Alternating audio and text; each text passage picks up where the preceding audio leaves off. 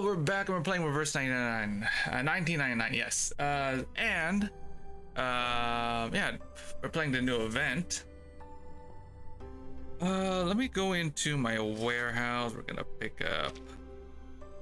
Okay, let me see if everything's running fine here. Give me a sec.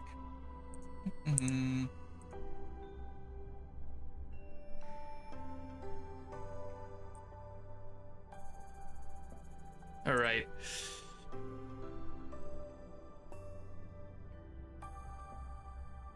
We're gonna use this one. I'm gonna grab. Ooh, yeah, there's a lot of options. Okay, but I'm gonna get Melania.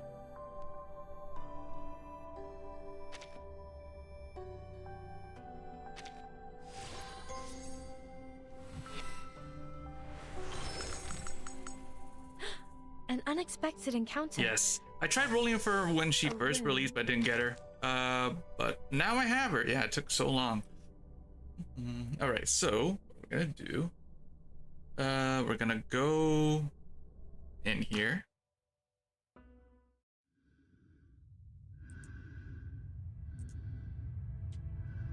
Space. Is it really beyond our reach? We can still save this project. All we need to do is send the monitor into space to collect data as the storm arrives. Into space? So you mean you want me to become an astronaut? Are you ever going to tell her the real consequences of the storm? If this works out, then I guarantee you'll arrive home safe and sound.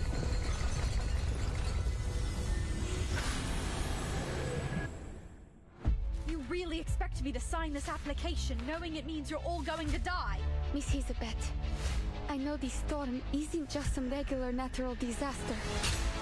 It's not just an old building or some candy in a store that will be taken away. It's the place I grew up and all the people I love. If we determine the storm will inevitably swallow up the stars, then wouldn't it all be pointless? But if something were to happen, you would be the one to survive. I need you to keep our records.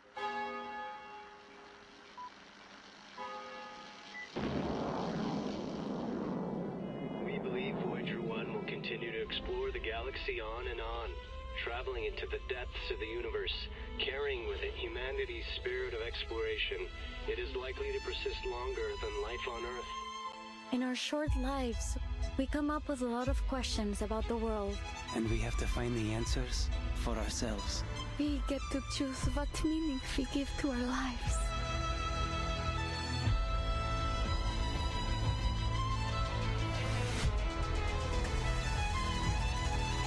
How beautiful the stars are.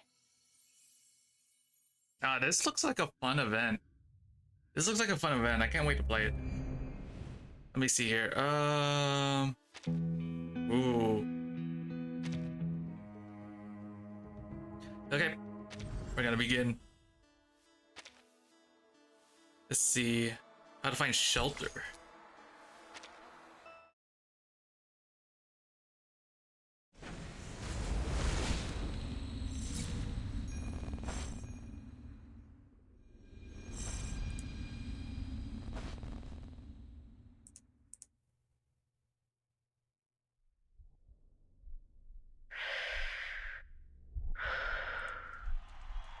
Take a deep breath and relax.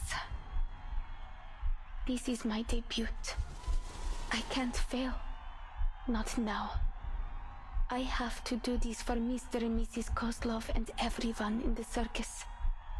I must make them proud. Mrs. Kozlov told me that I must guide the air through my body until it finds its balance. Left, right, good. Now, wave to the audience and say hello. Oh no, I can do this. I'm almost there.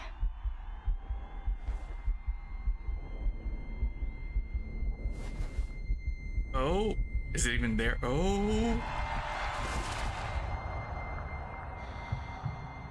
Я могу справиться с этим. Сначала мне нужно...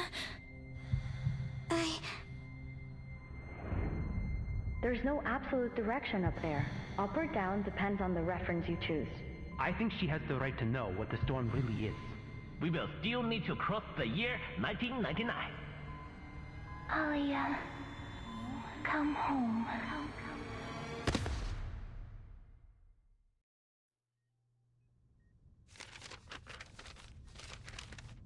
Kipperina. Vitals are stable. Biometrics returning to normal. Medical ward. The Laplace researcher still hasn't shaken off the weariness of her journey. The medic examines her closely, weighing her emotions as she explains the current situation. I'd heard you'd already left. Never thought you'd be back so quickly. It's obvious you care about them. So I'm sure you know what to do when they wake up, Miss Pointer. Pointer gives a nod, her eyes fixed, scanning the blinking screens beside the bed. She hasn't suffered any serious trauma. All that Miss Kipperina here needs is rest. But considering her condition, I recommend she stays here a few days longer for observation. Pointer doesn't respond. After a long silence, she speaks. Thank you. What's the status of the others? Miss Hisabeth is fine. She was awake earlier. For a few minutes anyway. She signed a donor card. Managed to get all her other siblings to sign it too. Not sure what we'd even do with them. That gentleman and that little salamander guy did the same thing when they woke up. Anyway, it's no cause for concern. I've seen my share of lunatics just like them. The real problem is determining treatment. There are so many details to pay attention to when dealing with these special patients. The dosage, their drug resistance. And I'm not a vet, you know? I had to seek out some professional consultation. No offense, but I'm glad you weren't part of this attempt. Otherwise, I might have had to face all of this by myself. Pointer faces away from the bed and looks the staff member straight in the eye. I may not have approved of their taking on this project, but I'm still on the team. If only the Foundation could devise regulations sufficient to control our staff's recklessness with their own lives. Maybe they should consider controlling access to Pacrasma candy. Ugh, forget that. Even I can't help exceeding the recommended dosage sometimes. I'll be reporting to the headquarters of the rehab center next month. I'll let you know their average dosage by then. Anyway, I need to write up a visitor schedule. We have to make sure our patients get enough rest. The second visitor proves how necessary a proper schedule can be. How's she doing? I just left the other ward and thought I might drop by. The new voice is polite and warm, but still startles them. Hello, Miss Winsong. Her vitals have stabilized. We're monitoring her recovery, but the initial results are positive. We can't say precisely when she'll wake up, but it shouldn't take more than a week. Good to hear. I'll be by to visit them from time to time, following the schedule, of course. Let me know if it's too much trouble. You're welcome to drop by here anytime. The isolation room is soundproof, but do keep it down when you visit the other wards. Of course. I'm just worried about them, you know. Besides, Vila and August have drowned me in letters asking about the project. More importantly, there's a bond between a teacher and her student. I understand. I'll check in on the others. If you need any help, press that button to call me. By the way, Miss Pointer, Godspeed to you and your team. A bunch of lunatics working together to reach space. Pretty damn cool, I'd say. Is an unexpected and unorthodox compliment. The surprise is written all over Pointer's face. Ditto. Are you being serious? Do you think it's possible we could succeed? Listen to yourself. Weren't you quitting the team? After a short silence, they decide not to answer either question. Winsong takes the first step and Pointer follows her into the hallway, pulling the door shut behind them.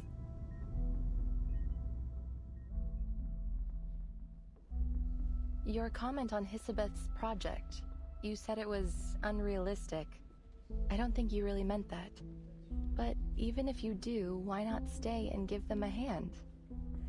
Their latest ideas for the teleportation disc sound solid to me. This one failure shouldn't be enough to walk away. You've worked with Hisabeth long enough. I'm sure you'd already know if she's pursuing a fool's errand. Pointer chooses silence again, but this time Winsong presses her concern. So, what do you really think? My thoughts are unimportant. All attempts to talk them out of it have failed. And what's worse, the more forcefully I attempt to dissuade them, the more determined they become. All right, so lay it on me. Why are they doomed to fail? I see no reason to expend any energy explaining it. Winsong gestures at the ward behind her. Whatever. I'll just have to make my own judgments on the matter. Hisabeth is an excellent researcher. Sharp and decisive. On those merits alone, she's earned my trust. My analysis points to a dangerous level of uncertainty in this project. The price of failure, even optimistically, could be much worse than a few days in recovery. There could be more permanent injuries. They could even... Her shoulders shrink in, but her voice remains calm. My nature compels me to do whatever I can to reduce the danger to our staff. And I want to keep my friends alive. What does it matter if we make it into space and discover whether the storm affects the whole universe? Say that we determine this phenomenon only affects Earth. Then what? We can't leave. We don't have the technology to fly off somewhere else. And if instead we determine the storm is indeed universal, and that it will inevitably swallow up the stars, well, then wouldn't it all be pointless? Either way, my calculations are clear. The answer is not worth our lives. That's how you feel. I get it. So why not tell them? I've been attempting to find the right time to say it. The leyline scholar shrugs. She has the answers she came for. Maybe so. Speaking of things to say, I've got some news, and I thought it was better you hear it from me. Laplace has decided to evacuate the spaceport. All staff on site are to be relocated before the end of the month. Evacuated? Where to? There is critical equipment here that can't be moved in that time frame. Besides, this spaceport was part of our active partnership with the local government. She lifts her head, and Winsong doesn't shy away from her gaze. We're moving to our real branch in Plessetsk, aren't we? The one on the edge of the Arctic Circle that's proven immune to the storm. This is our storm emergency plan. You've got it. All Laplace employees are to spend a week in the care center after reporting to Plessetsk. The local staff will be put on paid vacation, as is usual.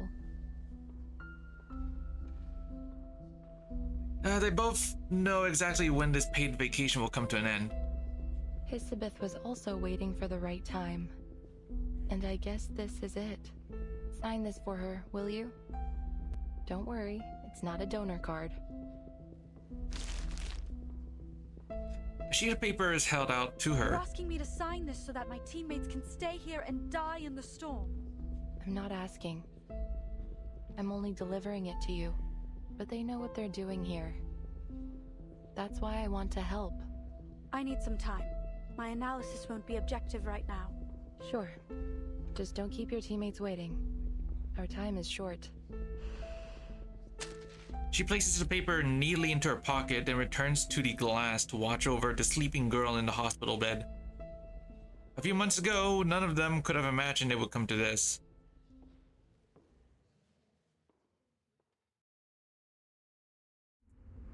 To be continued.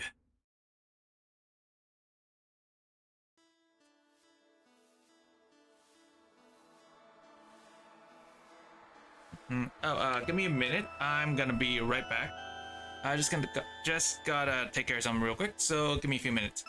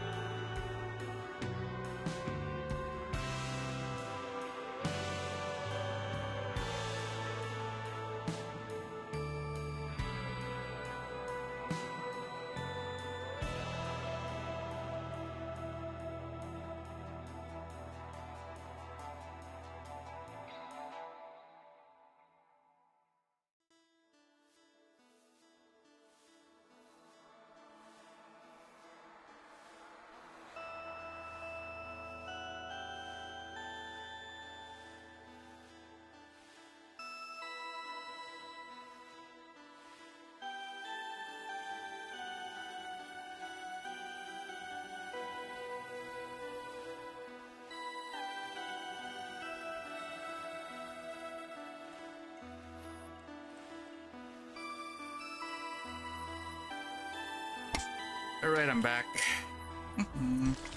Let's see.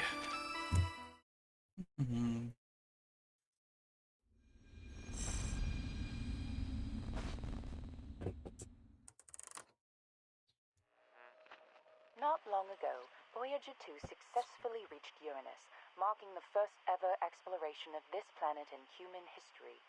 It conducted an examination of Uranus's ring system as planned. After a temporary orbital adjustment caused by its earlier visit to Titan, Voyager 1 continues its journey towards the edge of the solar system. Their future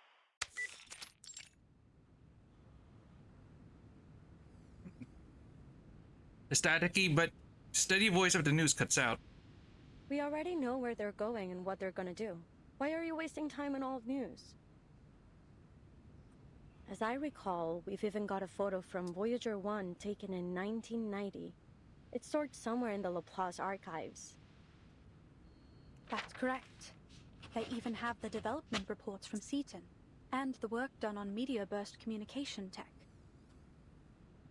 But none of the archives mention the whereabouts of the golden records, do they? So there's a chance we'll hear some new clue this time around, like, according to the sudden decrease in Voyager 1's mass, it's been speculated that the golden records were intercepted by an unknown entity. Intercepted? You make it sound like it was stolen by aliens or space pirates. A space pirate? I doubt they would have any interest in some ordinary records. Now why don't you get to the point? What's so urgent that you had to switch off the radio? Oh, I'm making a video. I didn't want the sound drowning out the recording. Should be quiet enough now.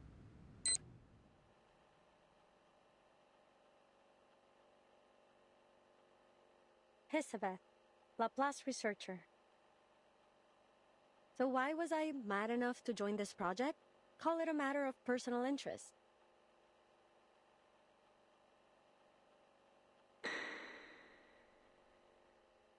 Let me introduce myself in a little more detail, in case you're shocked when you get your first look at me.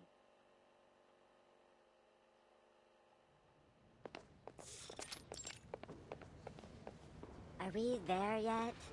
Rats. This is no way Snake to travel. one. Let me just slither, please. We don't have a choice. We're stuck with this most unfortunate mode of transportation. Introducing 2 of the 9 siblings of the Dubois family, always loudly at odds and proud of it. Thanks to the cold weather, the others still brumating, so they haven't yet tested my patience.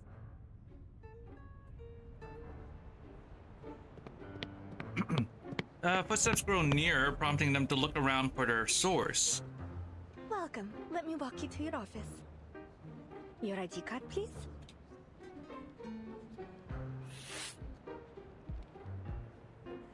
Oh, my apologies.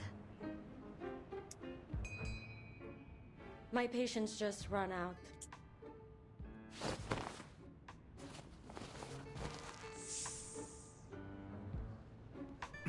The snake twists its body away with agility, but not fast Thank you enough. for showing me the way. Hmm. Why don't we speed up a bit? This place feels as cold as a goddamn morgue. I can barely talk without shivering. When we get to the office, I'll warn them not to scare our colleagues for the 4th time. Give me a sec. Should be... Ah, there it is. Of course. We'll ensure the heat is kept on 24/7 inside your office. Laplace never neglects the little details.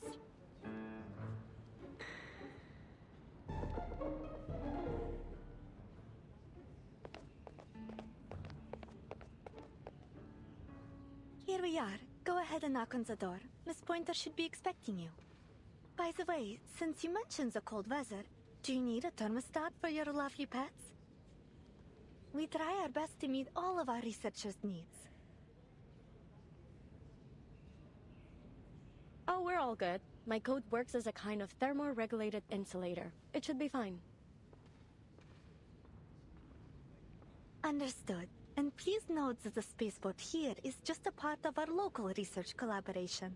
Laplace's official branch in Plissets is actually further north, right on the edge of the Arctic Circle. It has a strict security policy, so you'll need to file an application before visiting. There's no guarantee it will be approved either. Welcome to the Plissets Cosmodrome. Just a few steps out, the receptionist turns back, drawn by a faint sound. The little golden scale snake flicks its tongue at her and, was that a wink? Goodbye, little Hissy.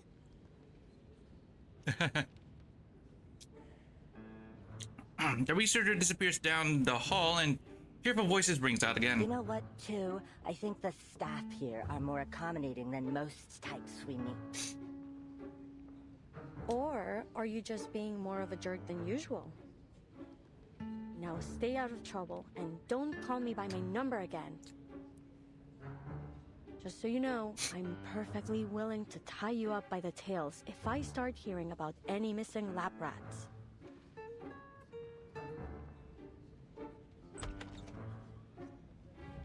The door swings open, preventing the escalation of their family feud.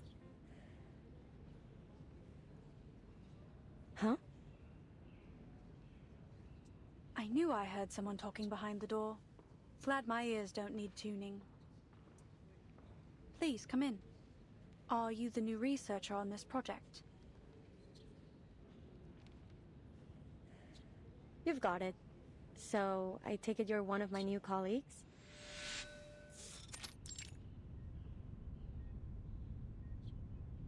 The new colleague's attitude seems cold to the touch. But once she steps inside and takes in the whole setup, she realizes that detail like that won't matter too much. 2 devices, 2 chairs, and 2 standard issue desks. Is it just the 2 of us? I expected you to be more rigorous as a fellow Laplace researcher. According to official records, we have a 3rd researcher on the team. An attaché from the local government. In theory, anyway. No one has ever seen or heard of them. It's just a name on the notice board. However, if you insist on ignoring our esteemed co-worker, who I mention out of deep respect for our local partners, then correct. It's just the 2 of us. So, what do you think of our setup? It's not so bad. At least we're in full control of our budget. Although I recommend setting those budget expectations low. Cool. Everything's more or less as I expected. An undervalued project in extraordinary times. What kind of bizarre mind hatched up the idea of teleporting supplies directly into space? Do you believe our goals are unrealistic? Not at all. Only eclectic, let's say. And I've always been a fan of eclectic theories. They're often a stepping stone to true discovery. I'm certain that the combination of arcanum and science will one day make up the core of our civilization. We're not there yet, but... It's only a matter of time. Perhaps this project will be the next leap forward. Oh, hold on a sec. Give me a minute. Oh my. What happened here? No, never mind. It looks fine now. Okay. Give me a few minutes. Hold on.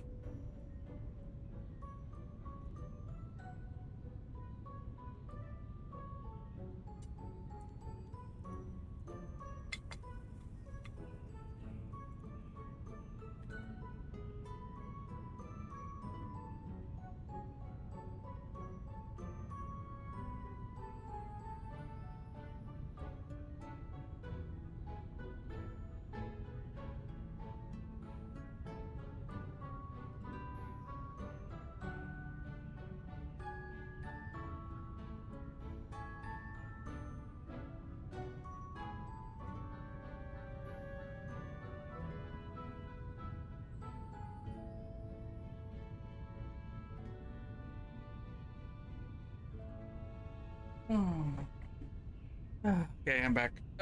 Hold on a sec. Let me just quickly check something real quick.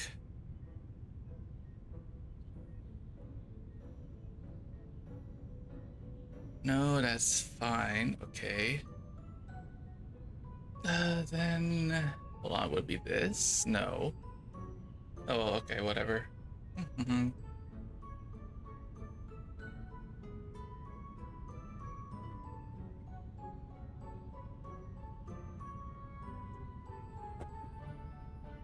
Hmm.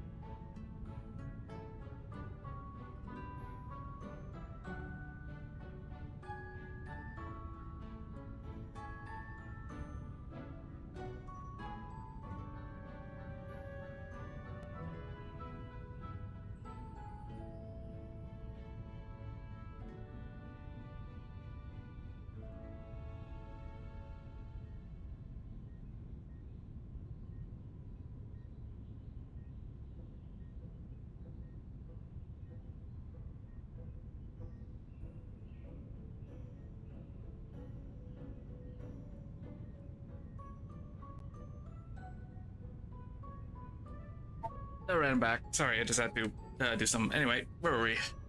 So far, the teleport disk we've developed is functional but unstable. It's a one-way ticket capable of travel only within a short distance. But if we can improve its range and stability, I calculate its value to society to be potentially earth-shaking. Looks like we'll make for quite a team.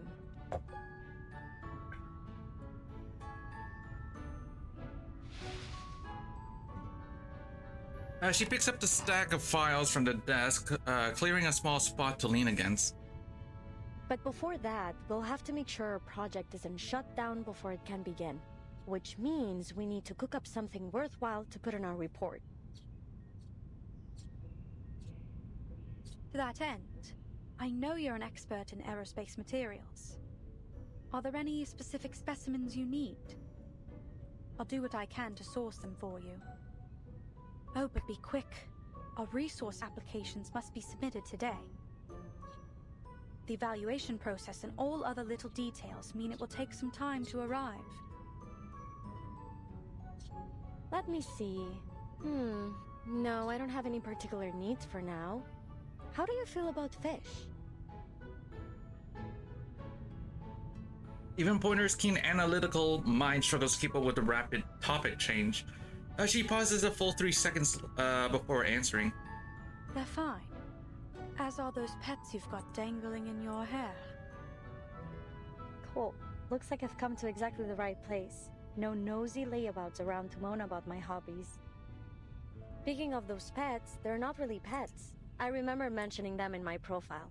You didn't read it, Whatever, so long as they can hold their own. Then you threw the file into the trash, am I right? It wasn't quite so dramatic, but yes. I briefly scanned it for your field of expertise and experience. Nothing else mattered to me. Still, you should get to know your new colleagues. I'm a Melusine. We have snakes for hair. So they're not pets, they're my siblings. Technically, you've got yourself a grand total of 9 new co-workers. Surprise! That is certainly new information. It's unfortunate that Laplace doesn't pay out their Sharpodontes by head. Maybe I can convince them to go in for every 2 heads. I wouldn't predict your chances to be high, but a larger food allowance seems appropriate, given your additional mouths to feed.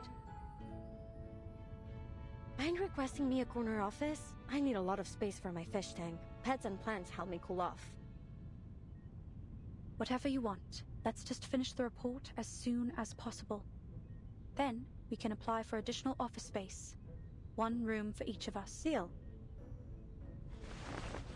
Agreement reached. Pointer lifts her right hand. Snake stretches forward to gently tap her palm with its head. Nice working with you.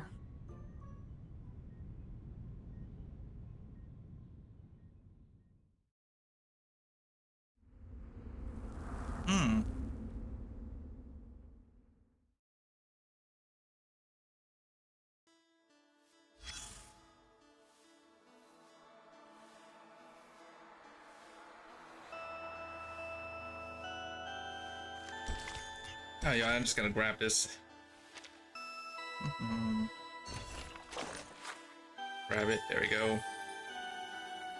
Next up, number 3. How many stages are there? I'm guessing the normal bunch, right? Up to, oh, okay.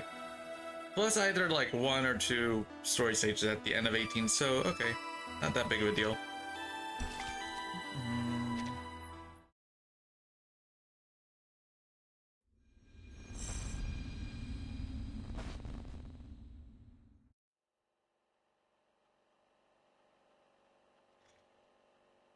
Everything from there on went smoothly and according to schedule. It was a genuine pleasure working with Pointer. Well, those first days at least.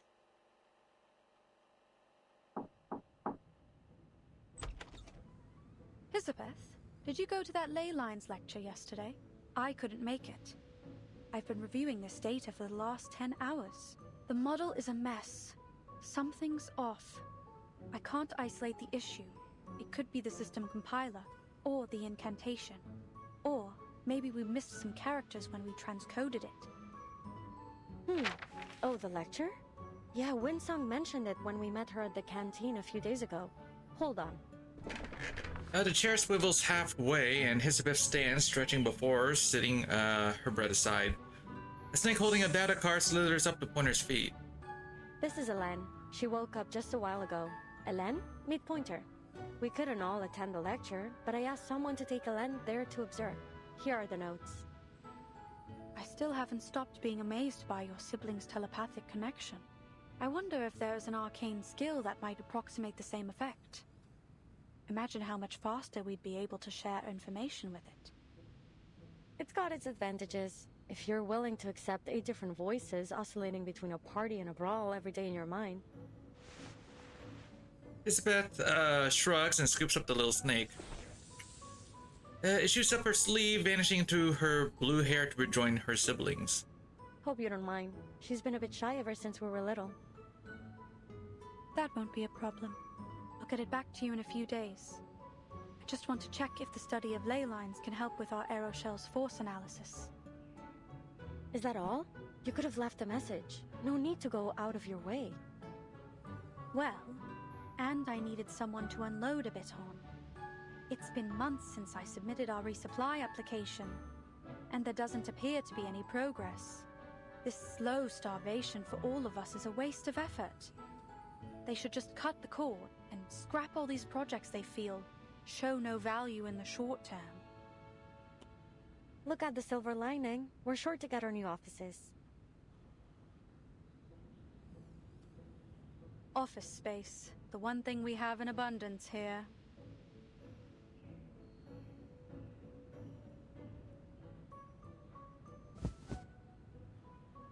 She waves her arms in irritation before slipping back into her usual tone. Anyway, how are things on your side? I'm free for the moment. I'm progressing just fine. Take a look. She steps closer to the desk. Hisbeth shifts Excellent. up. Okay. Feel free to let me know if you require any help. You know, for all the time we've worked together, there are still many questions left unanswered between us. I'm curious. Why did you choose this project?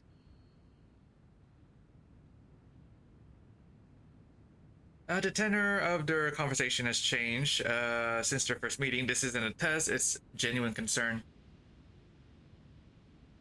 Time has built enough trust between them to ask. There are many other teams pursuing the combination of arcanum and science. I think one of them is presently working on cleaning incantations and plant-related rituals. Okay.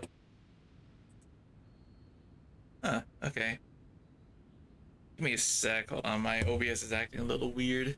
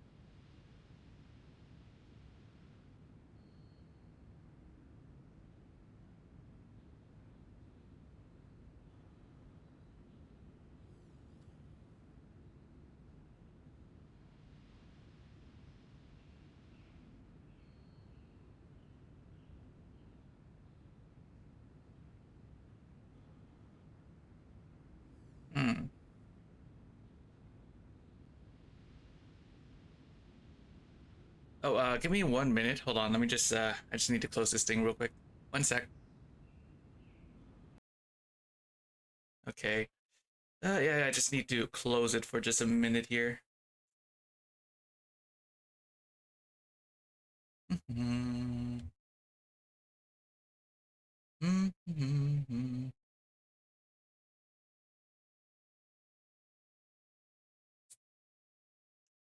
All right.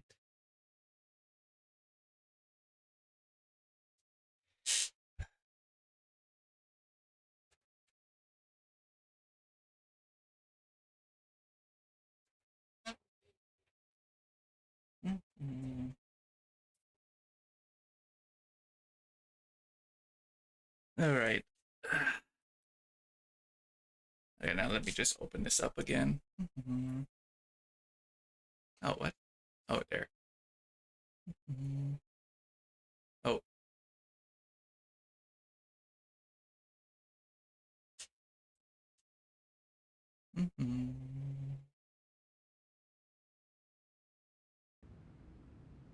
Okay, there we go. Okay. Where were we? Sorry. Let's see. Why choose Plesetsk? Is it that you feel your expertise in material science will be of most benefit here? Or do you have a... Don't mistake my intentions. I'm happy you chose to join our little team. You've performed exceptionally well so far. If I had to put a finger on it, I'd say it was curiosity. I really want to know where those golden records will end up. She rolls up the blueprint before settling into a relaxed posture. Remember what I told you about my parents? They were studying information technology at Laplace before the first storm struck. Isabeth's mind has always jumped around, but now Pointer can keep up. She knows to wait for the point to come back around. I can't wrap my head around that stuff. My whole life has been a constant stream of information. You wouldn't believe how distracting it is to have 8 voices in your brain, bothering you night and day. Still, all 9 of us enjoyed reading. Whenever we found a particularly compelling article, we'd divide it up and each focus on a different part. We'd always have a huge brainstorm after we finished. It was a lot of fun, actually. I miss those times. I still remember the day that meteor fell to Earth. Nos derniers rapports indiquent que que Voyager 1 a officiellement parcouru la plus grande distance dans notre système solaire, plus que toute autre sonde fabriquée par l'homme. Dépassant Pionnier 10 d'une distance d'environ 69 419 unités astronomiques. I don't remember where I was or what I was doing, but I remember the broadcast was talking about Voyager 1. And that all 9 of us were staring at the twinkling dot on the screen. Si la Lune se trouve à près de 400 000 km de nous, à quel point ce petit caillou était-il plus éloigné de la Terre lorsqu'il a commencé son voyage? Incroyable!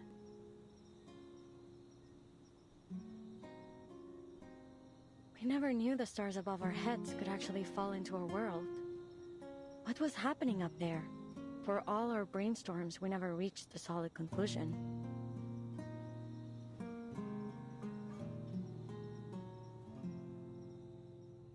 Where will Voyager 1 go? Who, if anyone, will find its golden records? When will the stars stop shining? Are there researchers out there just like us living on another planet, looking for the same answers? One little meteor brought us so many questions, and we could never leave a stone unturned. I see. That's why you joined this project, despite its lack of immediate contributions to society. Nonsense! Our work is critical to the future of aerospace engineering. We've got plenty of contributions to offer. This time, she's the one holding up a hand, waiting for a high five. Was that an attempt to cheer me up? There's no need. I'm not easily discouraged. Palm to palm, their hands meet for just a moment. You've warmed up a bit. Yeah, thanks to the 24/7 heating, and because I keep all of us well fed. Speaking of, I'm headed to town to find a restaurant. Care to join me? There's some decent food in Placets now, thanks to the new policies. Do you want anything in particular? Your call.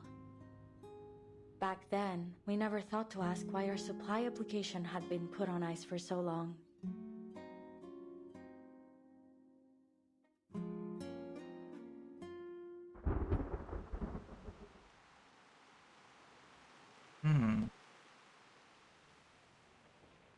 They're terminating the project?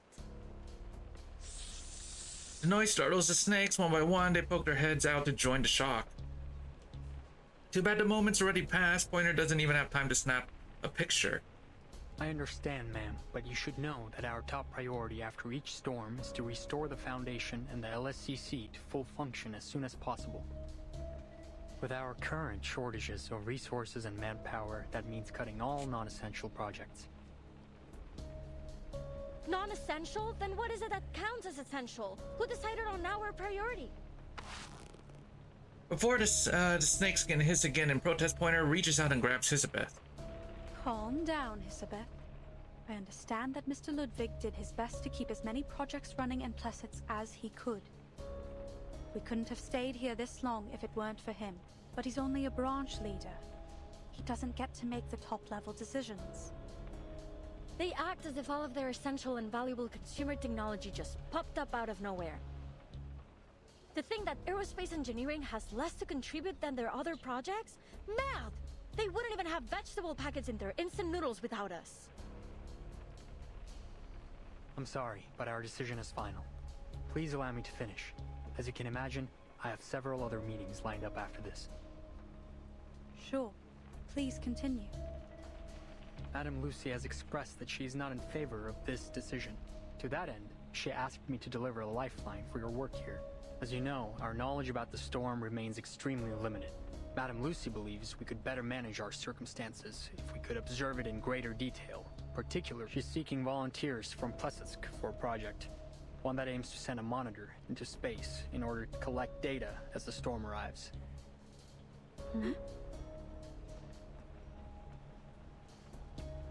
Two completely different reactions. What about the other projects? Where will the researchers be assigned if their projects have all been terminated?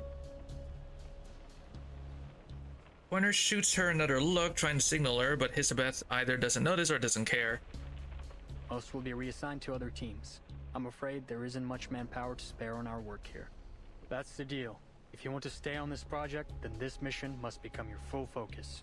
On the bright side, you'll have full access to all the resources left in Plesetsk. He makes a quick glance down the hallway to check no one else is around, then steps closer and lowers his voice. I believe you two to be the most talented researchers in Plesetsk, and I know you want to achieve something with your work here. Still, I think I should caution you against accepting this task.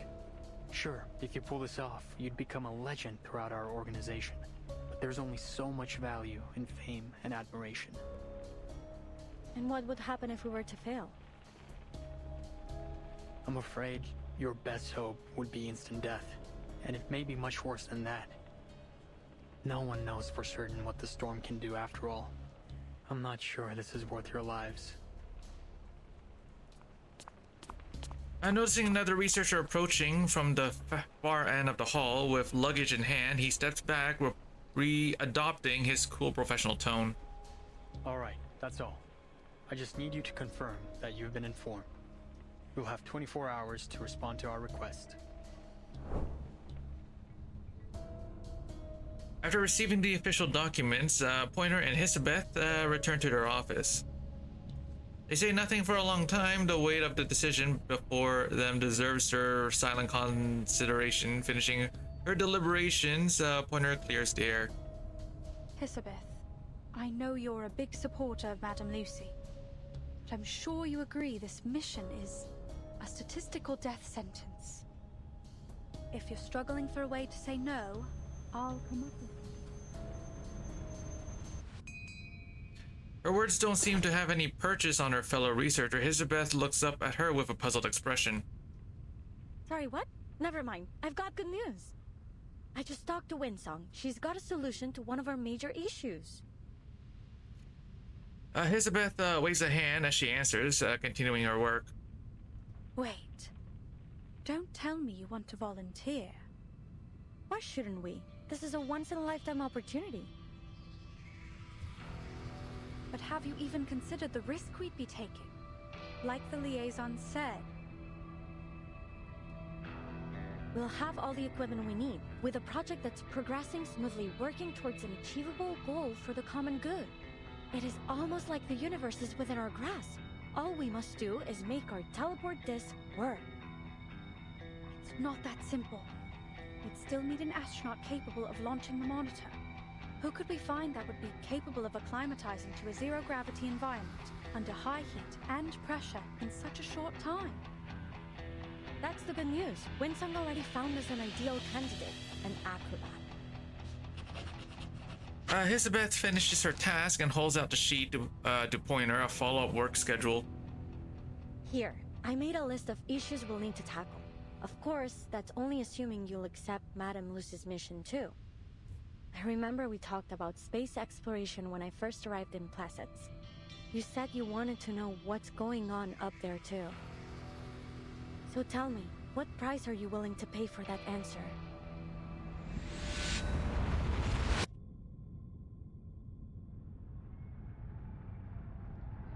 Breathe. Let the air find its balance within. Remember what Mr. Kozlov said. You must never be afraid of falling. I just have to imagine myself floating in space. That's right. I will not fall from the fire again. The circus barker's introductions booms above the blinding lights, followed by a wave of cheers and applause. Ladies and gentlemen, introducing our fabulous wire dancer, the youngest acrobat of the Utrinia Circus, Kiperina!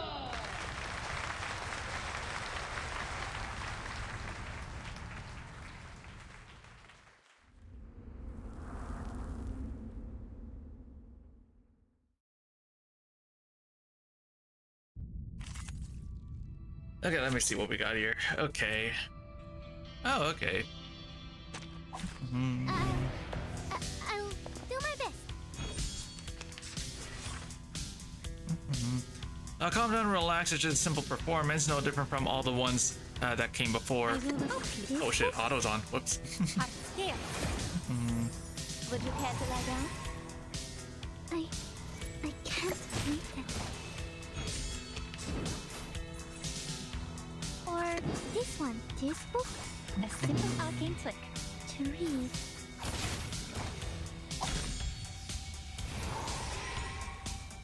How good, everything has gone according to plan. Crazy, wait. Was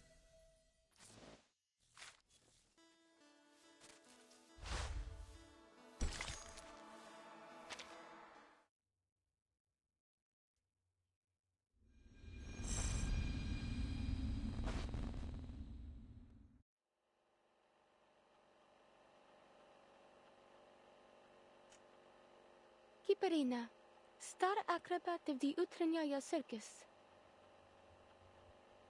Why did I join this project? Well, I guess I'm trying to help in any way I can, like I always do.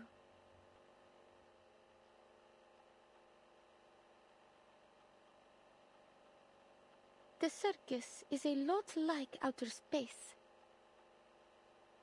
It is a performance that exists within an almost weightless world of imagination. Close to reality, but at the same time, unreachable. I've come to love the life that Mr. and Mrs. Kozlov provided for us there, and I never thought it might end.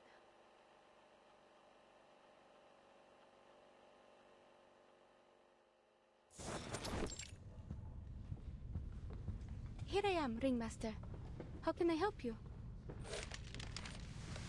Mr. Kozlov brushes a little ash off his seat, but when he hears Kiparina's voice, he bolts up immediately. Oh, Alia. No need to be so formal outside of work. Anyways, how is it you're feeling today?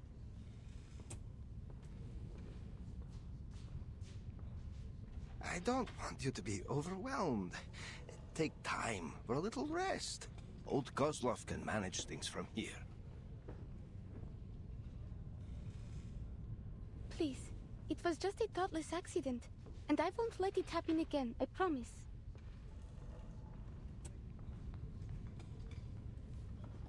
I fully recovered. I know you're worried about me, but just ask anyone and you'll know I'm not lying. Even Mrs. Kozlov agreed.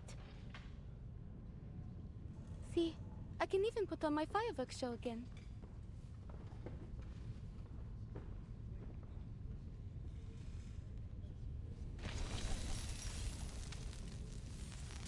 A light bursts out from her. Oh, sorry, I actually missed it. Like a plant drawing in sunlight, absorbing it, storing it, and then releasing it again. A beautiful, if useless, arcane skill. Oh, more beautiful than ever. It seems you've mastered the techniques that Miss Winsong taught you. There's no doubt our Alia has a budding talent for these ley line things. Please don't start that again. I already told Miss Winsong that I had no plans to leave the circus. I know. Such a loyal star you are. Oh, He clears his throat, trying to smooth over the sudden topic shift.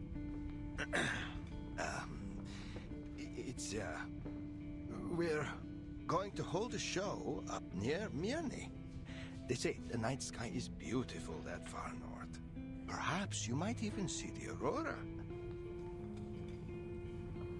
All of a sudden? But it's so far from here. Are we in trouble? No, everything's fine. It's just,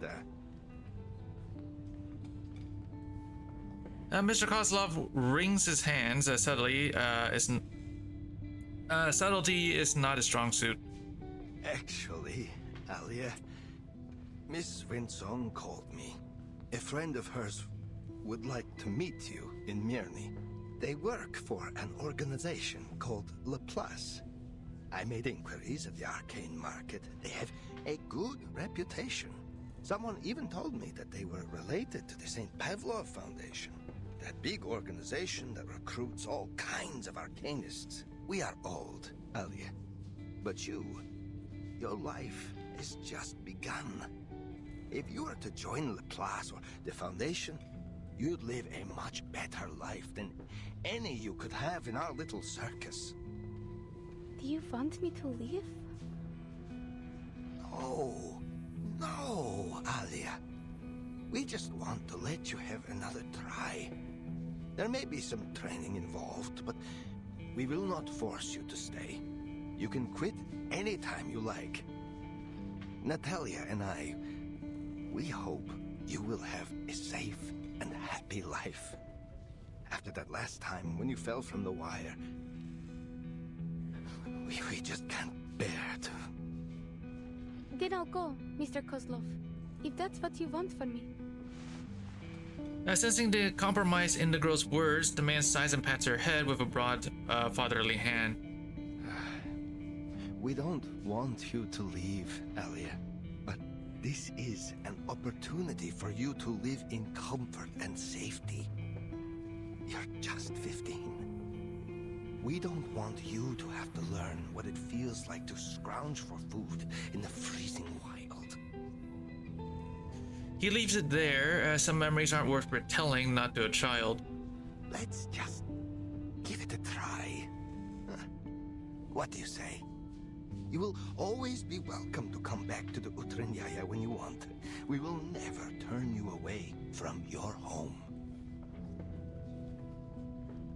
I've always known that.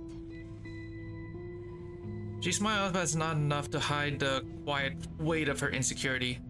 Miss Winsong gave you her card, remember? I forgot where I put it.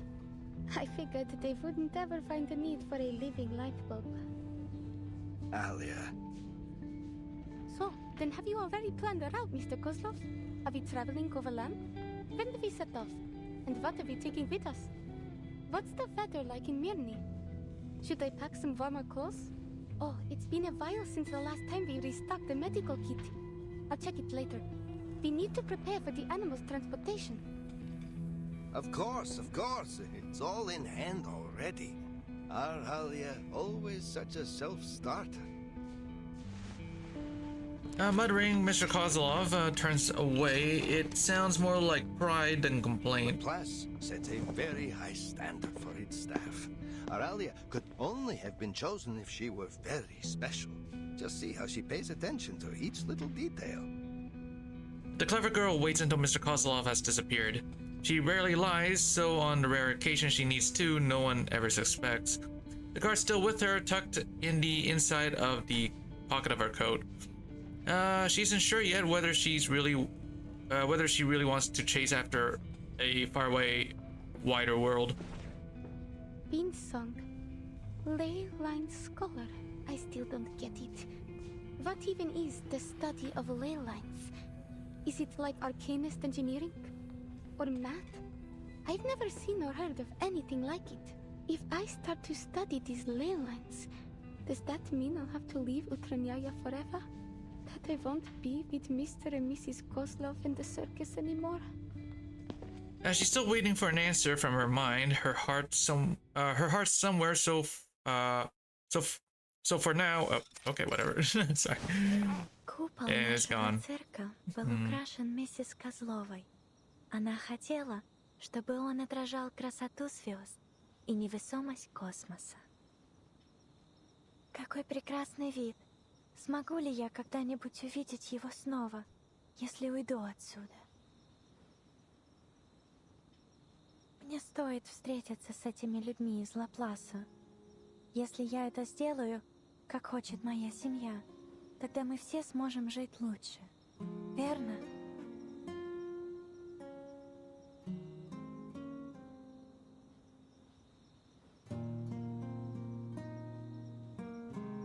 She lets her eyes close, picturing tiny.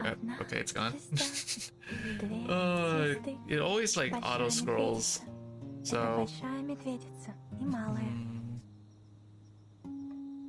Мирный. Не думаю, что мы когда-либо были там раньше. Кажется, что я уже знаю, как выглядят звезды оттуда. Как странно.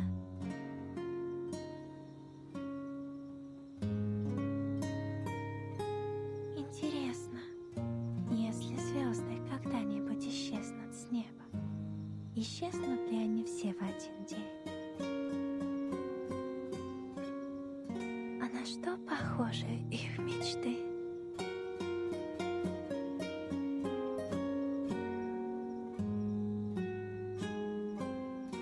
She drifts off to sleep. Soon she finds herself walking through Myrni, holding a sparkling star in her hand. Myrni is a place in the far north where you can see the aurora. She hopes it's as beautiful as it is in her dream.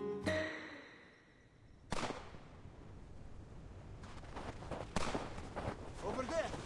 Keep up! What the hell is that? Damn! Is that a bear? But it's so fast! How did it get in here? I've never heard of any kind of critter around here that can pass through walls like that. I got it! Over here! Help! Quickly!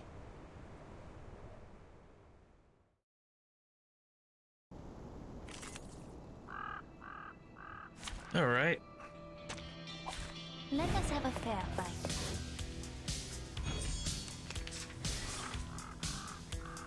Oh, whoops. Hello, damn it. Our comms are shot. We can't reach anyone. Keep it tight, boys. Stay sharp. Okay. This book? Or this book? I can't read it. Okay, no mistakes. What a memorable moment, Timekeeper!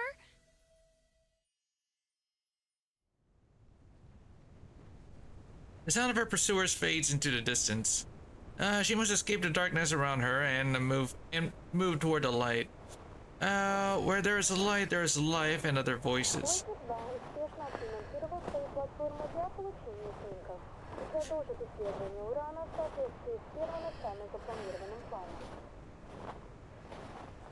Водер-1 продолжает свое путешествие к краю Солнечной системы и за ее пределы. Согласно нашим прогнозам, он пройдет мимо Проксима Центавра примерно через 10 минут. Anne slips out from under the blanket, fumbling around until it finally finds the radio switch. Same strange dream again. It's gotten more and more detailed since we arrived in Myrni. I need something to distract myself. Miss Vinsong and Mr. Kozlov made an appointment to meet next week. Until then, I should continue to prepare for a show. Utranyaya is making its debut in Myrni tonight. It's a new beginning.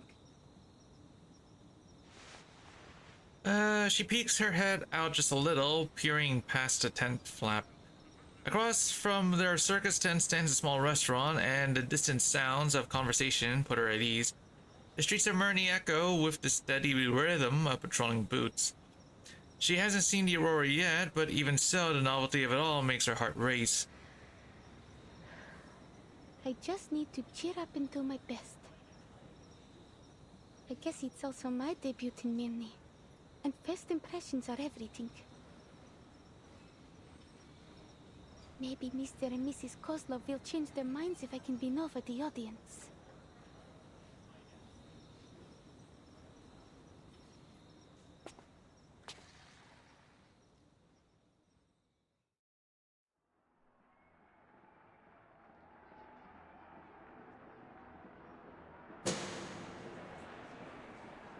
Ladies and gentlemen, introducing our fabulous wild dancer, the youngest acrobat of the Utriniya circus, Piperina!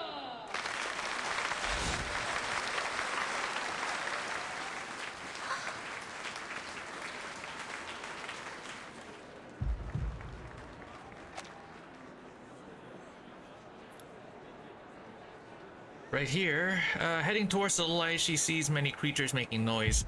The sound seems to rise above her head. To see more clearly, she pushes through the crowd and looks up. Cheers and shouts, applause, and heartbeats, they circle the figure above like planetary rings. Points of light burst around the figure's silhouette. A few of them feel familiar. These particles were born from the nebula of her home.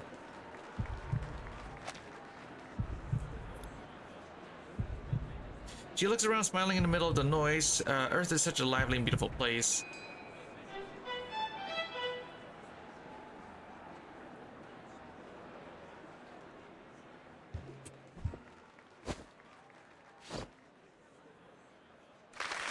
The audience erupts into applause, a perfect score of her routine.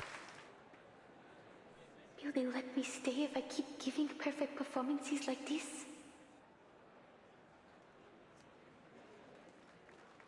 The doubts buried in her chest begin to stir. On the wire, Kipperina looks back, only to realize that there's no one ahead of her nor behind. Should I move forward or back? Instinctively, she clenches her fist and follows the cheers with her eyes. From these heights, it's hard to recognize anyone. There are no friendly faces, no family, as she's alone on the wire. And that's how it's supposed to be. Just like her dream, a flickering star points the way forward. Don't stand still too long. They all want you to move on. They all want to see how far you'll go. She set herself to take another step. Move forward.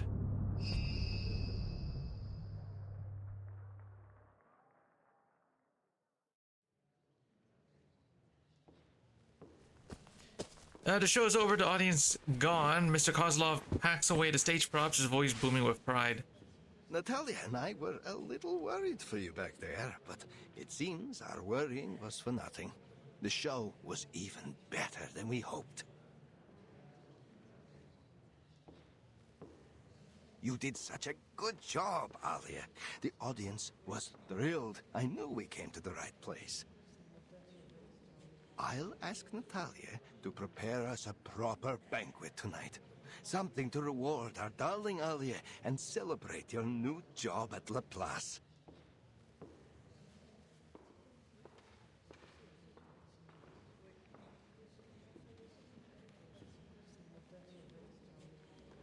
We still don't know about that yet, but I'll try my best.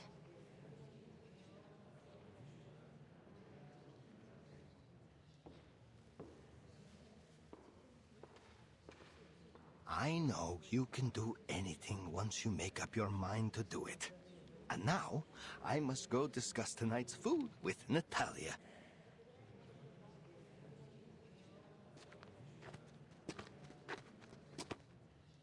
He walks off, still rambling. With the props in hand, Kipperina looks around. The massive tent now holds just two small figures. One is her and the other is the girl from before. The girl seems lost in the performance. She stares up at the stage, her eyes just as bright as the star that guided her to the other side of the rope. Perhaps she's taking a break, or waiting for someone. She knows the Ultranaya never turns away lingering audience members, but talking to new people has never been her strength. Still, the show reminded her sometimes it's worth taking a step forward, even if you don't know what comes next. She doesn't hesitate this time. Hello?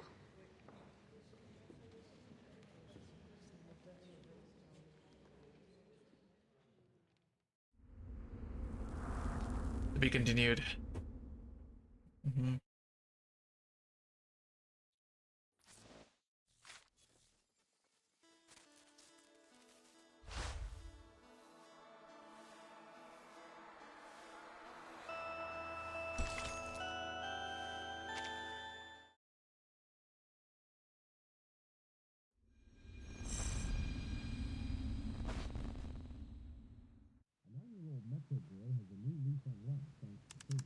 Мы верим, что Voyager 1 будет продолжать исследовать галактику дальше и дальше. Путешествие в глубины Вселенной, несущие с собой стремление человечества к исследованиям, вероятно, продлится дольше, чем жизнь на Земле.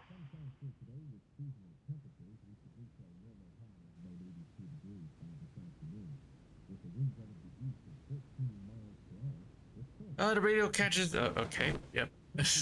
Until another voice cuts through the broadcast. What will the weather be like tomorrow? Maybe we can take a longer walk if it's sunny.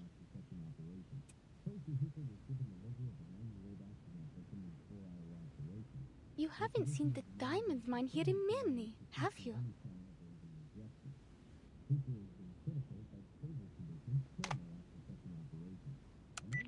The girl shakes her head as she sets the radio aside and waits for Kiprina to speak.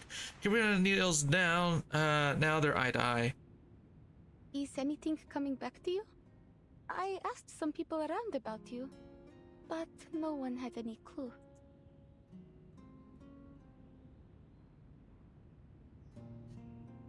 Don't worry. Most of us in the circus were adopted by Mr. Kozlov, so he won't mind if you stay with us. He always gives a hand to those in need. And I'm going to meet an extraordinary lady tomorrow. She knows a lot. Maybe she will know who you are.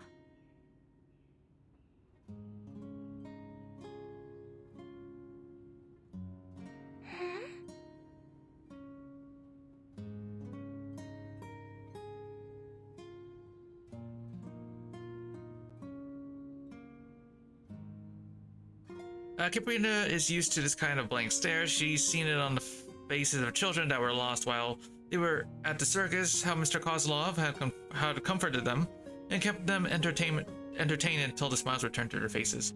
She stands up, steps back, and reaches her hand toward the girl. Hey, look at this.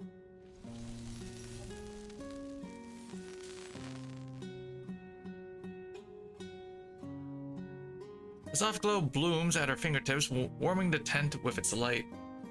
It's my arcane skill. It's not very useful, I know, but don't you think it's pretty? People say it looks like the stars.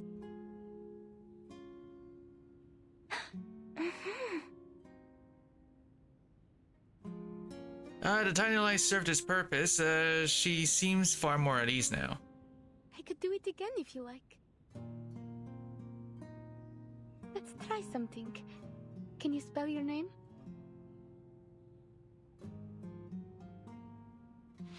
The girl eyes the colorful, crooked row of blocks placed in front of her. She doesn't know anything about the writing of this planet, so there's no way to share her name or where she's from.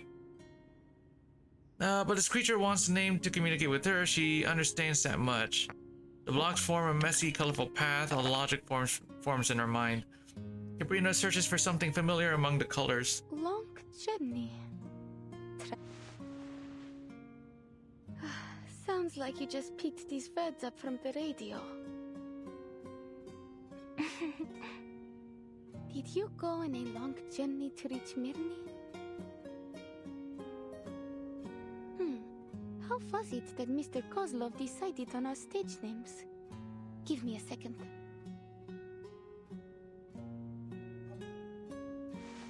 Long journey. We could call that a voyage. That would make you, who traveled a long journey, a voyager.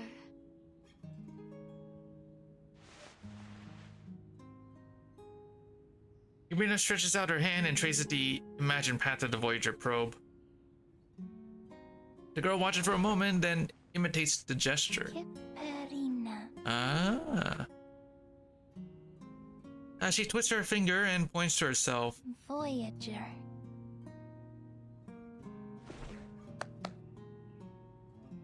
Now that you have a stage name, you are now an official member of the Utranaya Circus.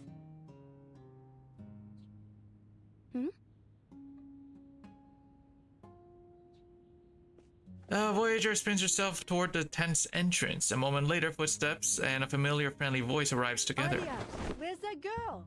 The one who was staring at the animals before? I brought a bunny around for her. I suppose I'll be looking after her now. Because you're meeting those Laplace people tomorrow, right? You need a rest, Alia. Now, do as Mama Kozlov says. Go have a nice meal at the restaurant in town and then straight to bed early. Mrs. Kozlov, I don't need to. Hush, just go. I didn't cook anything for you tonight. We've already paid the restaurant. Voyager's head twists, unsure where to look between the door and her new friend, but in the end she chooses the fuzzy rabbit. The tent falls quiet again, leaving Kiprina alone, looking helpless. just a little kid that you need to take care of. Fine. I'll go. And after that, I will train for another hour. Yes, that's for the best. That's all. Thanks. She closes the menu and slides it across the counter. Sorry, it sometimes takes us a while to decide on an order. So, you were saying, you found the strange girl here in Mirny, and then? Hold on. That special device you're holding, did you get it from Winsong? Yes. Before I came to Mirny, I fell from the wire during the show, and Miss Winsong happened to be there. I don't remember the details, but she said my arcane skill was able to protect me. She helped me draw out the aura from around my body and analyzed how it worked. Though I didn't understand that part at all. But the name of her theory is still clear in my mind. The study of ley lines. She gave me this device before she left. She said it would make it easier to control my arcane skill. Mr. Kozlov wants me to give it a try again. So I've decided to go see her tomorrow. Cool. She's a great researcher. The study of ley lines is still highly theoretical. But as we say at Laplace, theory often lays the foundation for practice. If you do decide to join us, I'd be happy to write a reference letter for you. You're a Laplace researcher? You didn't already guess? My colleagues often say I dress, like a mad scientist. I guess it's that. I never thought I would meet a scientist eating at a little restaurant like this. Oh, please. I'm sure you're aware that scientists are living things too. We need to eat just like everyone else.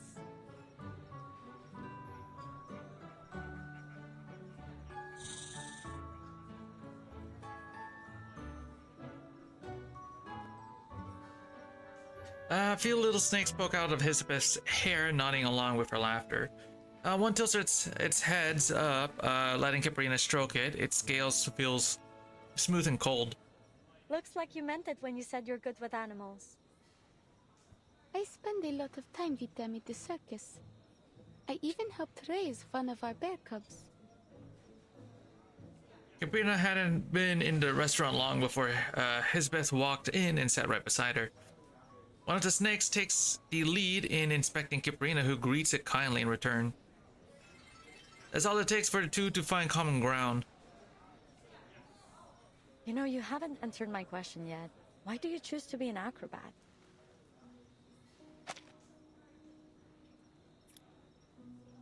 Don't you find it scary to walk on a wire all the way up in the air? I suppose it is a really cool job, though. Well, it is cool, I have to admit. But what I really like about being up on the wire is that when you look down, you get to see a view that no one else gets to in their daily life. When I stand on the wire, the audience below look just like stars, and it feels like I'm floating in space with them. Isn't that great? In that moment, I stop worrying about my performance and forget all expectations. I can just be in the moment, shining like a star. Oh, intriguing. In a way I came all the way out here because I had the same thought. I want to work with the smartest minds in the world, whether humans or arcanists. They're also like the stars in a lot of ways, each one bound to go down in history. And I'm trying to find out what really exists beyond the limits of the sky. Do all your siblings share the same feeling? They're such neat little snakes. Oh, it looks like they have fallen asleep. We've always been on the same page when it comes to these things. Elizabeth turns her head. Kiprina notices her pupils narrowing to a slit. Your arcane skill is exactly as I expected.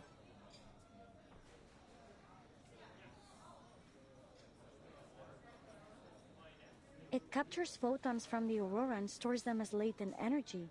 Then when it's deployed, it appears to form a kind of prismatic plasma barrier.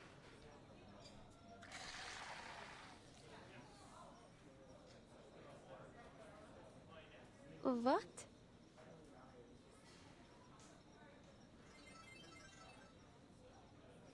I'll explain next time.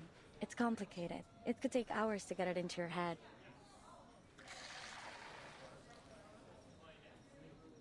Still, it is most obvious to me that you're exactly the person we want for this opportunity. What do you say? Will you give it a try? Huh? An opportunity to reach the stars. You mean you're the colleague Miss Vinsong mentioned? The one who invited me to Mirny. I should have known. Was this a test? I thought you were a friend I could talk to.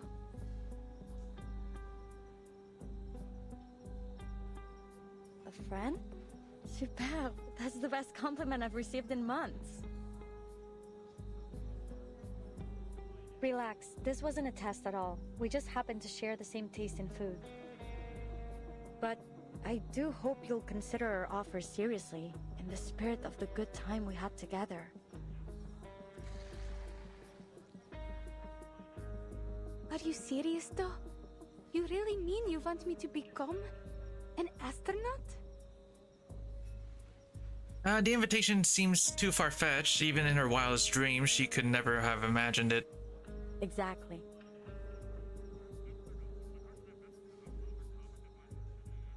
But his best response carries a rare weight, different from her usual casual tone. Don't rush to a decision. We can wait till tomorrow. In fact, the materials I've been expecting should arrive tomorrow as well. Maybe the delivery guy will bring you a small gift along the way. You don't have to. Sorry, I didn't prepare any gifts. Don't be silly. It's just a friendly gesture. I believe you come from the same region, so I'll bet you two will get along quite famously. And he has an interesting nickname too. It was, oh, right. Name day.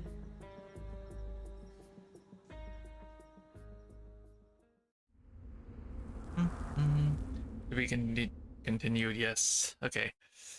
Let's see, man, there's like so many updates going on. We have this one, right?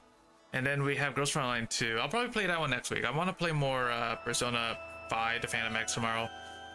And then I'll like play more, and then I'll play the new event in Ghost Frontline.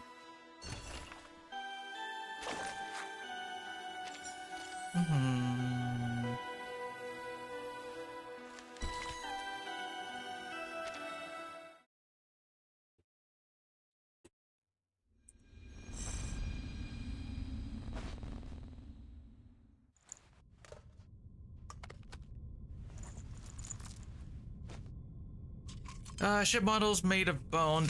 Okay. Old pieces hastily sewn together somehow form an unexpected harmony. Number 136 from near the Colima Mountains. Tells the tale of the Polar Star icebreaker. The crew suffered some kind of mass hysteria. The same thing happened later in the Kola Peninsula. He labels the notebook, writes down its number, and stores it away. Our destination is close to the Arctic Circle. With any luck, we should get a great view of the aurora.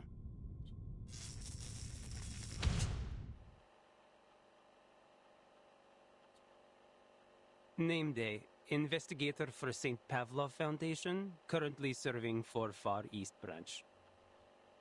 Why did I join this project? Well, it is a job, and I like to do as I am told.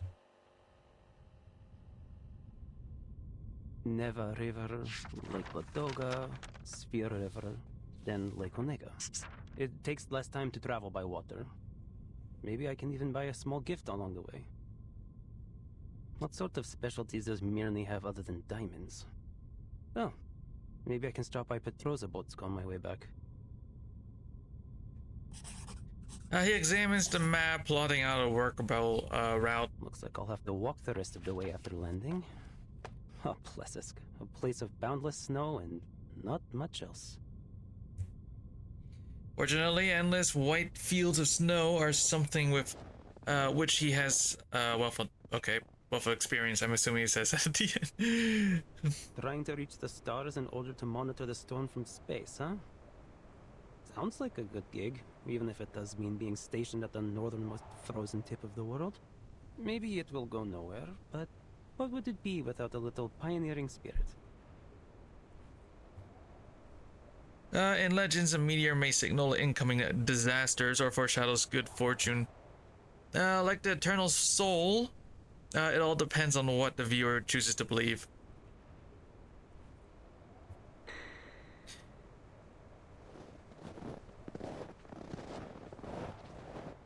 Ленинград находится как раз по другую сторону этого снежного поля. Я позволю этому метеориту указать мне путь.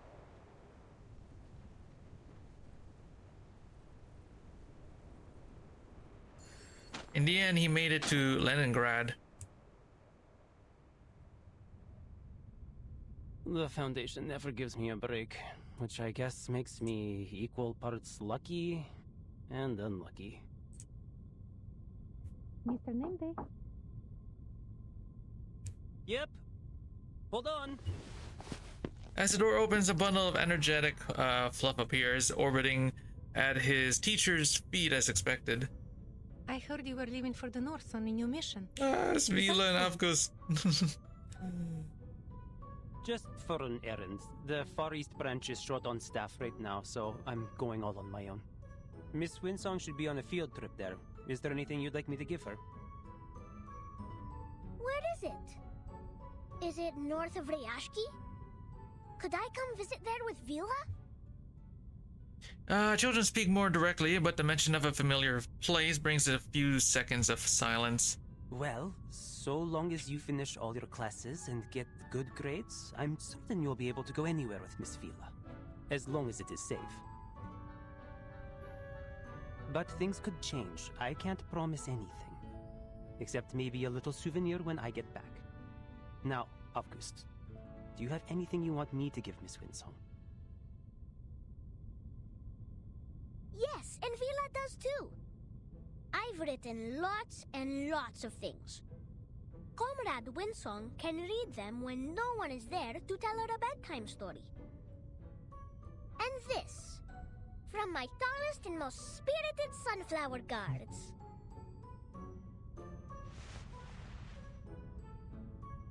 He fumbles through his coat pocket and pulls out his most prized possession. You must not water them too much, and they should be placed somewhere under the sun.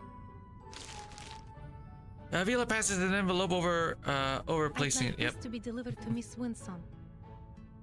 She said in the last letter that she had started to teach again, and it was more difficult than she remembered. I wrote a little bit about my own experience teaching. Hope it helps. And please, talk to her if you have any ideas. You're so good with kids. Nina, Piotr, and Pasono ask about you all the time, always wondering when you'll visit again. I didn't ask. I know how busy you are, Mr. Raccoon. And so is Vila. Every day she's either painting something or talking to the white clothes. With any luck, I'll be free for a while after this mission. I'll come back and do some magic for you kids. What do you say? He crouches and hooks his finger around the leaf of the wobbling sunflower. Deal? A good comrade must always keep his word. The fuzzy hat bobs up and down twice in earnest and sincere nod. The conversation shifts back to the two adults. Sounds like you've been doing well recently. The Foundation's textbook is an easy read, but I really hadn't expected just how effortlessly you'd be able to make your lesson plans. Lesson plans are nothing compared to field missions. Just keep this in mind during your errand. Your safety is our first priority here. Of course. But the good news is I'm quite familiar with this era. Though in this era, the city hasn't yet reverted to its old name, St. Petersburg. Talk like this always seems to circle back to that little town swallowed in snow. But now's not the time for that. Anyway, I'll make sure Miss Winsong receives August seeds and your letter. Thanks a lot. I don't want to make our goodbyes here too long-winded. Just take care. Especially since you're going to be all on your own. Well, I won't exactly be all on my own.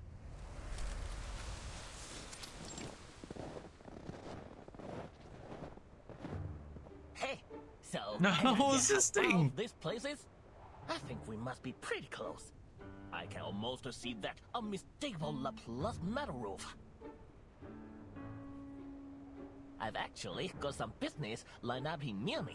Those diamonds of theirs are certain to fetch a tidy profit back in the East Branch. I should have never let you out. Can we make a deal? You stay quiet, and I'll get you safely to our destination. Then you can say whatever you've got to say to whoever made the mistake of inviting you here. You know you really like to talk. I'm beginning to understand why no one else would take this job. Whoever heard of a merchant who doesn't like to talk?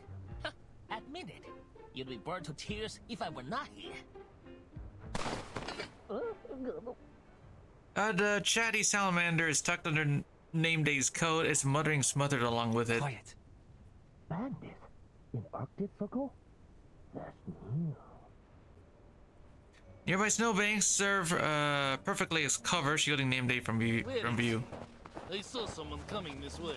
We can't let him get any further. There's some kind of military base up ahead, and it's heavily guarded. Think how far we've gone. We can't go home empty-handed. That arcane item they've got is probably worth a few sharpadontes, don't you think? Item? Hey, I'm a living, breathing creature. You don't need to yell at me. Say it to them if you like. A branch heavy with snow snaps and is broken into a stick that fits his grip comfortably. What? Are you sure? Oh, never mind. What should I do? Anything. I just need you to draw their attention. I am not letting them anywhere near Plesetsk. This way! I hear something! Keep up! A dark shape juts out of the snow. The odd appearance of the strange metal vessel draws every eye.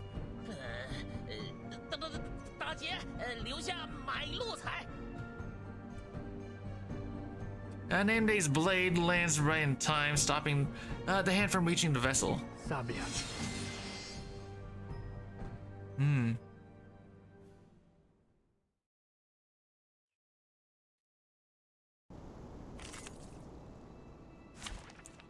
Ooh, okay.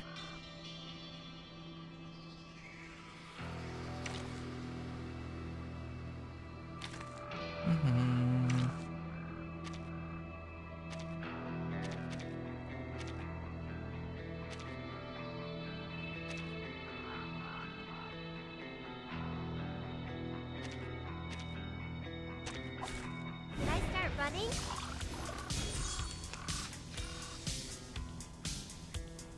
A nice try. That little trick won't earn you a single coin in the hat, let alone a scare. Enough stalling, hand over to Talking Pot. Pot, are you blind-eyed? You're out of your depth here, gentlemen. Don't say I didn't warn you. Whatever you say. Más allá del concepto mundano del tiempo. It's really made this year. En la acumulación de laberintos, suéltale todo una vez más.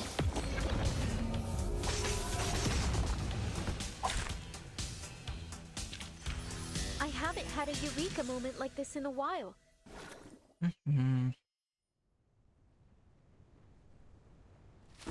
Name Day tosses aside his stick and scoops up a handful of snow. The robbers' footprints trail away into the distance. If they had one redeeming trait, it was knowing when to cut their losses. What we waiting for with that knife? Oh, well, it's more of a collectible than a weapon. But I guess you understand now why they sent me to escort you instead of hiding you in the back of some truck, huh? I didn't see a single truck heading for places called our origin here.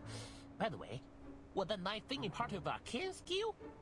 Why don't you just make a gun instead? Times have changed, friend. Blades are out of date. You should give yourself an upgrade and start blasting.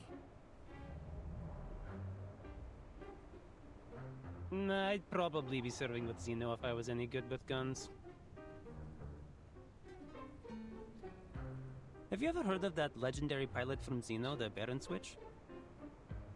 If you were really important, then you would get a guard like that. All that being a noisy little salamander gets you is a guy that can turn trash into knives.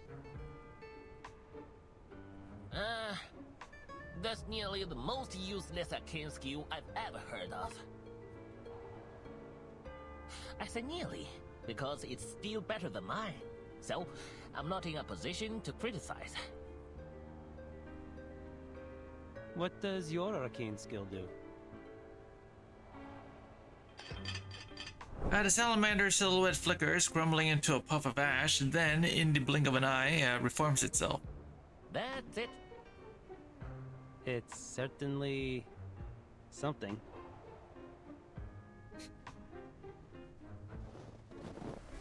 The rest of the journey is at last blessedly quiet.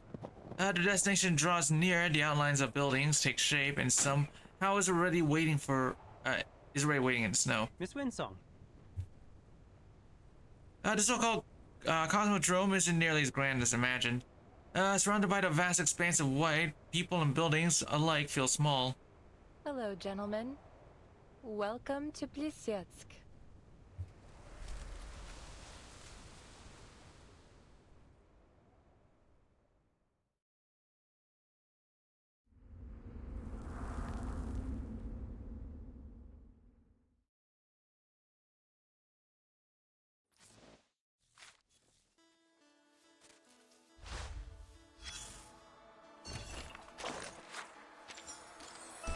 Okay, I'm gonna be right back. Give me a few minutes, and yeah, give me a few minutes, yeah.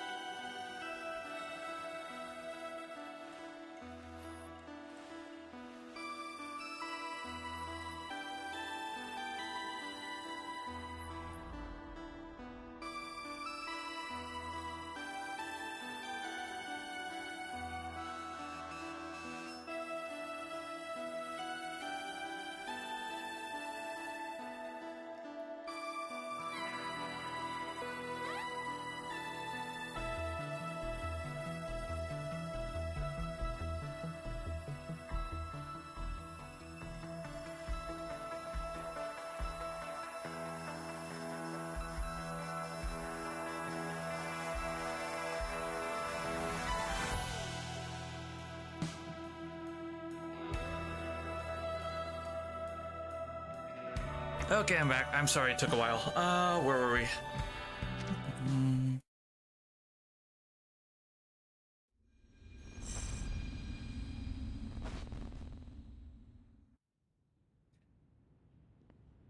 You arrived earlier than expected.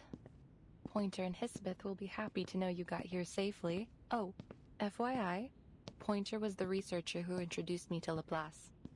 You might have met her before, in Rayashki.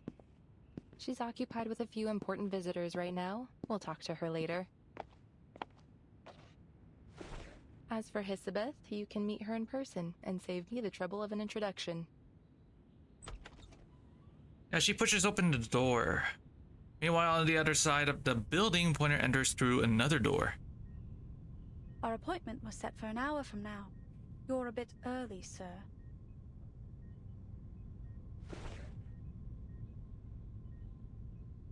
Pointer steps aside, motioning for the people hurrying behind her to go first. She studies the quiet girl, not finding anything particularly unusual. There wasn't much work to do today. And Alia always has everything prepared ahead of anything important. It's nothing to worry about. Please take a seat. Windsong and Hisabeth will join us later. If you have any questions, feel free to ask me. Thank you, ma'am. Please call me Kiparina. I have something to ask you.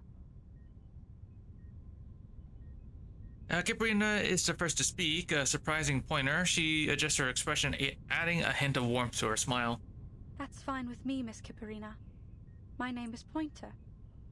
So, what would you like to know?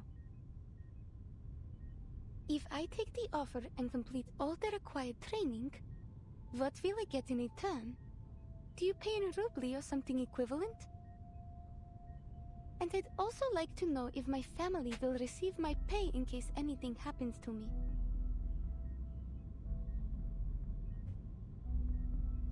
Pointer looks up and examines the girl once more. She can read the worry in Mr. Kozlov's face, but she still can't quite place the look on hers. Somewhere between courage and fear, too fine a line for Pointer to draw. Planes and machines crowd the limited space, struggling for a balance somewhere between jungle and office floor. It's warmer here than in the hallway outside. Nameday glances sideways, but Windsong has no intention of speaking. Hello? Is anyone there? The materials you sent from the Far East branch have arrived safely. Everything you asked for on your list is there, but you should check it over as soon as possible. He scrounges around for a clear spot on the desk and pulls a metal vessel from his pocket, revealing a little sleeping salamander roused from its slumber by a tap on the head that sends a puff of ash into the air. Hey, wake up. You're at work. Hisabeth emerging from behind the machinery and offers a brisk wave to Windsong. Windsong, back from the mine already? Are you going to throw a welcome party for our new colleagues? The mine can wait, but I can't. Those materials are top priority. Now Hisabeth turns her attention to the young man in front of her. Thanks. You might have heard of me. My name's Hisabeth.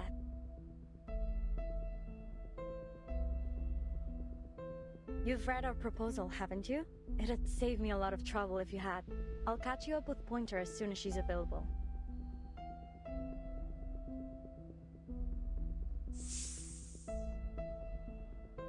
Nameday finds himself staring at the curious little snakes poking out, swearing he saw one flick its tongue. There's no time to hesitate. He decides to follow proper etiquette, handshake, then introduction. Nameday, Foundation Investigator for the Far East branch. Mind if I ask you a question? Go on, but this is an office, not an interrogation room. She looks around with an airy glance and spotting the extra object on the desk, gives the little salamander a second gentle rap on the head. Why did you ask me to smuggle in this runium? What? Don't get me wrong, I didn't report it. It's just... it's odd. You didn't ask for much, just a few pieces. It is a rare resource, I grant you, but I think you could have gotten this amount with no trouble by submitting an application. All you'd need to do is wait for a few weeks. Was it really worth the risk? Yeah, because we don't have a few weeks to spare. Saving every bit of time we can is vital. It is as precious as this bag of sunflower seeds from a distant land. You don't find them often in these parts. Here. She lifts her hand and tosses Elizabeth a small cloth bag. I've already taken my share. Why not plant some of these in the office? It won't take too much effort. If you're lucky, you'll get to see them turn their heads towards the light bulbs. Elizabeth pulls out exactly what she was hoping for.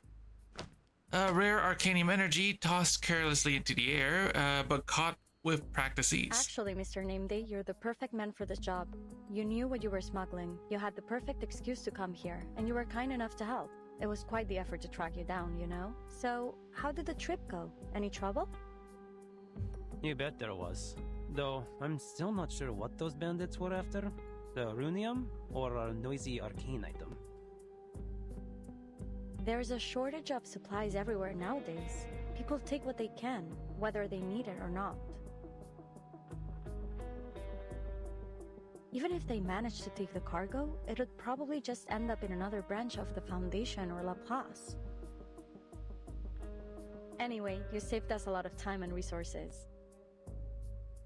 Just bear in mind, this runium is not something that you can replace, even with Sharpadontes. Thanks, we'll use it sparingly. Please send my gratitude to Miss Villa.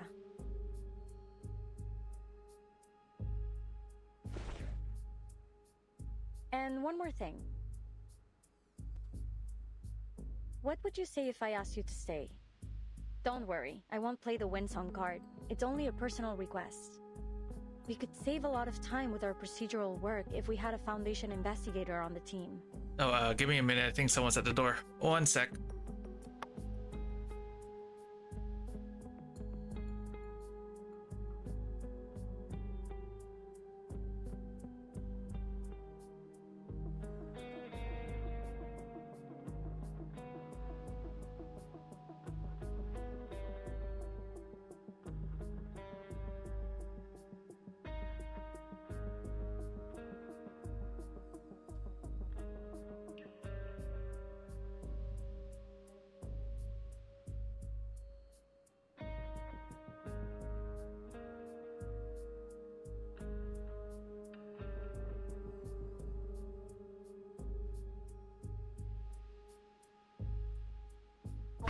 Okay, I'm back.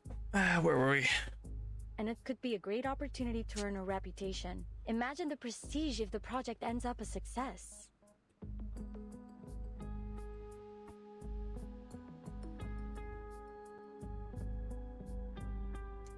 He swallows his words, not intending to explain his reason for being here. Elizabeth's version works just fine, just fine, easy to understand, but not too personal. Are you making any progress? As much as we can, but we don't have a single Sharpadonte to our name, and this runium is the sum total of all the supplies we've received recently. They told us we could use all the resources left in Pleasance, but that amounts to jack all. Thankfully, we still have half a rocket, fuel, and a launch button. Still, to make up for the supply shortage, we need additional manpower. Oh, but there's some good news. We don't have to worry about finding our astronaut. We already have a perfect candidate. We are in dire need of an astronaut. There isn't enough time for anyone to finish the full training course.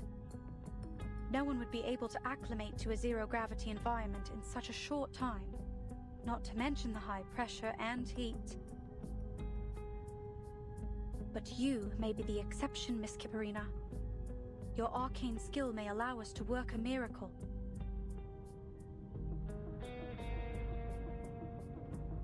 So, if you take the offer, we'll provide you with a salary and try to get you a permanent position here at the Place. Elizabeth is already working on it. She has a contact in the Foundation who can help with the procedures. All right then. I have no more questions. Pointer notes that despite their thorough explanation, the girl seems no less worried. But, just to be clear, I don't think my arcane skill is as useful as you believe. It only makes a little fireworks show. She's being modest. You know how children are when they receive a compliment, but I tell you, she is more than willing to take your offer. Please give her an opportunity. You'll see how reliable she is. By the way, another little arcanist girl joined our circus recently. Do you think she could stay with you too? That's not really how this works. Not everyone's arcane skill works in the same manner. But she would keep Alia company. Please, madam. Alia is still just a child who plays with dolls. Mr. Kozlov, stop! I haven't played with dolls in ages. I'm already grown up. Seeing emotion break through the girl's steady silence, at last, Pointer feels she's reached the root of the issue. We'll take a look at what she can do. Would you be able to bring her here now? Of course. I'll be right back. He bolts up and out of the office. In his wake, Sabrina hesitates, shifting in her seat until at last sitting up straight. Where his smile fades, there's no need for social niceties in what comes next. All right. We're finally alone. Now how about you tell me what you are actually thinking? Our biggest issue remains unsolved, but I'm most certain we can resolve it. The entire project is a mixed bag right now, but I'd say more good than bad. If our little sleepyhead in that pot there can provide what we need, our situation should improve dramatically. He dips the little vessel, giving the salamander a brief experience of zero gravity. I was dreaming of cutting a tree on the moon. You'd better have a good reason to wake me up. I'm not your lackey. We made the deal, that's all. And I'm freaking tired after that trip. Yeah, and about that deal, I need something from you, now. This little pot of yours, it's electrically insulated, heat-resistant, and highly durable against arcane energy. In short, the perfect aerospace material. All I need is to send off a bit of material from it. Don't worry, just think of it as dental work. Wait, you haven't paid for that yet. A deal is a deal. She needs a moment to think, but eventually lands on a solution. She hooks a tiny badge of size of a fingernail into the salamander's tail. Here's your ID card. Just to be clear, this is only for an internship. You'll need to actually work to earn yourself a permanent one. And don't do anything stupid. I vouched for you, and now both our necks are on the line. Ooh, it does look good on me. I knew I belonged with the bus. The engineers at the Foundation's 8th branch are way too competitive for my liking. So, what else you need? I brought some records about gunpowder-fueled flight and a few books on Eastern alchemy. Though, I'm not sure you'll be able to read any of them. As the little salamander chatters on, she flips over its vessel and inspects it thoroughly before pointing to the square markings on the vessel's base. The others gather close, unable to resist her curiosity. What does this mean? Oh, that? You know, I got this part from the Panjiayuan antique market. It's not a genuine antique, but the craftsmanship is quite excellent. These characters here mean microwave safe. Funny enough, microwave ovens were not that popular when I got it. Speaking of Panjiayuan, you can't find a flea market as big or as fun anywhere else. If you're ever looking for antiques and collectibles, it should be your first stop. If you want to go take a look, I might just be nice for once and take you. A little salamander notices her eager eyes. At last, a chance to show off its salesman's charm. A moment it's determined to size. No thanks. Just making sure it doesn't mean danger explosive. I already learned that lesson from another escapade with an arcane invention. She returns the dagger she borrowed, who knows when, and slips the vial of metal powder into the desk drawer. Alright, I've collected enough. You were so busy talking you didn't feel a thing, did you? Now back to our visitor in the checkered pattern uniform. Have you made a decision? After a brief pause, the question Name Day asks switches the conversation to an entirely different track. What are you going to do with the little astronaut when the project's over? I'll submit her application to Laplace once she agrees to join us. It'd be great if you could help with her employment procedures. I mean, when are you going to tell her the real consequences of the storm? Same as always, as soon as she gets a permanent position with Laplace. Name Day glances at Winsong, thinking she might chime in, offer an explanation at least, but she only nods. That's just how it is. The little astronaut whom they've never met will have to learn it too. The pale dome and those cold steel buildings can't protect everyone. Soon the rain will wash away all that's familiar to them again and again. All right. Then I'll stay. You mean you really want to stay with the circus? Caprina doesn't have a straight answer. I meant that I'm willing to do whatever you need, but I don't think I want to do this permanently. Since you say that you need my arcane skill for this project, I'm happy to help. Though I don't really know if I can. I think you know why Mr. Kozlov brought you all this way. When was the last time you had a proper meal? Well, we usually have stews. And sometimes Mr. Kozlov will find us some canned food if we're lucky.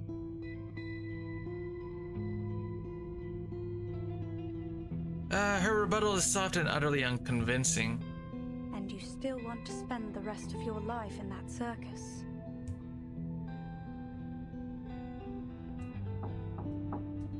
A knock breaks the silence. Caprina uses the moment to lift her head. By the time she sits back down again, the light that had flickered in her eyes is gone. This is her, the girl I talked about. She doesn't speak much, but I feel that she has a good character. The girl casts a sweeping look across the room, pausing briefly on Pointer. Don't be shy. You can sit next to Alia. What were you talking about? I hope our Alia didn't cause any trouble, madam. He steps into the room, noticing immediately that Caprina is fixated on the parcel in his hands. It's filled with things he and Natalia packed, things they thought the girls might need. Mr. Kozlov, will I ever have the chance to return to Utranyaya?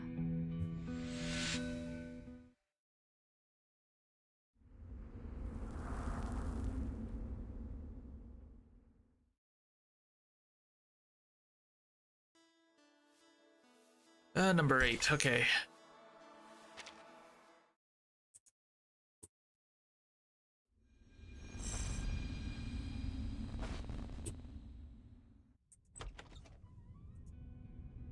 Will I ever have the chance to return to Utranyaya? Elizabeth pushes the door open just in time to catch the scene. She lingers nearby, curious, watching the girl receive her answer. We can talk about that in the future. Of course, we will keep in touch. You and Voyager can pay us a visit whenever you like. The girl's called Voyager, madam. She's clever, quiet, doesn't eat much. You will take her in too, won't you? Pointer doesn't object. She runs a brief analysis and concludes that the company of a peer could help ease the pressure of Caprina's training. After listening carefully, Mr. Kozlov pats Caprina's shoulder. I always hoped you would settle down and live a comfortable life. Promise me you'll do your best, Alia. Yes, Mr. Kozlov.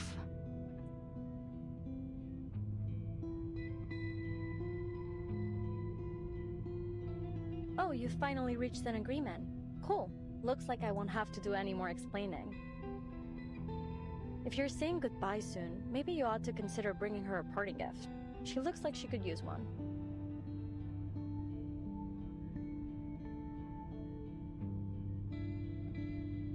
Yeah, something to remind her of home.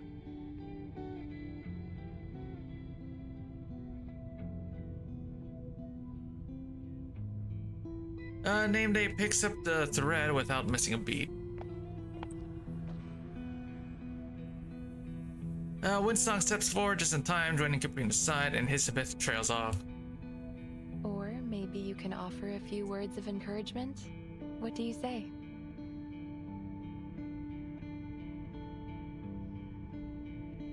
Mr. Kozlov spies Caprina rubbing the device in her hands with her pinky. The one Winsong had lent her earlier. He knows her well enough to understand the meaning nervous. He has no idea about the device's exact value, but he's certain it's not something you'd easily find in a circus. Right, a gift. I'll need some time to prepare it. Let's make a deal, shall we? You'll get your gift next time you pay a visit to the Otraniea. That way, you'll keep us in mind and come home again one day. I was worried you might not want to travel such a long way for us.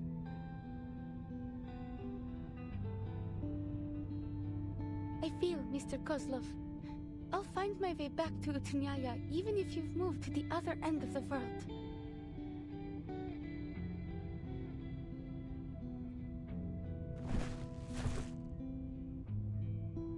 She struggles to lift the parcel Mr. Kozlov gave her. Name Day quickly steps in to assist her in placing it on the table. Time flies. The thought pops into Mr. Kozlov's head, but what he says out loud has nothing to do with it. That's my girl. Remember what I said? Do the best that you can and have no regrets. Natalia and I don't have to worry about you, do we? No.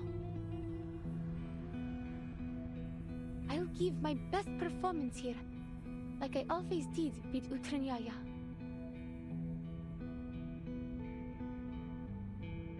Almost like she's trying to convince herself, she nods twice in a row and makes a solemn promise in her most serious tone.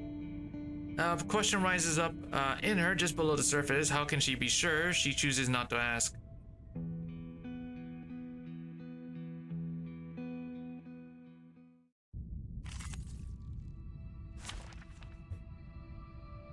Oh wait, whoa. Whoops. I didn't see that. It was, okay, whatever.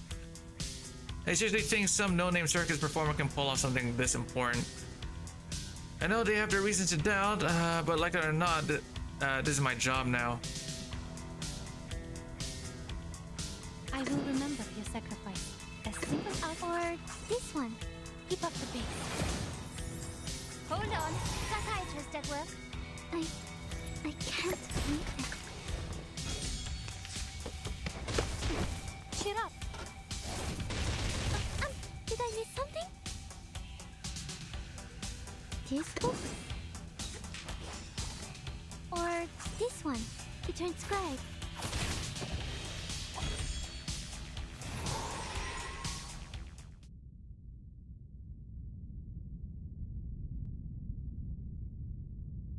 I should stop dwelling on what they said. The only thing that matters now is living up to the trust and expectations others have placed on me. What a memorable moment, Timekeeper!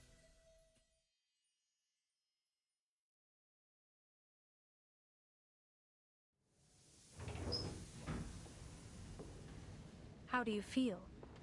Intense nausea is common for the first few months of zero-G training. I think I'm fine.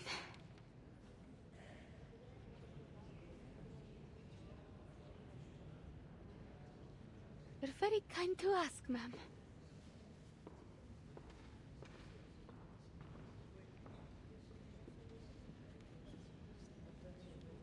Her first training session was rough and more than a little messy, causing her to throw up. Pointer helped her to the infirmary. Once she could breathe again, she stammered out a request, just like the one she made today. I'm ready for more. You're at this again? Elizabeth already checked your vitals and arcane skill test reports. Her conclusion was clear. You need to rest and recover before we begin again. If you push yourself too hard and become too sick to perform the mission, that won't help us either. But I can do more. All I need is a bit more training. I need to perform flawlessly. We don't need flawless, not at the cost of your health. We need satisfies all requirements, nothing more. She adjusts her tone, searching her mind for something that might qualify as comfort or encouragement. You're already doing better than we anticipated.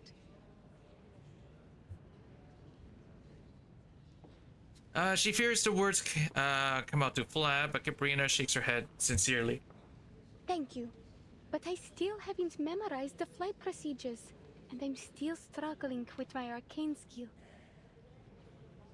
Maybe I can ask Miss Vinsong to give me another ley lines lesson.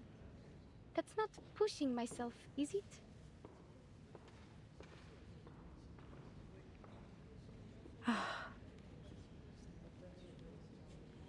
That's acceptable. But you will ensure you get a minimum of 8 hours of sleep every day. Pointer gives in. She too had once been hell-bent on proving herself. And promise me you'll eat well and never skip meals. Yes, ma'am. Miss Isabel said there would be a team-building dinner tonight. I'll attend it and train for another half an hour after we come back. No, that's not what I meant. There are a few tasks more difficult than instructing a child who is too mature for her own good. Anyway, go change. We'll go together.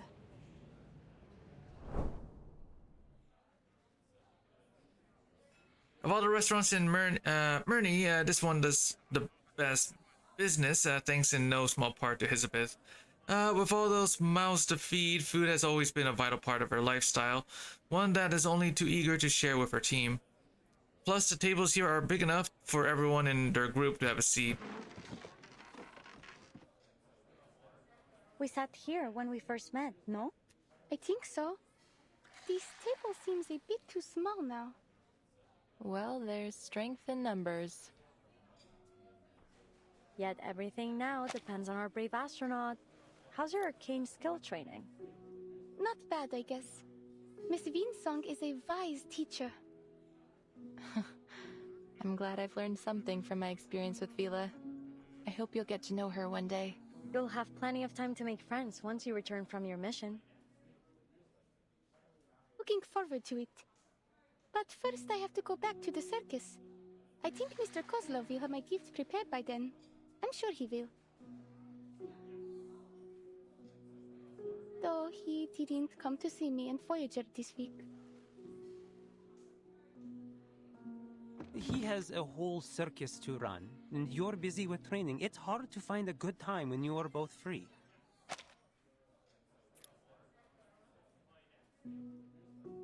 And perhaps he didn't want to make you homesick, but I'm sure he misses you a lot. Mirny isn't far from here. You should go back and visit sometime. No one will blame you if you take a break for a few hours. I am able to drive you to town, if you need.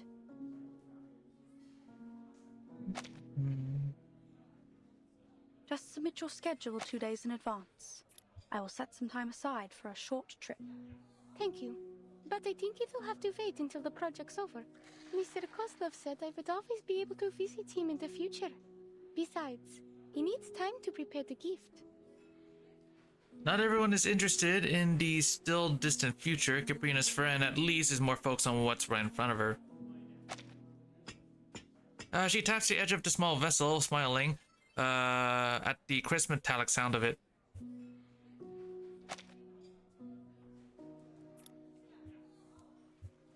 Don't do that. The echo from that sound makes me dizzy. Huh? She pulls her hand back and watches until confirming the little creature is friendly. Then she reaches out again, trying to figure out how to get along with it. Voyager? Don't get distracted. They've almost finished the food. Nameday swaps the food around the table, pushing 2 still full plates to the middle.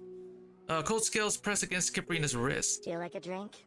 Here, we've got some hot milk or warm apple cider. Pick one.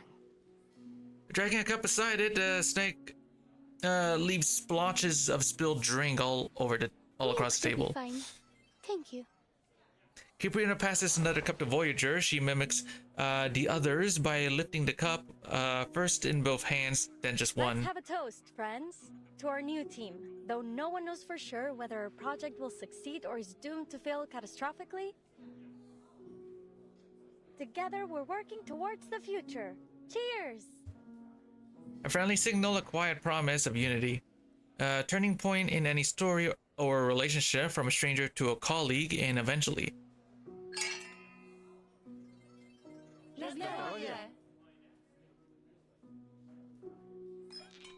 Having said that, the odds are in our favor. Even though Laplace is no longer in its prime, it still has the best technology and the finest scientists. The finest scientists? You mean us? I couldn't agree more. I've always believed that perseverance is the most basic fundamental quality that any researcher should possess.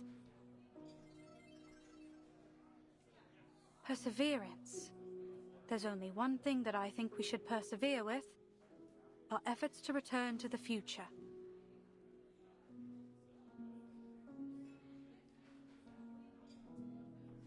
Didn't know you Laplace researchers missed the good old days so much. Laugh if you want, but you can't deny that our era was better than this one.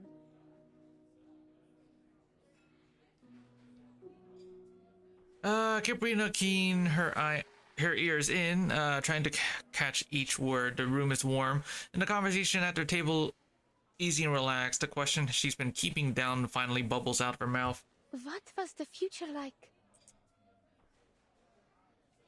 I've read through the manual for temporary employees. The data we're going to collect may help people get back the things that they lost, right? From the futures that you've been to. What's Leningrad like in 1999? Were there any circus shows in your era? Does that mean everything was better than it is now? I have trouble imagining it. Were there sweets for everyone and stores that never ran out of food? Things were much better then. Well, except for the study of ley lines. It was still struggling as a scientific pursuit, especially when it came to attracting new students. Though even that... That's not true. Sorry. I'm just having difficulty focusing on it with all the other demands on my time. It's okay. Miss Winsong was only making a joke, at the expense of her very overworked student.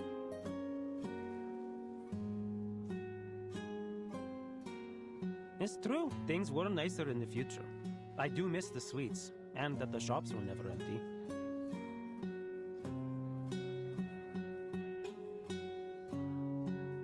Every witness seems to... Okay, and it's gone. Life should move forward, not stay stuck in the past. Amazing. I'm sure we'll make it back one day.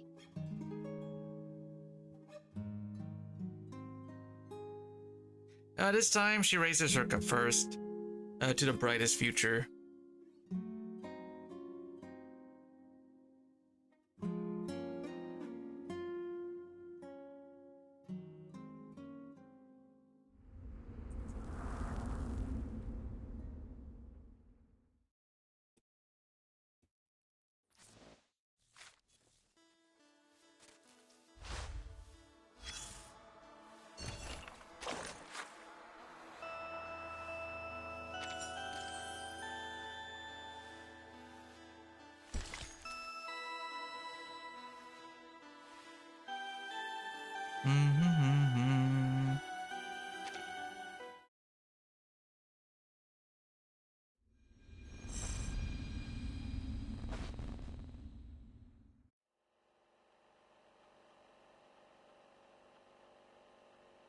Three, two, one, cut.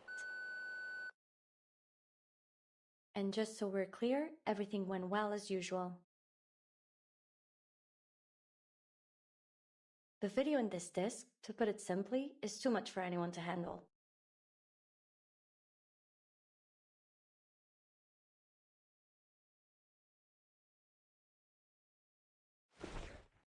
Guess what it's used for? Go on, give me the most ridiculous answer you can think of. A little tip. Think like a modern person. The development of technology allows us to save a lot of things as digital data nowadays. Yes, it's a last record. A video is much more convenient than sitting down with a pen.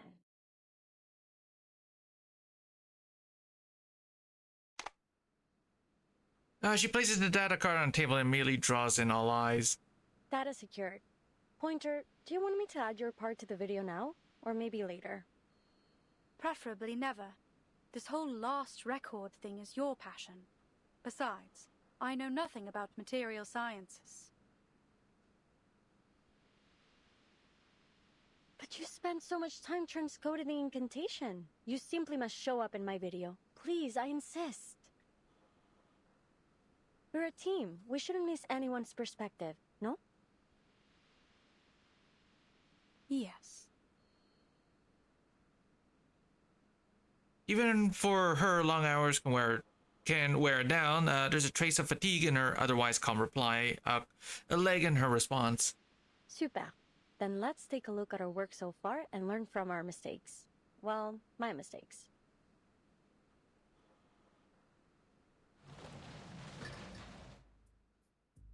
Pointer and I had been working on the teleport disk at the Placid's Cosmodrome. More specifically, our interim mission was to determine how to transport supplies to space stations and spacecraft using teleport incantations.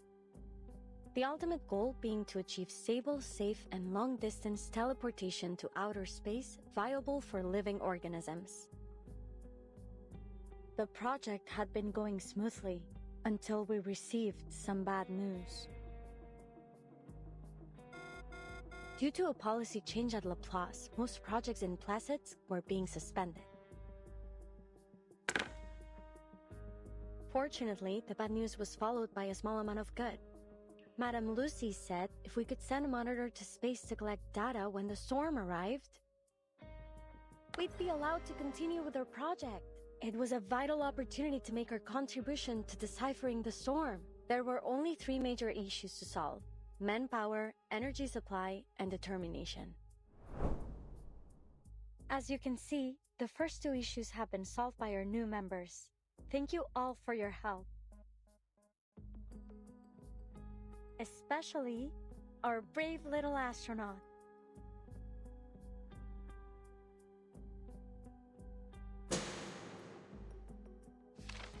The plan is now simple. She'll fly into space, reach the required altitude, launch the monitor, and zero in on the correct coordinates. And then she'll contact ground control to come home.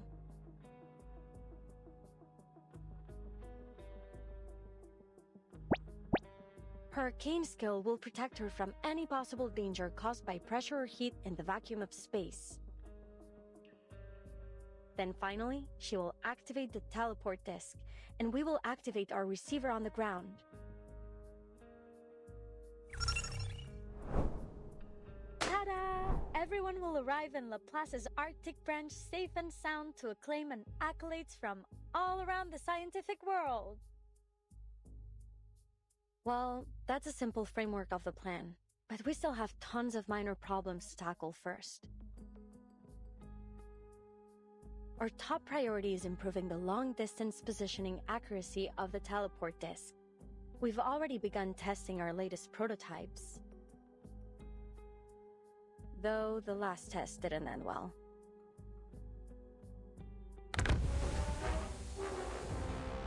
We're still searching for the cause of that particular catastrophic error, but we won't let it stop us. This was no more than an inevitable roadblock, a small accident on the way to technological progress. Elizabeth, if we are going to have any chance of learning from our mistakes, we can't run away from our problems. All right. That last test was a week ago.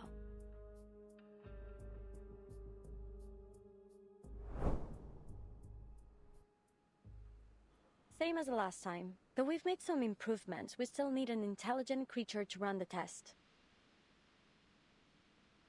And I guess it'll be me again. Are you sure? Considering the danger and your value to the project, I think you ought to let me. How can I ask anyone to try my invention if I wouldn't use it myself? Now, what are you waiting for? Get to the safe zone. Oh, and remember to secure the blast door.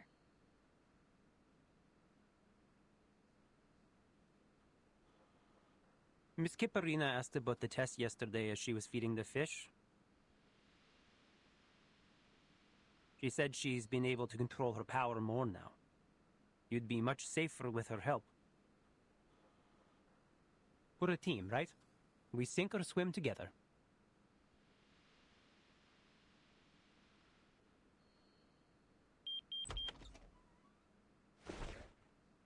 As the clock strikes the hour, a small figure peeks in through the door. Just finished.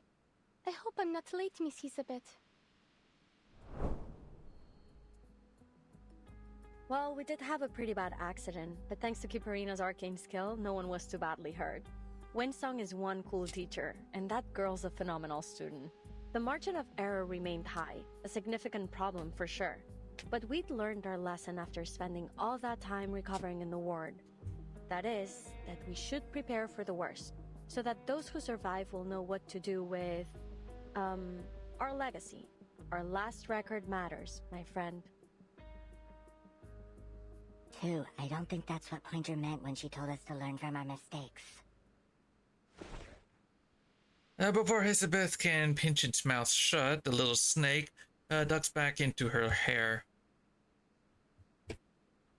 Again, I emphasize that safety must come first in the lab. It is my first and most important protocol. Windsong and I left for all of 10 minutes, and by the time we got back, each and every one of you ended up on death's One sec, door. be right back.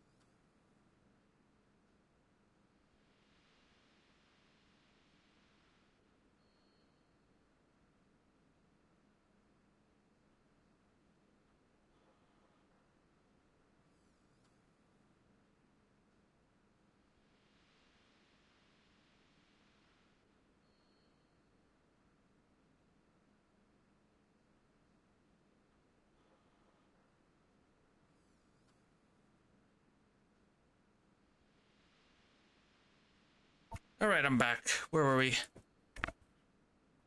And now I find out you've even petitioned for a postponed evacuation. This is getting ridiculous. You know how tight the schedule is now that the storm emergency plan has been activated, don't you? The silver lining is that now we know that we have exactly 3 months. We can still optimize the procedure and improve the disk and... Enough, Sylvie! Pointer cuts her off, her tone serious. Oh, come on, friends. Can we just calm down and discuss our schedule over dinner? I believe Miss Pointer was only trying to suggest a better plan. I am. I suggest we stop all work on this project immediately.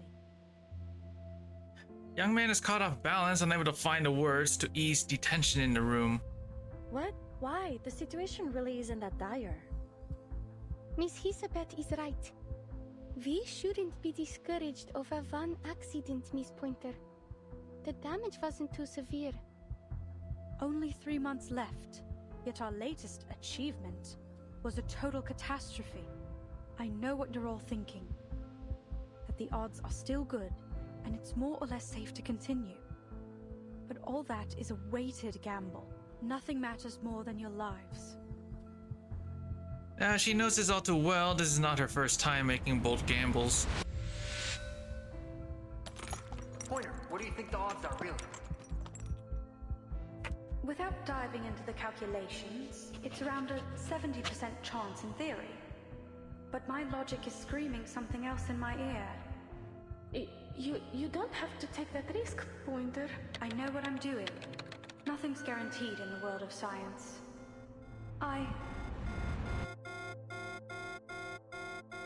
She closes her eyes, interrupting her the playthrough of her memories. The risk is too high. I can't allow it. But it's like we always say, there's nothing guaranteed in the world of science. You never know before you take that fateful step. Such a firm, matter-of-fact statement, it sounds exactly like something the old Pointer might have said. My analysis points to a dangerous level of uncertainty in this project. The price of failure, even optimistically, could be much worse than a few days in recovery. There could be more permanent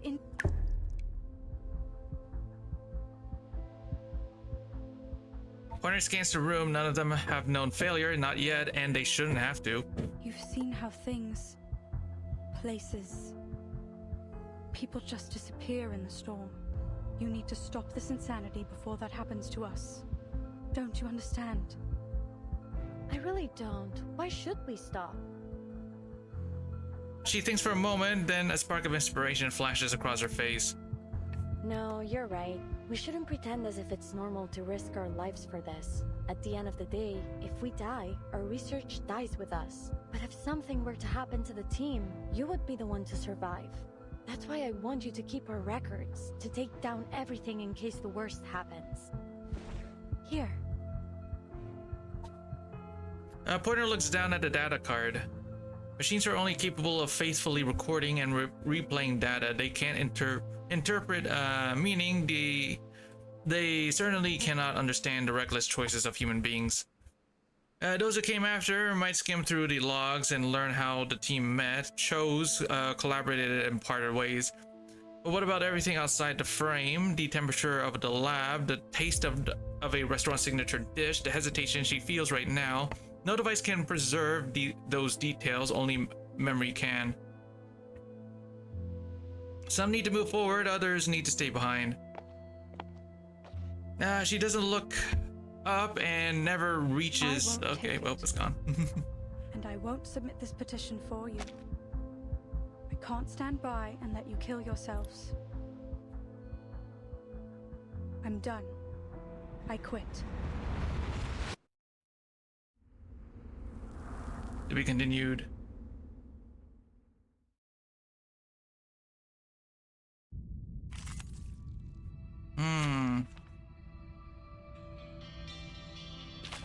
Oh, whoops.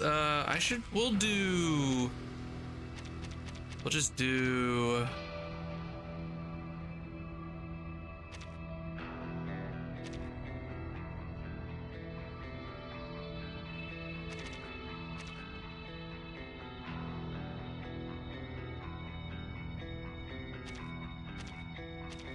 Oh, okay. Держись, Алия.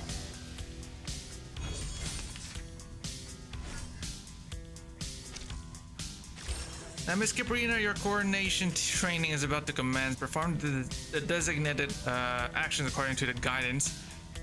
Your performance will be evaluated accordingly. Close your eyes and try using your arcane skill to hit this robot here. Don't worry, they were built exactly for this purpose.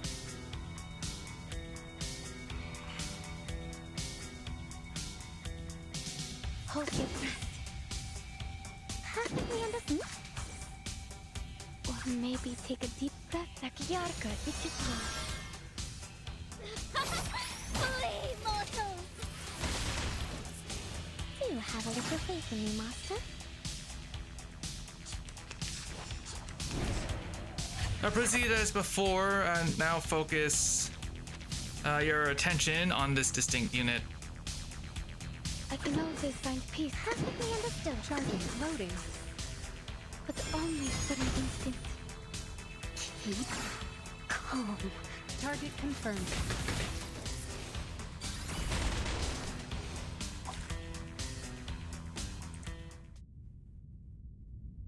Next time I should be able to do a bit better. That's right, you did well. I'll make sure Miss Windsong hears of the good news. And now to return to my long-term.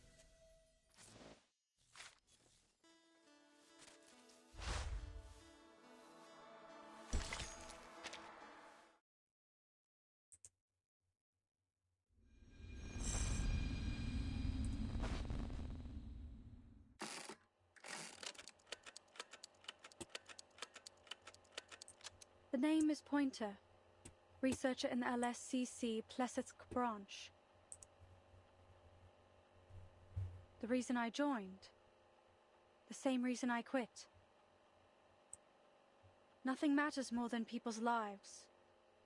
All the research I've done has been for one purpose, to make people's lives better.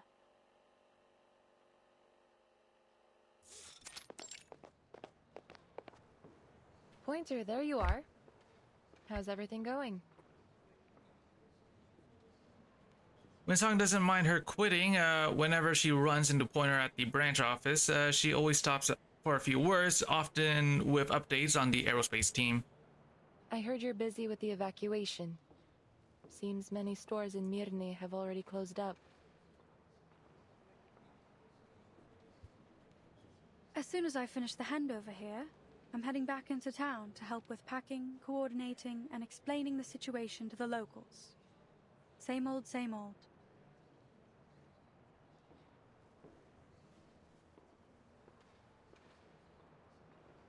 Same old, same old. You know, Hisabeth said that exact thing when I asked about the team's progress yesterday. They seem to be doing all right.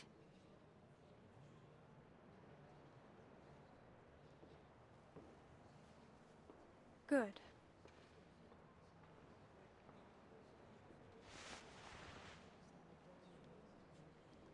Winsong takes a small bag out of her coat. Oh, Not by the okay. way, I've got some seeds left. Do you want to take them off my hands? There's a lot of auto scrolling for some dialogue, so I just and I don't want to go back into the log and read them. So, Do I look like a gardener to you? Well, it's just that I heard from a few people here in Mirny that a Laplace researcher was giving out sunflower seeds. And it wasn't me, so I've been wondering just who it could have been. Don't you want some? Seriously, everyone loves them.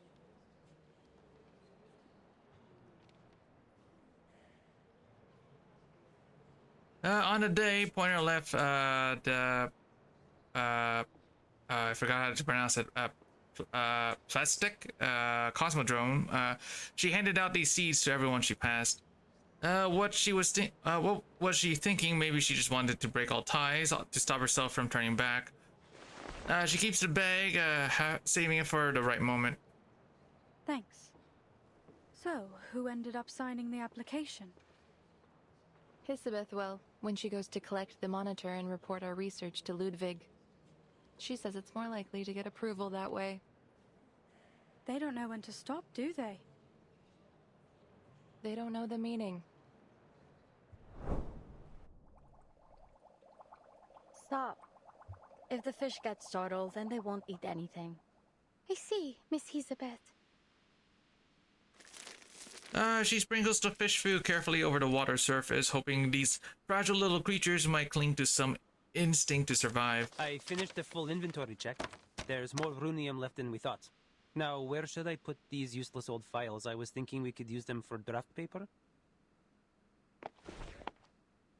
Maybe you can turn them into a knife or something. A knife would be more useful at this point. You know, to cut fruit or whatever. Actually, that card there on the table would work better for that. Why's that? It's all about the material. Metal makes a better edge than paper. Never quite understood why you made them like that. Oh, I was testing out a new alloy. I used it to make windsongs and pointers cards. It gets harder and sharper when heated. Give it a rub with your hands and you can use it as a letter opener. Their words trail off. They've been trying not to bring up Pointer's departure, to pretend like everything is still just as it was. The ritual still isn't stable enough. We need a specific location or area to set as a destination in advance. But first, we need a way to pinpoint a recognizable area. The formula should be... Miss Winsong sent me a message. She said, don't forget to collect the monitor. Oh, she sent it to you too? Tell her I said thanks. No, that number doesn't look right. I tried my best, but those arcane minerals you were asking for are scarce as all hell. I haven't been able to find a single supplier. Then we'll carry on without them. That's it. Nope, wrong again. Pointer was the master of numbers. With that brain of hers, she'd have had this over and done by now. A sound from the corner of the room draws her attention. Voyager is stacking pieces of mineral shards into a wobbly tower. In the lamplight, the peak sparkles, strangely Careful, mesmerizing. don't hurt yourself. They're more powerful than they seem. Voyager nods with a vague but accepting gesture, and Elizabeth turns back, ready to refocus on the data. But the fragile silence is broken and the other words spill out. Miss Elizabeth. The little would-be astronaut walks over and stands beside Elizabeth. It's rare for her to approach so closely. I have a question for you. Sorry if it's not a good time, but it's important. It's something I hope you'll answer honestly. Startled by the coming topic, Name Day broke the fish tank accidentally. He scrambles to scoop up the spilling fish from the floor. Sorry, ladies. Please ignore me. I'm not here, and I didn't hear a thing. Но если я заплачу, мисс Киперина, умная молодая девушка, неудивительно, что она быстро во всем разобралась. Вы согласны? Elizabeth looks down at her. The upturned face is young, but so very determined. So, what's your question? Miss Pointer said something before she left. About places and people disappearing into the storm. It's hard to believe that she would ever give up on our mission. Unless she knew the price of failing was truly horrible. Then the storm can't just be some normal kind of natural disaster. This storm will destroy everything. Won't it? She doesn't even know how long that question has sat in the pit of her chest. In her glass marble eyes, Elizabeth sees a brightness welling up. She doesn't know how to respond, but silence can be an answer too, and the girl understands. All the people we know, all the bears, birds, these fish, everything, the lost future that you talk about. Was it the first to disappear? Or are there more that have been lost? Will the same thing happen to our time? Things are much worse than you let on. What else has changed in the future?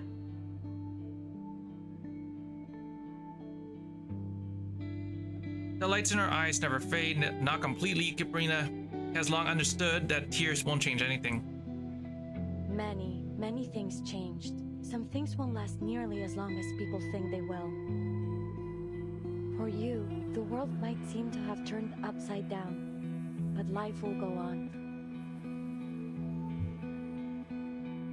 That pointer's gone. Winsong has her own geological surveys. Now everyone that's left seems to be looking to Elizabeth for answers. She tries to choose her words deliberately, but she has hardly ever been comforted, so she doesn't know how to comfort others. So, now that you know what's at stake, are you ready to officially join Laplace? I'm afraid there is still a great deal I cannot tell you until then. Many of the answers you're seeking are classified, for employees only.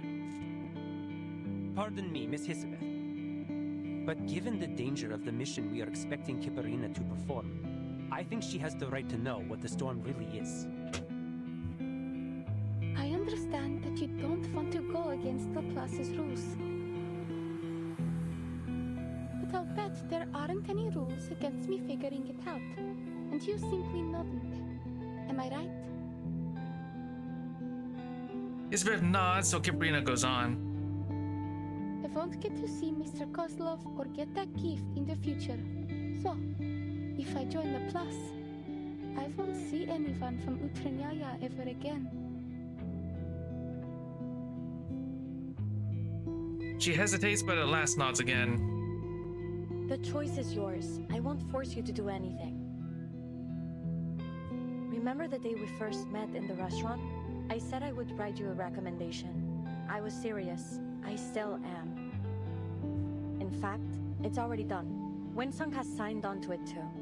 And our Foundation friend behind you is prepared to offer another guarantee, just in case. We will make a recommendation for your friend Voyager as well. But that's all we can do. I'm afraid we can't protect everyone. Nor can we make this decision for you. Do you want to keep going? The question isn't just for Kiparina. If they recover the data, if that data is any good, maybe someday no one will have to worry about the storm ever again. But what if they put their lives in jeopardy and gain nothing from it? If you don't, you'll be allowed to return and accept what's to come. But if you join us, there is a chance to change things. This is her answer, the only answer. She needs to keep going.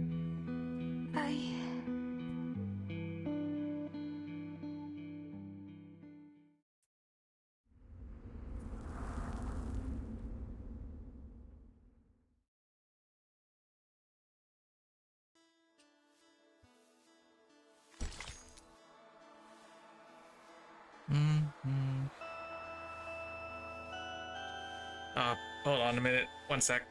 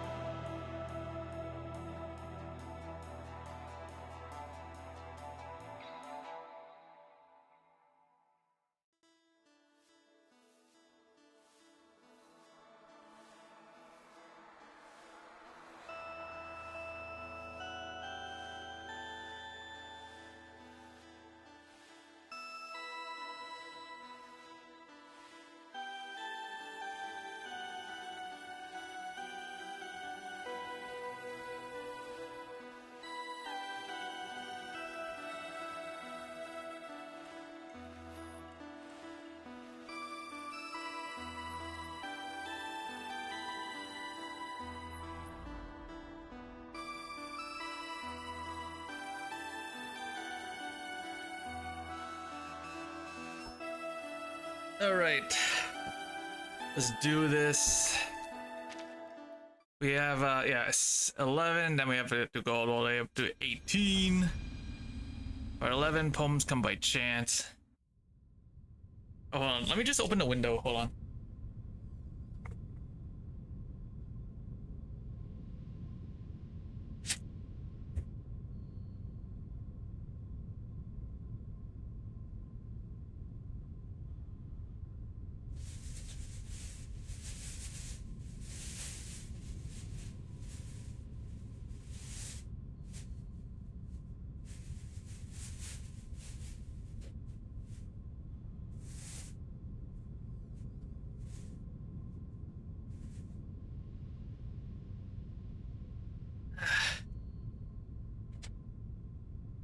Alright, where were we?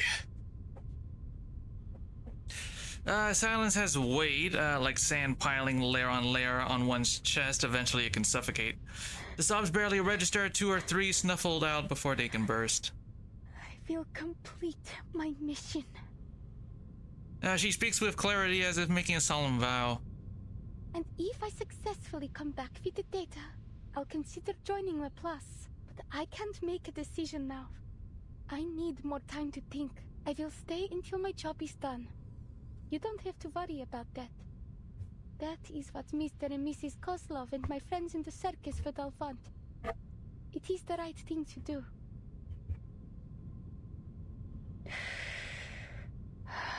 If you'll excuse me, I should return to my training.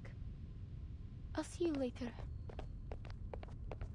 She's already on the move before the last word is spoken, leaving behind another layer of suffocating silence.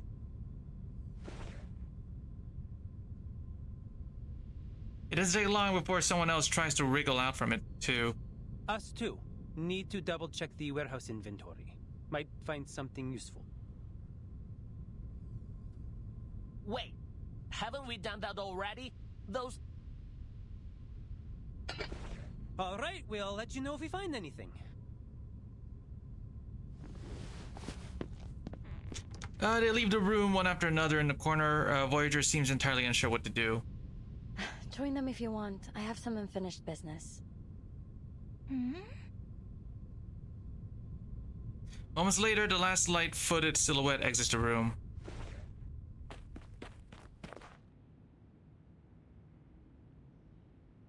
The familiar gold glint rests on at the far end of the hallway, her head lowered against the wall.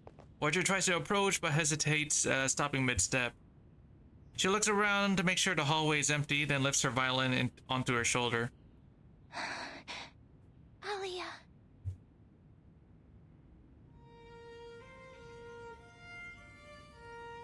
The music strings and her voice twist together like a trembling thread, calling her friend to turn around.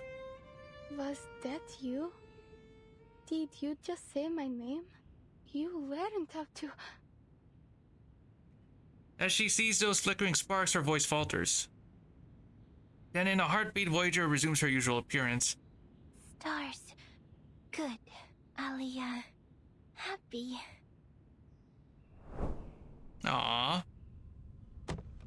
Elizabeth has the office to herself for once, but the progress she had hoped would come to hers is still elusive.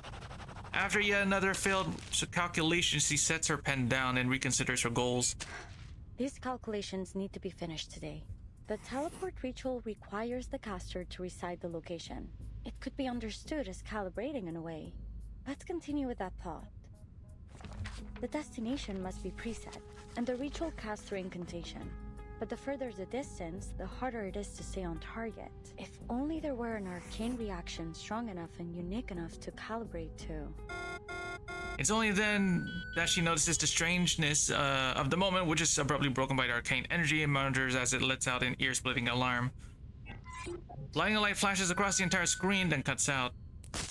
The instrument's detection radius is small, but barely beyond the nearby hallway.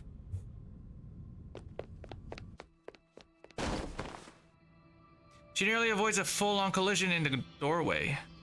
Luckily, she catches herself through using the girl's shoulders. What happened? Are you alright, Miss Elizabeth? Was that you? Did you cast that arcane spell just now? No, those energy levels were too high for you, beyond most arcanists. Who was with you just now? Voyager. She was just trying to make me feel better. Did it interfere with your experiments? I apologize, Miss Elizabeth. I promise it won't happen again. She just left. If you want to find her, I'll go with you. Are you saying she was the one that passed that arcane skill? Yes. It was so pretty. It was like a neutron star. It's obvious that the concept is beyond Kipperine as she tilts her head expectantly. It's a type of highly magnetized star that emits powerful beams that can be traced to show us its precise location. We call them the beacons of space. Such a strong arcane reaction would be so bright that it'd be trivial to locate even from an extreme distance. I don't know much about space, but it sounds like the difference between finding a star in the sky and looking for the sun. But then the universe is also very big. I imagine if you were looking from far enough away, even the sun would seem small. Mad, I'm afraid you're right. When comparing all the stars in the observable universe, our sun is far from the largest or brightest, only the closest. We can't assume proximity in our case. But then, there's still got to be a way, no? Capturing the fleeting aura, she propels a new train of thought forward. Before the storm arrives, the levels of arcane energy in all affected areas will be greatly amplified. But what about places that won't be affected? Perhaps then the trick will not be to look for the light in darkness, but for the darkness in the light. Like finding a dim bulb in a string of Christmas lights.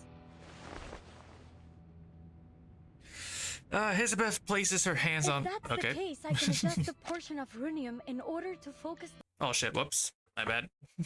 One sec. Alright. I accidentally, give me a sec. I tried to screenshot again, but I accidentally shut it off. My bad. Okay, there we go. So I was trying to screenshot it again. There we go. If this works out, then I guarantee you will arrive home safe and sound. 2 months before the storm. Understood. Take care. She ends the call and waves at the silhouette walking her way. What are you up to? I've been communicating with the garrison in Mirny.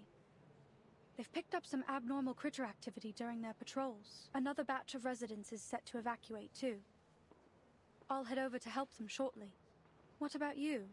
Your geological survey? Are you staying at the branch, or will you head back to HQ? Haven't found anything that's worth digging up yet, but I've decided to give it another try. Should be back here in time for the evacuation. Though I'm hoping to stick around for my little apprentice. She said she'll only give us her decision on joining Laplace once she's back from her mission. I can't wait to hear the good news. You still pretending not to care? My concern, whether it exists or not, will have no tangible effect on their results. I just hope they don't kill themselves for nothing. Elizabeth is planning a final teleportation test the day after tomorrow. I'll be observing from the meeting room. You know, the one we always use upstairs? Early in the afternoon. I'll likely be in Mirny by then. A brief silence follows. In the pause, Winsong deftly shifts the topic to the conspicuous glass tank in the crowd.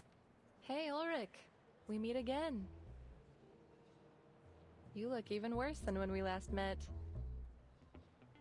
Ah, Miss Winsong. And Pointer? What have we here? 2 of our busiest bees working together in the Plessist branch?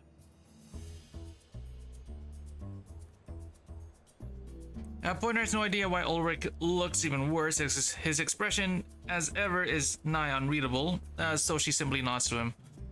So when is this humanitarian vacation of yours over? Any interest in sparing a little time to watch something fun?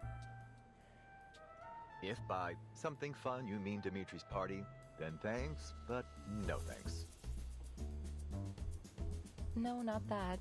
I told you about it before. Elizabeth's teleport disk experiment. Ah, yes, that one.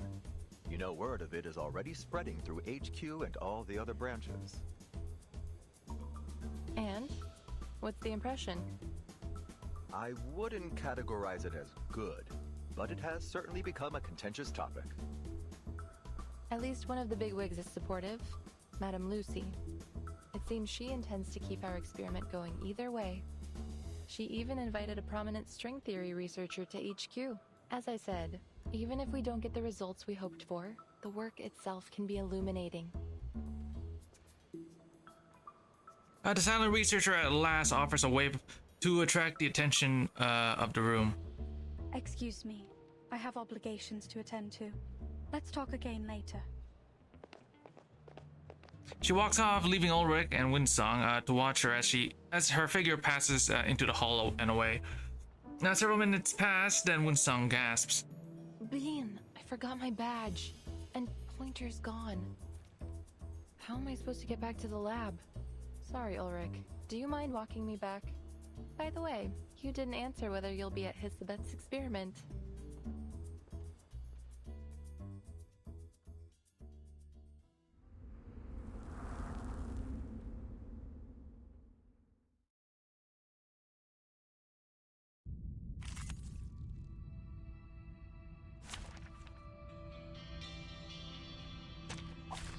Join with us, comrade.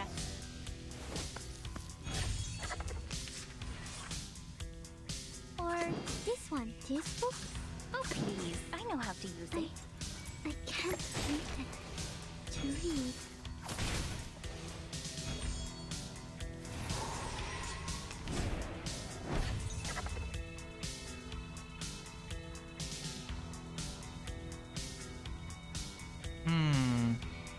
Or this one, this book?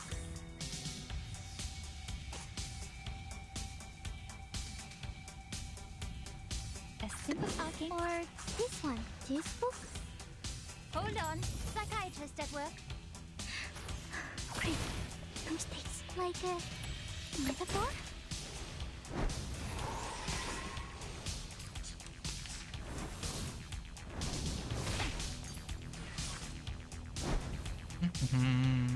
Are we really doing this? You can do this, Marcus.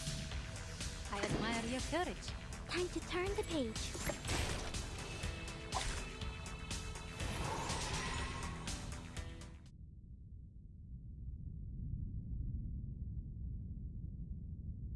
Perhaps even the stars in the cosmos have songs to sing too. Wait. Was I helpful, timekeeper?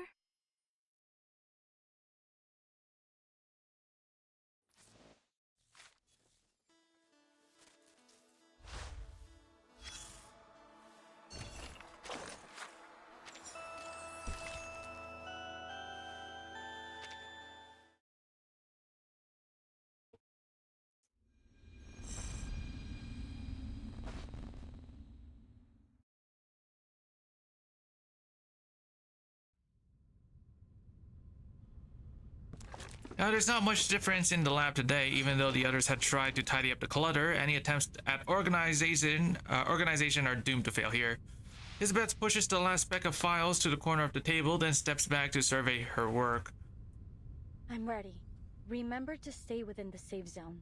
The medical team is helping with the evacuation, so we need to be extra careful this time. Miss, are you sure I shouldn't be the one doing this? I've mastered my arcane skill. I'll be able to protect myself. No. Look at all the files here. They might give you a paper cut. It's an unacceptable risk for our astronaut. Even the slightest abrasion could explode under the pressure of liftoff. No need for concern. We've done the simulations and cross-checked the data thoroughly. To aid in the disk's mental preparation, I even read Madame Lucy's speech and some Laplace essays on the scientification of arcane skills. But...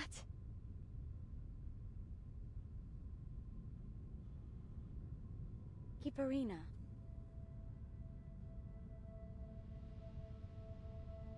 Hisabeth's tone is formal, far more serious than she is known for in any other situation. Kiprina's back straightens. Take the others behind the blast door. I'll use my arcane skill to protect the field as much as I can. In order to maintain communication, you'll need to stay behind that door, or else the signal will be disrupted. But with my arcane skill, the risk should be minimal. But if something goes wrong, what will you do? I will take care of myself. The only thing I ask is that you pay close attention to what I do. Because in the worst case scenario, if you find yourself out there alone, you'll need to be able to perform this intuitively.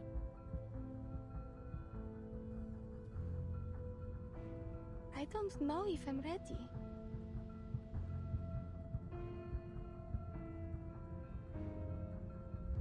Maybe, but it's still too early to give up, little astronaut.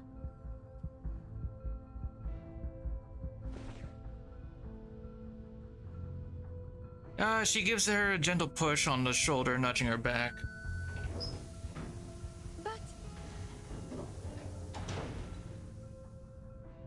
She doesn't finish her sentence. Okay, and that's gone. Enough talking. We don't have time for any dramatic farewells. Wait, whose idea is this? Couldn't be Pointer's. She packs meticulously. Let me guess. Winsome?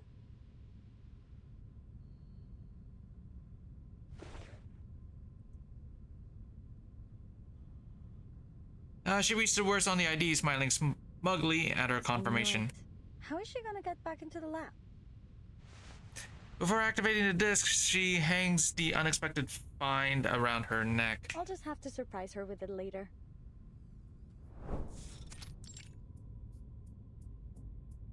In the empty meeting room, Ulrich and Winsong take up space on opposite sides of the door. No one feels like sitting at the uncomfortable conference table without a good reason. Where would you place their odds? Perhaps more importantly, is there any guarantee the data they collect will elucidate meaningful truths behind the storm? You know as well as I do, Laplace hasn't mastered the art of prediction. We don't offer guarantees. Besides, maybe our demon already knows how this all ends, but I'd rather not. Personally, I hate spoilers.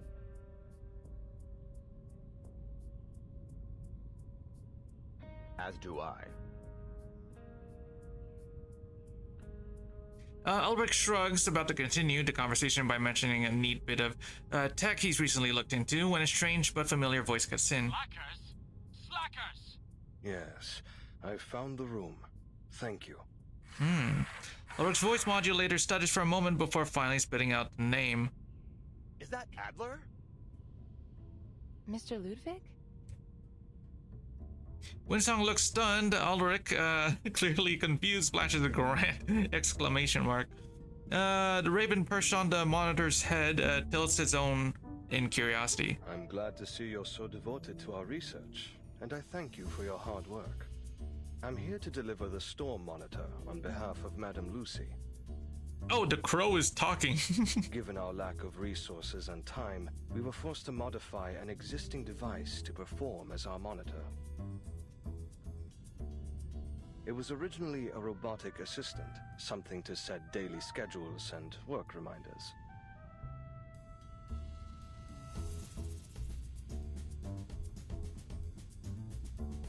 You already noticed Adler's voice. It's synthetic, of course.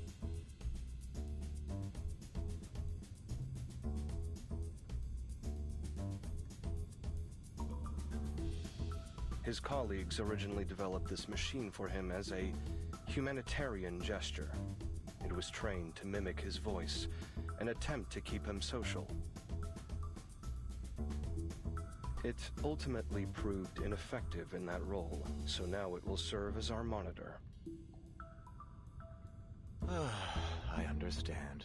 Given the circumstances, recycling resources is wise. Though I struggle to see how a robotic assistant could be a humanitarian gesture. Your appreciation is noted, and I supposed you might.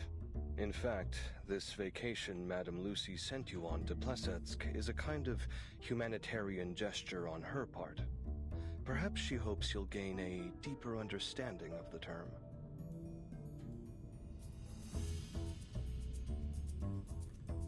The Raven, pleased with the silence, offers no further input. Winsong taps a few times on the monitor and smiles at her new discovery. Mind if I take a closer look? Wow, there are a lot of voice packs programmed into this thing. How to temper steel. Madame Lucy's voice, I'd bet. And then what else is here? Sweetheart? The Superstar? Oh, and Sputnik 1 too. Warm and fluffy company. Who could that be? What a waste of time. Why would a monitor need a critter's voice in space? Maybe they just put it in for fun. It could be useful to relieve a little stress. Oh, perfect timing. Hisabeth has entered the testing grounds. Field report. I activated the disk, but it's not working. There must be an error in its incantation. Oh, the indicator is red. So then it must still be accumulating arcane energy. It may be calibrating its position within the range I set. But what about all this excess energy? I worry it might not just transport me, but half the office. Any last words? If you explode, I call dibs on your fish. Have some patience. It's doing something. She shakes the disc once or twice, but when she stops, it continues to, I'm guessing it beeps, I'm guessing it said beeps violently. The entire office begins to rattle along with it. The fish in the eco tank dart anxiously. Bad news. I don't think any of those fish are gonna survive. Wish me a safe journey.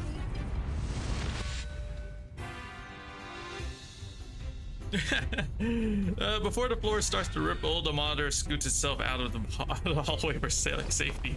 Winsong slams her back against the wall to steady herself. Looking up, she sees Ulrich's glass tank vibrating, its contents scattering into tiny particles. Can hear you brainstorming, Ulrich. It's oddly literal. The sound of shattering glass immediately has Winsong turn to her colleague, confirming that Ulrich is still secure inside his case. The noise appears to have come instead from a fish tank falling, and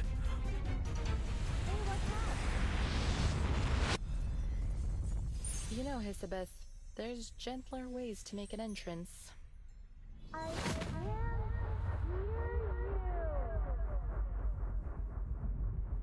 the voices around her, whether in her headset or her ears, are garbled, twisted by the movement of space.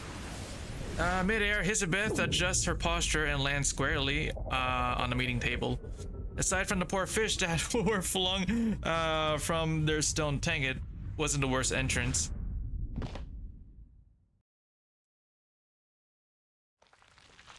Damn. The fish flopping on the floor begin to slow, except the one that has landed fortuitously in Ulrich's tank. Poor fish. I attempted to turn my aquarium into fireproof ceramic to keep it safe, but it looks like it just made it easier to shatter. Wait. Mention of her arcane skill triggers a panic. She glances down at the object she'd been handing to Winsong. It's heavier than it should be. This must be Laplace's first ID badge with a ceramic strap. Uh-oh, I forgot about this. Luckily, it didn't affect the card itself. She blinks, letting the shimmer of her arcane skill fade. That's a unique design. Thanks. It might make for a nice conversation piece. Ulrich is busy saving the poor fish swimming atop his head, dropping him back into the tank. Congratulations, Miss Hisabeth. Your results appear more than adequate. Indeed, you have exceeded my expectations.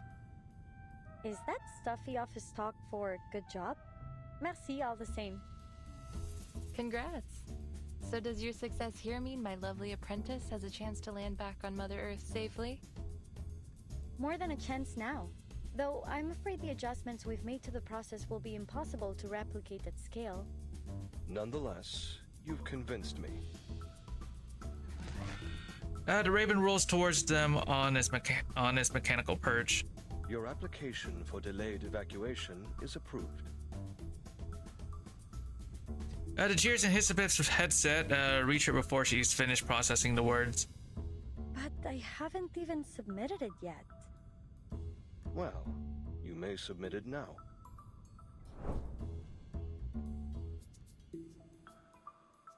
So, that's why you're back here with that torn-up application form? I gotta tell you, it's impressive you managed to piece it back together.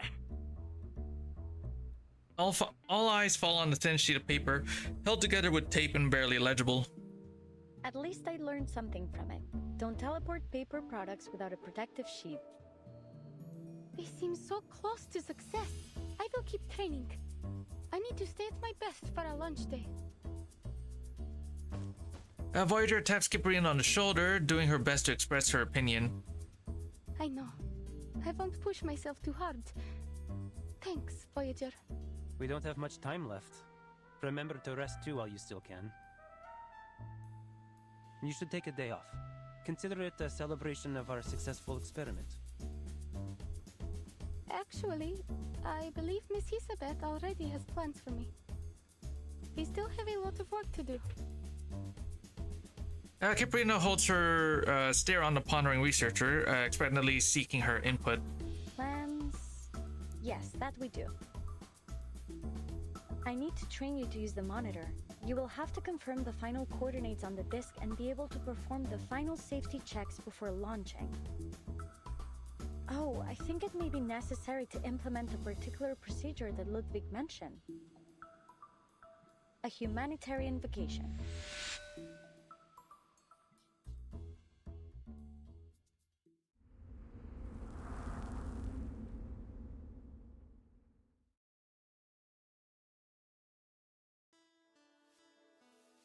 Okay, number 13, let's go. Mm-hmm.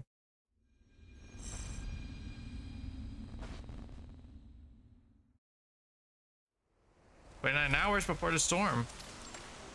Pletsik, Marani, whatever name, the towns surrounding the Cosmodrome, they were built to support the nearby research facilities and fall silent along with them.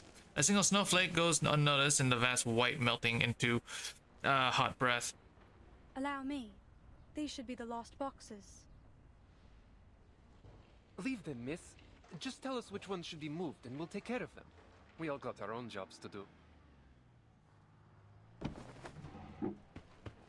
Young soldier bends down ahead of Pointer, loading the boxes onto the truck one by one with practice speed. Pointer checks the list in her hand and gives a nod. Correct quantity. The second to last batch of supplies is now loaded. Will you leave with the others tomorrow? Or are you staying on until the final evacuation? Our orders are to evacuate to Xeno's nearest base tomorrow. How about you? We were responsible for escorting the last staff members from the Placid's Cosmodrome. That place should be empty now, shouldn't it? An evacuation like this has to be for something big. I'm sure you know better than I do. If you can, miss, find somewhere safe.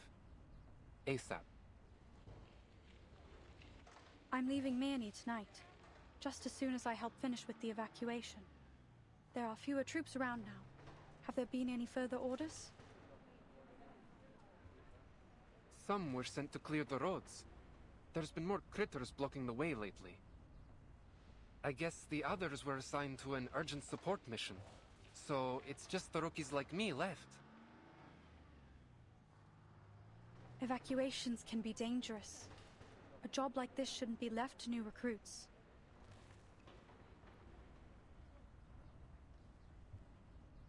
You think so?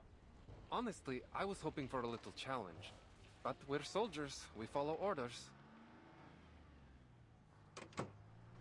Now the engine roars to life, sending up a small flurry of snow from its undercarriage. Do you need a lift? Thanks, but I'm going back to check on the evacuation. Be safe. The truck disappears down the slush-covered road, carved through the snow. Pointer heads up in the opposite direction.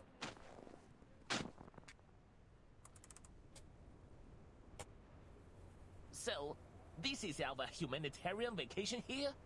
An open mining pit? You've got it.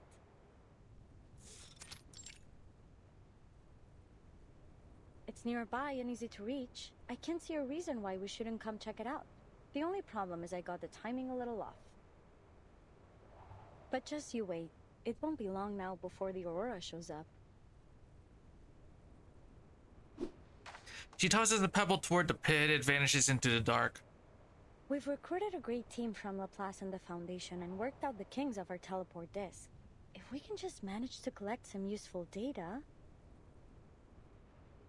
our future could be brighter than any Aurora.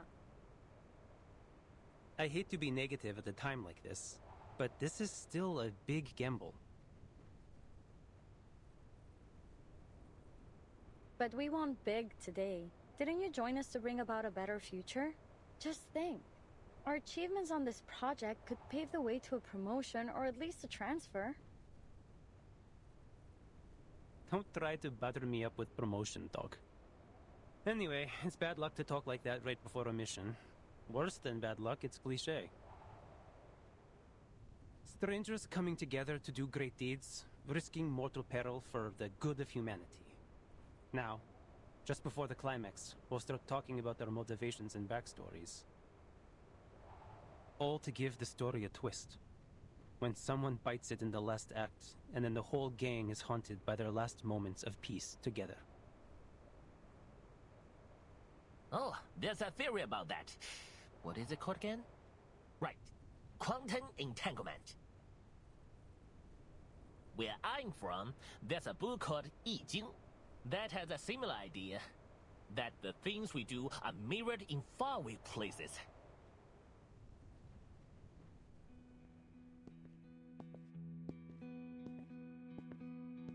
After turning several near-identical corners, Pointer reaches her destination. A small group of people has gathered by the roadside. The moment they spot her, their wind-chapped faces break into smiles. How are things proceeding? I'm here to perform a final check on the evacuation. It's going well. We're all ready to leave.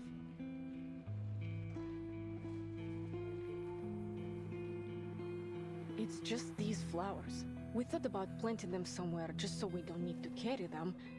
But with the soil frozen over... Flowers? Yes, you know, from the seeds you gave us. My daughter planted them just for fun, but they really thrived.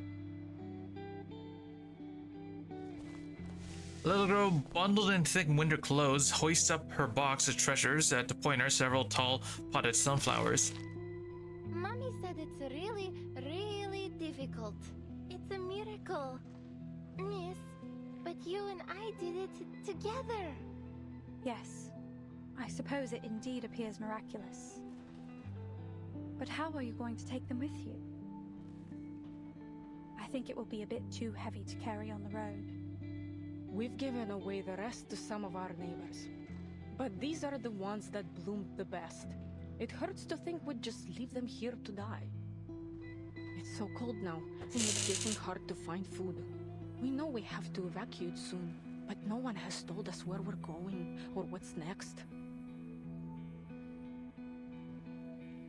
Despite all the hardship, these seeds you gave us somehow managed to bloom under my daughter's care.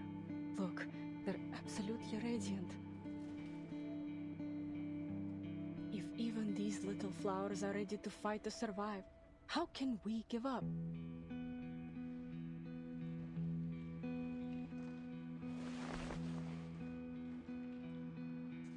The townspeople around her chime in, and the girl beams even brighter. That's Okay. true. She wants to tell them to save their space and energy for more important supplies. The seeds were a gift from Windsong, likely altered through an arcane skill, perhaps already adapted to grow in permafrost. But at this moment, it doesn't seem right to judge these flowers that hold meaning for others. Thank you. I'm not aware of the local species of flowers here, but I'm certain all the same that these are the most beautiful flowers in Murney. I hope you can find a way to take them with you.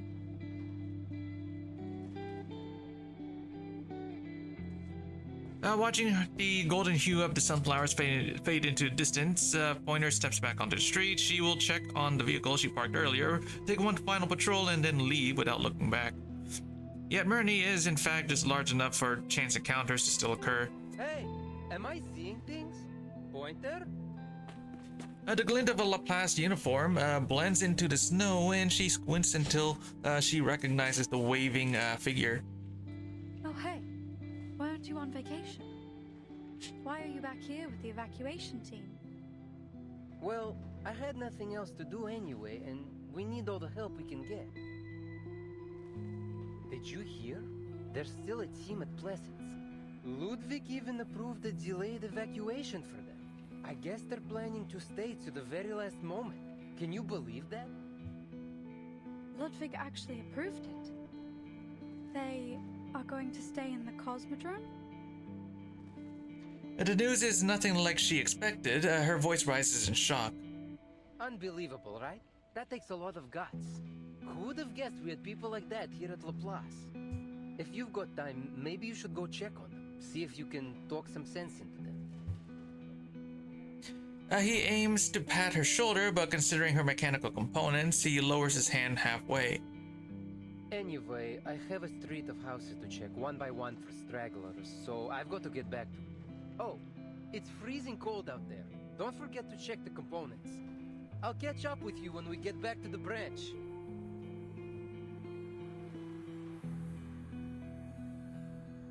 She once hoped that Ludwig would shut down this absurd plan, a mission with far greater odds of failure than achieving any meaningful goal. But she should have known better. Laplace is filled with the most stubborn people imaginable. They would never give up no matter how many obstacles stand in their way. The storm is coming. What else is left for her to do? Pointer looks in the direction of the Cosmodrome, the building's obscured by the swirling sheet of white. Everything is made of atoms. From afar, Mount Taihang is like a grindstone. The Yellow River is like a belt. And all these things are but dust. In other words, maybe the reason why we are here is only a complete coincidence. Hold it. Let's just get back to the topic at hand. I think I'm allergic to poetry. Oh, I want to hear the rest. Would you please let him finish? No way. I think I'd rather take a chance on that lethal backstory cliche. How about you start us off? The little snakes tilt their heads in unison, every eye lances inquisitively on name day. He almost wishes for a petrification spell to hit him, to hit himself. Sure, what do you want to know? Are you curious about why I chose our loose yet ambitious team? Loose yet ambitious. That's a good description. You brought it up. Now spit it out. And make it simple. Maybe I shouldn't have oversold it. I just think you have a good plan. What if this works? What if we do this and it changes the world? And I could be a part of that. It's a tempting thought, don't you think? I just don't want to see another place I hold dear lost to the storm. So you mean it was for your hometown? Yeah, I guess you could say that. Isn't your homeland still here in this era? More often than not, Caprina chooses to listen and wait. She seldom inserts herself into the conversation. Have you just accepted the fact that it will disappear again? He shakes his head. My home isn't in this era. Maybe the names are the same. Same old familiar buildings, but nothing that matters to me. What's gone is gone. Don't feel bad for me, though. Now I have my own portable hometown. He raises a finger and taps the little ornament dangling on his ear. Hey, I always figured you kept that around in case you needed some quick cash. You know, like those pirates that had coin earrings. Oh, no. My brother said he would kill me if I gave this away. It's meant to be for the last living child, a family heirloom of sorts. If I lost it, I think my family would crawl out of their graves and haunt me. If they had graves. Still, if I was in dire need. Family, the word stirs emotions in all those listening. Kiprina lowers her head, trying to hide her expression. Alia family? She points to the ground, doing her best to respond with the words she learned, even if the meaning is slightly off. No, Voyager. This is not my family. They're in Utuniaya. These are my friends. Friends. She knows this word, but until now she only used it to describe Kiprina. For Kiprina, it's a word that breaks down barriers and opens doors. You told me that as long as there are living people to remember what has been, that what we're doing will be worthwhile. I've tried to accept that, but I still can't. What has been? It's not just an old building or some candy in a store. It's the place I grew up and the people I love that will be taken away. It's everything in my life. It is my life. I know I must accept it. That I can do nothing but accept it. But how can I ever accept it? Another long silence. Everyone standing here has a reason to keep going, reason strong enough to chase the absurd. In other words, no one here knows the real answer.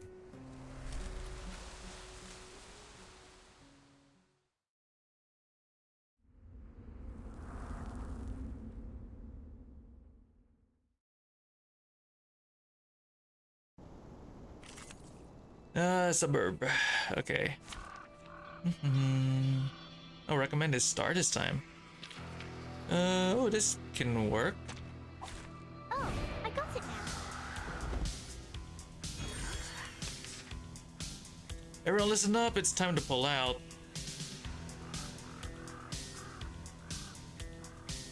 No, wait. Oh, right. She's in the, fucking box. Let's see, suitcase. Okay, we'll just do this then. Please lend me your power. Please stay behind me. Sharp fangs. Be careful. You won't get away.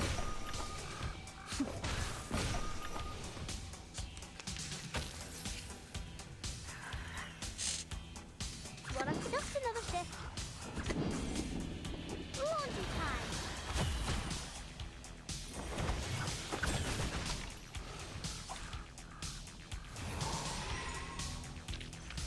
Keep going.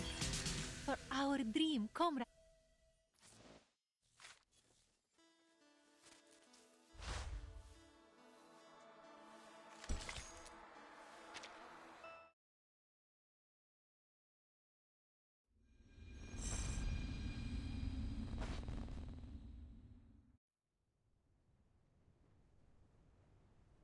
The hardest person to convince is often yourself. Seeing Kiprina's disappointment, Name Day finally speaks up. About that? I don't know. The blunt reply causes him to bite his tongue and listen. When I heard about my parents' death, I was just stepping onto the bus to La Place. I felt like I had no time to even think about it. I guess I mistook that for acceptance. After all, there's nothing I could do to change it. Then about 3 months later, I broke my pen while writing a research log. I cried for 40 hours. 40 hours. And I'm not exaggerating. I'm grateful my roommate didn't have me commit it. Was it your parents' pen? The very idea of Elizabeth crying seems almost impossible to imagine. She cuts off the thought before it turns impolite. Nah, just an ordinary Laplace office pen. They give them out by the boxload. But back home, when I broke something, my parents would tease me for being careless. And then we would find a new one together. You can't really accept a thing like this. The only thing you can do is put your pain aside and find something to do with yourself. Even if it's just making a ball of tape. Just wrap a ball round and round over and over until you've forgotten what it even looked like inside. Maybe that is something I can try.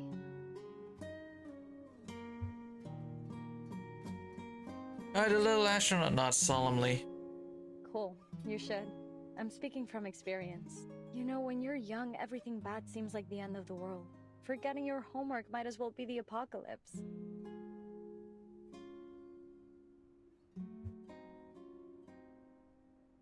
She's right. Name day swallows the words he had meant to use to lighten the mood. He's heard enough of them before. He even asked himself the same. Are you going home, Mr. Raccoon? No. I'm heading out for a mission. Vila said it's a time that you're familiar with. But that you didn't ever plan on going back. I know Vila had another home before she moved to Rayashki. You must have one too. What was it like? Does it snow there? Yes, it snowed there. So much that it made the trees sag and covered up your footprints as soon as you walked past. When the Volkov froze over, my sister and I would go and fish from holes we cut in the ice. Comrade Pasuno once fell in the ice doing that. We didn't see him at school for weeks. Playing on the ice can be dangerous, little August. Legend has it that girls who drown become Rosalki. He asked Vila once and she confirmed it with only a myth.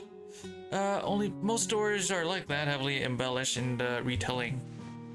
To hold the boy's drifting thoughts, or rein in his own memories, he squats down. But it's all gone now. No matter the era. Even if I went back to that little dot on the map, it would never be the same. Like Rayashki. Just like Rayashki.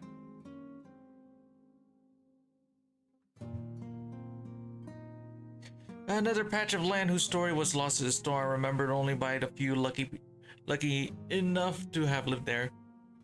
He tries to pull the topic back before it veers somewhere neither of them can handle. Поэтому мы должны выжить, и потом все встанет на круги свои.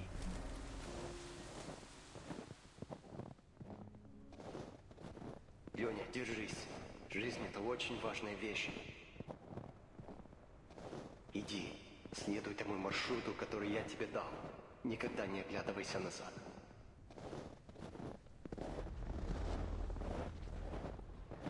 Being certified as capable for an independent field mission means you're an official Foundation member. Congrats in advance. Most people here use an alias, though it's all up to you. Just make sure you pick a good one. It's not easy to change once it's confirmed. I see. Thank you for telling me. The day he left home came close to another date soon to be celebrated. That's it. He hands over his application form. Let me check. All right, no problemo. The storm has made everyone's life harder here. The Foundation is always in need of more manpower, and in need of honest men like you, even more so. Welcome to the St. Pavlo Foundation Far East Branch, Mr. Nameday.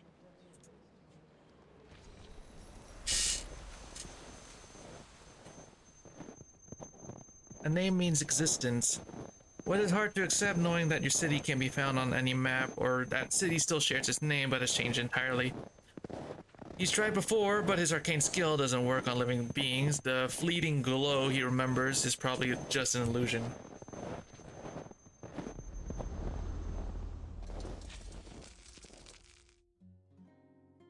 You're thinking about something. Missing your home again, yes? It's okay. Vila said as long as we pay attention in class and keep learning, we will be able to rebuild Rayashki in the future. We will rebuild it as long as each and every comrade keeps that goal in their mind. And I will never forget.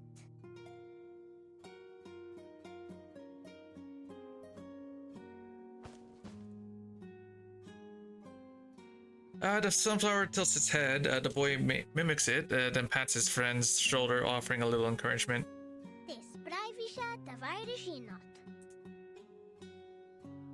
Большое спасибо, товарищ Август.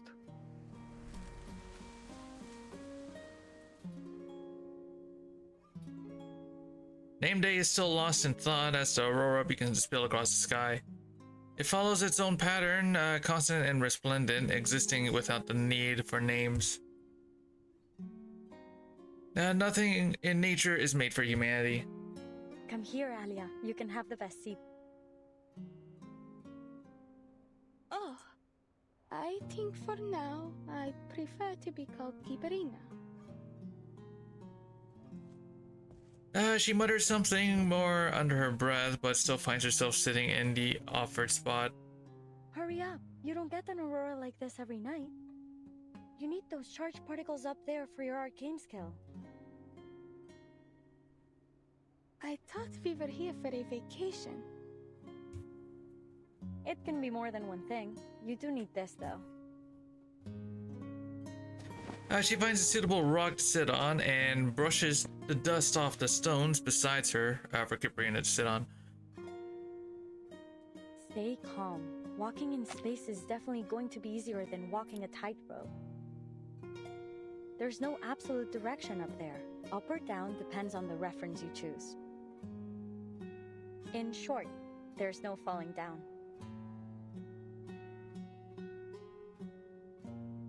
Kiprina nods seriously. Tomorrow? No, the day after tomorrow. I'll be up there, drifting above the earth with the stars. I wonder if they'll feel warm to the touch.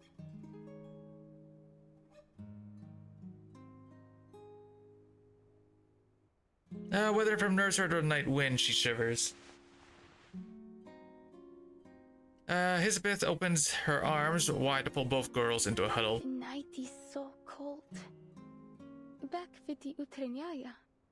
On nights like this, I would sneak into the pens and sleep beside Masha, the bear cub I took care of. She was so warm to cuddle. And now I'm here huddled with all of you. Oh, sorry. I'm not suggesting you remind me of bears. It just feels safe.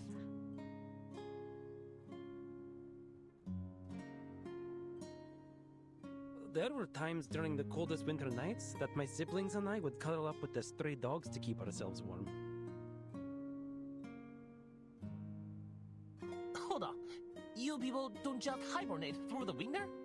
You're missing out. This is the first time their little team has sat together without the mission on their minds, chatting instead about past lives and faraway memories. Before she realizes it, sleepiness sneaks up on Kiprina. She stands to shake off her sudden drowsiness, and Elizabeth rises with her. All right, we should head back. We don't want our little astronaut to be too tired. Hey, you think I don't see what you're doing? You haven't told us your story yet. It's been on my mind since I first got here. Why would you do all this? You don't strike me as the hopeless dreamer type.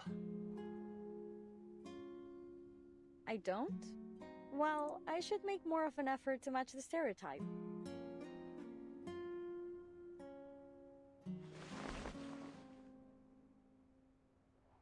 She tilts her head just enough to catch the dozing little snake and nudge it back onto her shoulder. It's not so dreamy, though. I just want to know the answers. Where do we come from and how things will end? What, not convincing enough? Perhaps you want something more in-depth? Way back when, before all this, Pointer and I were being driven mad by work. We would walk out here and there was something she would say to me. She narrows her eyes, watching the shifting curtains of light with interest. High-energy solar particles shape the Earth's magnetic field, dance across the sky in colors visible to the naked eye. If you listen closely, you might even hear their faint crackling. Language is a tool that permits us to describe how the universe was created and how it will end. Through it, we reflect on our existence. In order to understand eternity, we must first understand death and impermanence.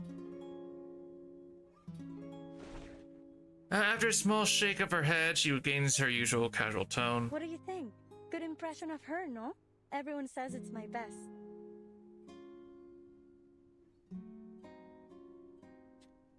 The aurora hanging high above the sky shines down at the people below. Brilliant beams fall, blurring the edge between the snow and the sky, and softening every expression into something unreadable. Elizabeth's voice feels like it's coming from far away. Tomorrow might be our last free day before the storm. I guess it's fitting then to ask the age-old question.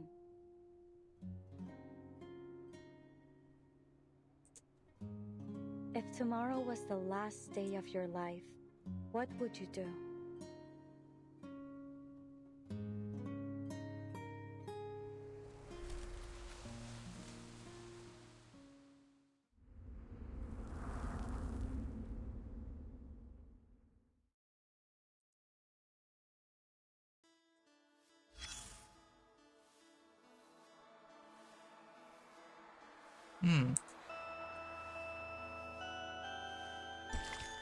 Oh wow, we're on 15 already, huh?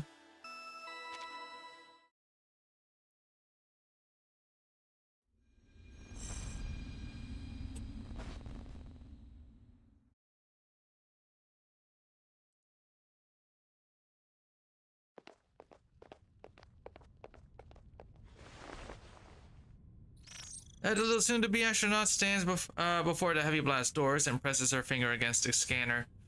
Just like several months before, she walks the quiet corridor on the way to her training. Do everything we can, and do my best. Leave no regrets. That's why I have to finish my training. The closer she gets to the end, the more the nerves take hold. So she looks for comfort in steady, familiar routines. Raz, dva, tri. She finishes her count silently. Right on cue, the blast doors slide open.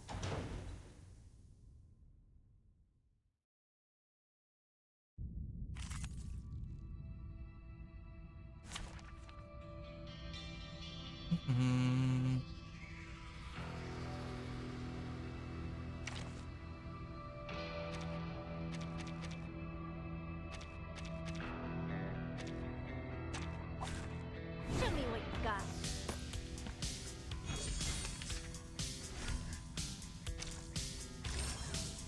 I'm going to perform even better in this simulation than ever before.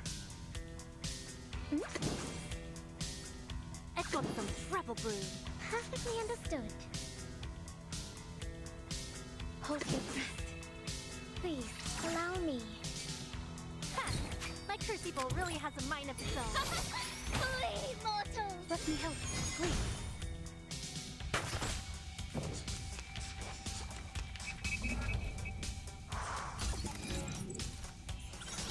I look forward to punishing you. Hi, Master. Or maybe That's right. Nice tactic. won't take a wrong step. Anyone feeling cold? Seeing stars?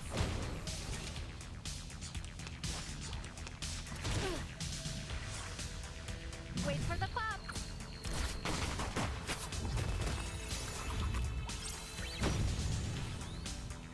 Sweet dreams.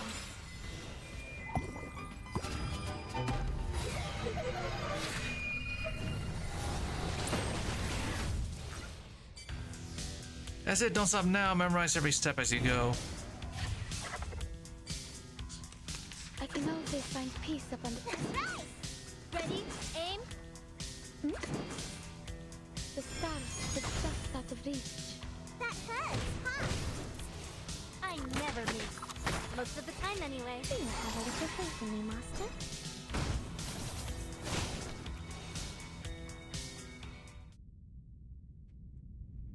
Alright, nicely done. Now we'll move on to zero gravity training. That's what it's all about. Life or death battle.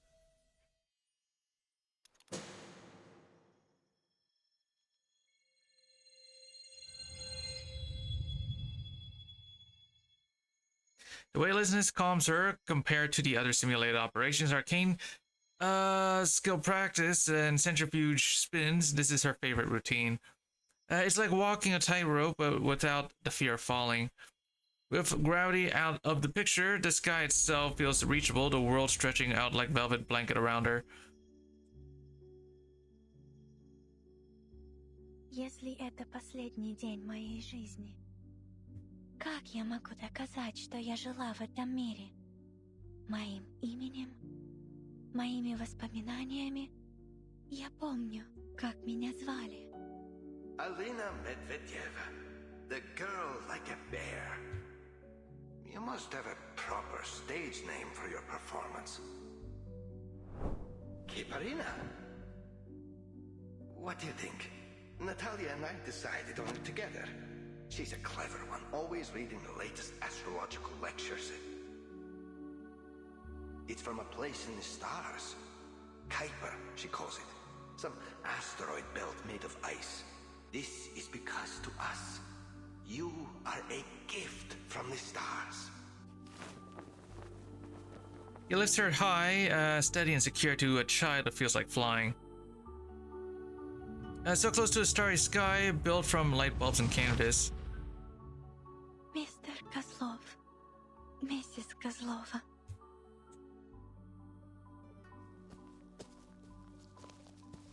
We're leaving tonight. Why all the rush? Let's wait one day later, or maybe two. Why don't we ask that Laplace lady to see Ali again? I am sure she's too busy. But look, everyone's leaving town. Something must be happening. He gestures to a place out in the distance, the dimly lit cosmodrome barely visible against the night sky. She'll be safe there. Didn't you hear them say that? Laplace's building will be the last to fall, even if the whole world comes to an end. What we must do then is keep ourselves safe. That way, someday in the future, we will have the chance to see her again, sitting in the audience, clapping for us until her hands are red. My big bear wants to pretend he doesn't have a heart. I know you miss her as much as I do. Of course, but I must stay in control of myself. Maybe we can put something on the signboard. A circle, like her space helmet. You know that signboard hasn't been changed since my Dedushka was the ringmaster. What a change it will be. Natalia frowns as she struggles with the knots on her luggage, but straightens up when she hears the comment. Yes, and we will add some stars and spaceships. I'll paint them on once we're set up in Moscow. Oh, and don't forget to take down their address so we can send things to her. You think I didn't do that the minute we came here? Natalia, you're showing so much concern. What happened to my carefree circus wife? It's just that there's nothing else I can do. She passed the package beside her, a few neatly wrapped dolls and a set of freshly cleaned costumes. We've always been there for her. Now she's alone and far from us. Who will care for her now? Yeah, it is how it must be. We cannot be there for her forever. You can't do this your whole life. Audiences come to watch an acrobat fly, but they also come to see if they will fall. Most people would never dare to walk on a tightrope. They pay to see people do the thrilling things that they would never do themselves. But it is a dangerous business. I often wish that you will one day find a safer way to live than this. Неужели ходить по земле? Действительно, сколько я проживу? 8 лет, 10, 15. И что потом? Сколько лет мне осталось? Time never ends. It's a concept, and there are many explanations for it. One suggests that since the whole world is made of particles, including our brains, then our minds too can be calculated, so that everything that's happening or about to happen can be predicted. Past, present, future, all that ever was and is, and ever will be was destined from the moment the universe began. Each moment like a knot on a string that's already been tied. Our lives just moving along a fixed track from birth to death. Then there is another. The theory that none of this is really happening at all. That all perception is illusion. Only the present exists, and only for as long as we are experiencing it. If you ask me to choose, I prefer the first one. It's not like a tightrope then. When I walk on the rope, I don't see past and future. I only feel what is happening right now. For example, these lights make my palms feel hot and warm, but the stones beneath me are cold. Cool. Sounds like you favor the second theory. But it doesn't matter which side you're on. There's one thing both have in common. Our existence, whatever you make of it, is just a fleeting moment in time. But those countless moments string together into eternity. I'm small to the universe, just a person. But I'm a part of Utranyaya, which is bigger than myself. We belong to a people, a country, a planet, and a galaxy. Maybe that's how we share in eternity, by existing as part of it. Each one of us, no matter how small, takes part in creating the universe.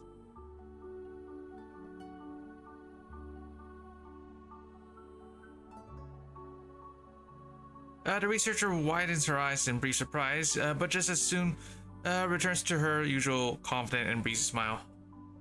You got it.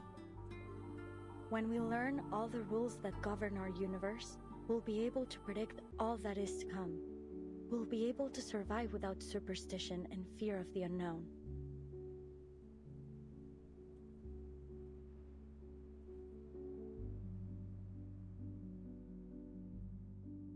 Выжить. Это легче сказать, чем сделать. А что, если у нас завтра не получится?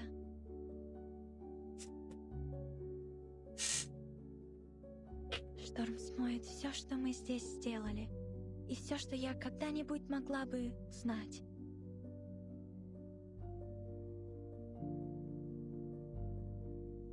И все, что останется, запись, хранящаяся в пыльном кабинете Foundation. И если так, я надеюсь, однажды они вспомнят обо мне, поднимут глаза в небо и скажут: смелый, молодой космонавт однажды ходил среди звезд.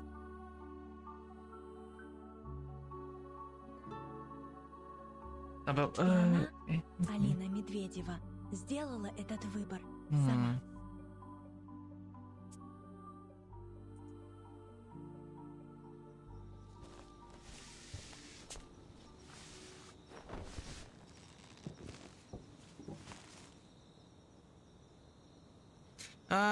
Natalia returns to the tent to retrieve the last few boxes of clothes while Mr. Kozlov is busy tightening ropes on the luggage. There's a lot to pack. He tugs hard at the rope, tying the doll Skipper on the left behind safely into a bundle. muttering the rest of what he didn't get to say earlier. Children grow up, adults grow old, and then we die. So what's the use in worrying? All that matters is our Alia will be safe. Mr. Kozlov, you should have already left. The longer you wait to leave, the more dangerous it will be. The man is startled. He's not good at dealing with researchers, and he never expected to run into one on the empty street so late at night. Is there something wrong, then? We are ready to go, as you can see. We're all packed up. He motions to the stacked boxes behind him, his tone on the brink of pleading. No, nothing to be concerned with for now. But we need you to follow the evacuation notice for your safety. Keep your passes with you. You may need to show the soldiers on the road ahead. And please take care. The snowfall is getting heavier. Sure, but if you don't mind my asking, is Alia all right? How is she? How is her training? Sorry, it's just... I know that she's a good girl, but I'm afraid she'll push herself too much. She's always been so diligent. You have nothing to worry about. Kipperina is a very disciplined and intelligent young woman. We've been most impressed with her work. I believe that she could have a very promising future with Laplace. The fatigue on his face eases a bit, and some pride returns to him, the pride of a ringmaster. Promising? I knew it. My Alia is a promising candidate for Laplace. When we first found her in Murmansk, she was just an orphaned babe. And now, see how wonderful she has become. I believe I understand. Time really does fly, doesn't it? Thank you for telling me about her.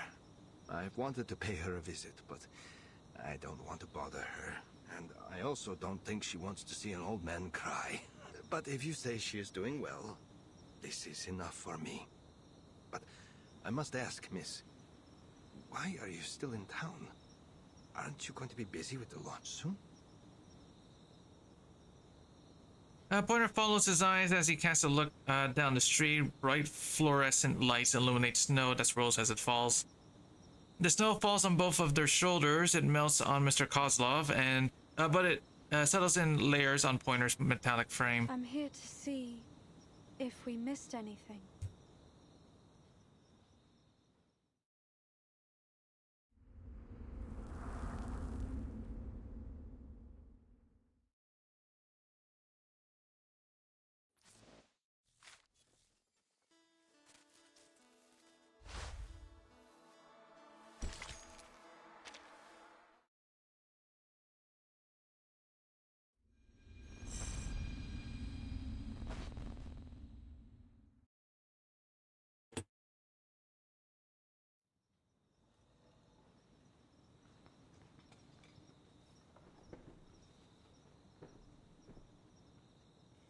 The lighting softens some of the chill, adding the touch of life to the empty tables and chairs. The owner reaches out from behind the counter, pushing over a steaming cup and a small porcelain plate packed to the brim with gingerbread. Sorry, miss, but we've already packed everything away. I am leaving on the last truck tomorrow morning. There was still some fresh food around yesterday, but today I've got nothing. All I can offer you is a mug of boiled water and some gingerbread. That will be enough. Thanks. She got here a little late. This is the last place in town with a light on. The owner rummages around for a while and manages to find a bucket of instant noodles and some other homemade treats. She bites into a gingerbread cookie, like soothing spice and sweetness lingering on her sensors. Wow. This gingerbread tastes amazing. You bet. I'm originally from Novomoskovsk. We're famous for it. I think I told your friend the story last time she was here. I am no good with hammers or rocks, but I know food. And the miners always work up a healthy appetite. My friend, Raisa, Makes much better gingerbread than I do. Sometimes I think the only reason people eat here is for the conversation.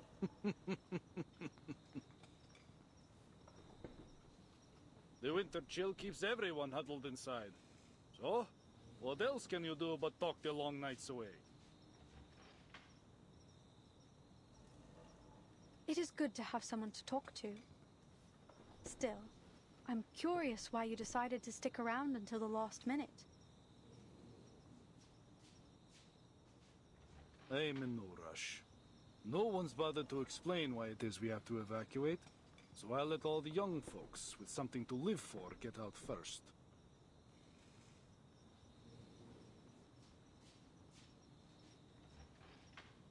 Could I ask you a question as well? Sure. But I can't guarantee I'll have an answer. It's only that my friend lived in a town a lot like this. A mining town. They had their own big shots running things there too. In her last letter, she told me that those big shots were talking about evacuating them. Then, nothing. It's been years, and I haven't heard from her since. The description seems eerily familiar. Before she can say the name of the town, the owner shakes his head. Forget it, miss. It's a small town. I doubt you or anyone knows what really happened here. I often wonder where she is now, or if she's even alive. But I hope that I will see her again someday. It's the kind of question that can't be answered. The town she's thinking of no longer exists. But she believes people need something to believe in. Sorry. I really don't know. Perhaps they did evacuate. But relocation can be complicated. It can take years. Maybe you'll hear from her again when she settles down. Yes, that's true. These things take time. Well, at least I can sleep at night. The owner turns back to his packing, leaving her alone. She takes a moment to examine the restaurant. In the vase atop the cabinet, a flower droops slightly, its color a bright golden yellow. Sunflowers. The seeds given away so casually, like they meant nothing, are now blooming in corners everywhere. There are still some ingredients on the shelves that haven't been packed, sealed bags and cans, each occupying a small space. Trees, dried apples, and She attempts to scan their descriptions, but in the poor lighting, it's a lost cause. Oh, I forgot to pack those. It's amazing, isn't it? When you think about it. Even here in the far north, we can get fresh fruit and vegetables. I guess this technology was invented to make food for cosmonauts. But now people in Myrni get to enjoy it too. The benefits of science. You can take some if you like. I have no room for them. Pointer stares at the freeze-dried food on the shelf, momentarily dazed. The research she once worked hard on, once thought meaningless, has found its way into daily life. thank you. I'll be fine with just this. You've actually already helped me out a lot. She tears open the instant noodle packet. No veggie packets. Huh. Can my day get any worse? They act as if all of their essential and valuable consumer technology just popped up out of nowhere. To think that aerospace engineering has less to contribute than their other projects? Merde! They wouldn't even have vegetable packets in their instant noodles without us.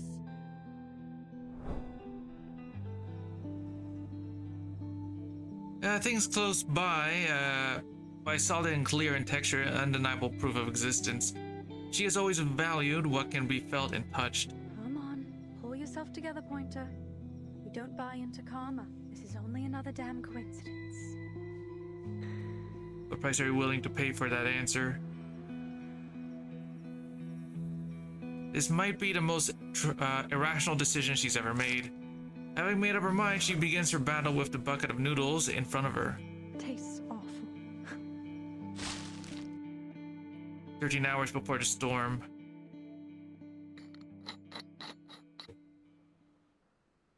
Final check. spaceship? We've run a full diagnostic check. All components are operational. We are fully fueled, and we even installed that new installation you invented.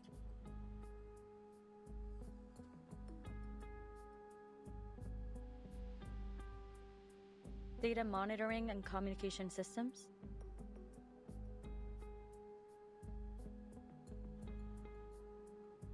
Check. All systems are functional, including the backups. Astronaut status? I'm all checked out too. My arcane skill energy level, physical and mental status, and the integrity of my spacesuit are all within your parameters. Is there anything else we've missed? Anything at all? As she scans each person one by one until settling on the girl with curiosity burning in her eyes. Ah, what about our special humanitarian support staff? Maybe we should give her a check too. A cheerful tune.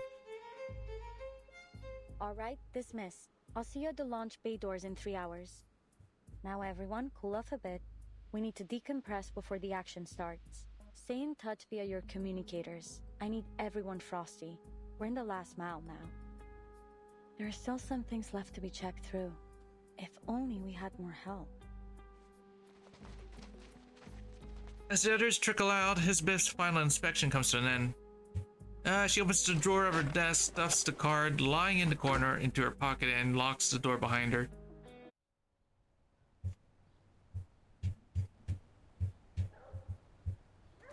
The snow is trampled into muddy slush again and again, then flattened back into white. Pointer steps carefully, trying to follow footprints and tire tracks that haven't yet been covered.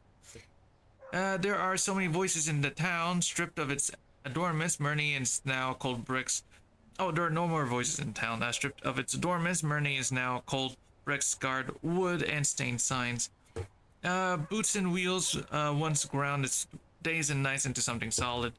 The circus lights and scent of food from the restaurant, the silver of the researchers' uniforms, and the occasional flash of gray plaid all once decorated it and made it worth remembering.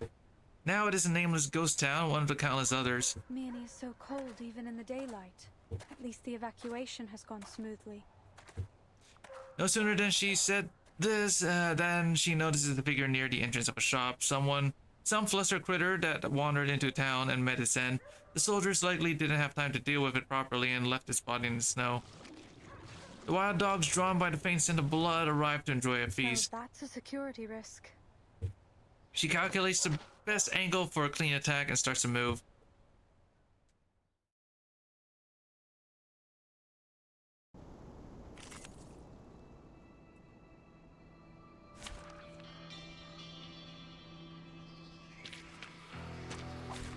Join with us, comrades.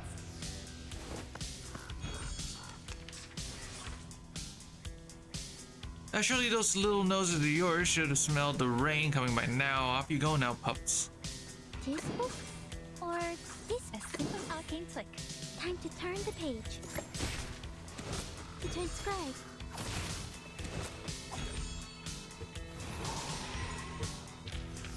Crazy, please.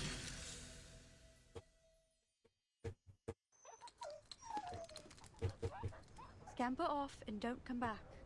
I don't have time for another round. The blood on her soles have been mixed with the snow, forming into icy red shards. Behind her, a trail of murky prints leads off across the snow. Like red ribbons tied to trees marking a trail, the crimson path winds towards where the vehicle had been parked last night. I don't really know how much time I have left at all. These storm predictions are based on fluctuations in arcane energy levels. There's even a chance that this won't be the storm at all. Just some kind of arcane phenomenon. No matter what the case may be, I can't afford an odyssey at a time like this. I have to get to the Cosmodrome. ASAP.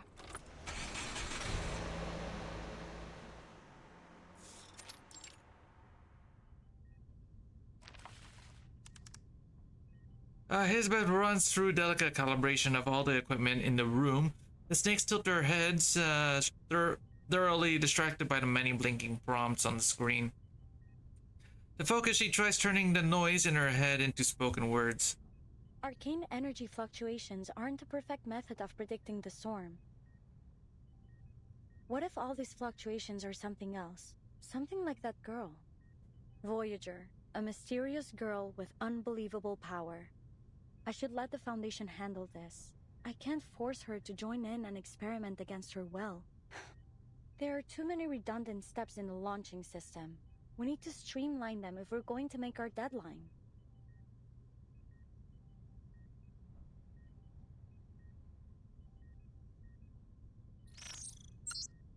She presses down firmly on the fingerprint scanner, keeping her tone civil through gritted teeth. Aren't those steps important for safety?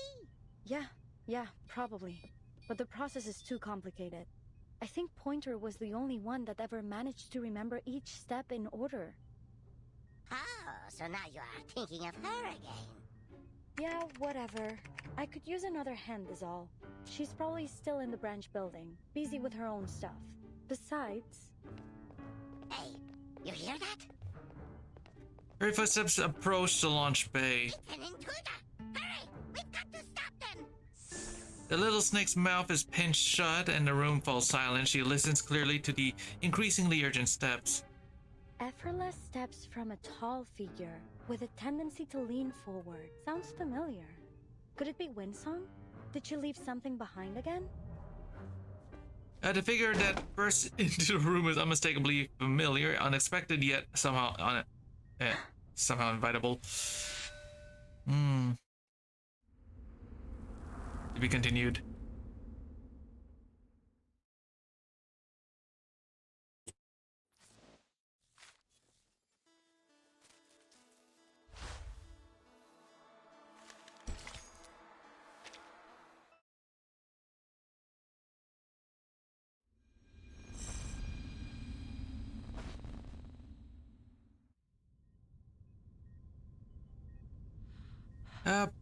Pointer is visibly winded. Her vehicle couldn't drive into the inner perimeter of the launch bay, so she had to run the last stretch.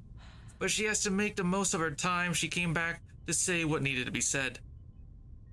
Hisbeth speaks first. Are you alright? You look like you haven't slept in days. How many times have I told you that research requires a healthy body and mind? You need sleep. I'm here for... Just so you know, I've got no time to help with whatever you're working on, and we're finishing this project, no matter what you say. Oh, let me guess, you're here for the car?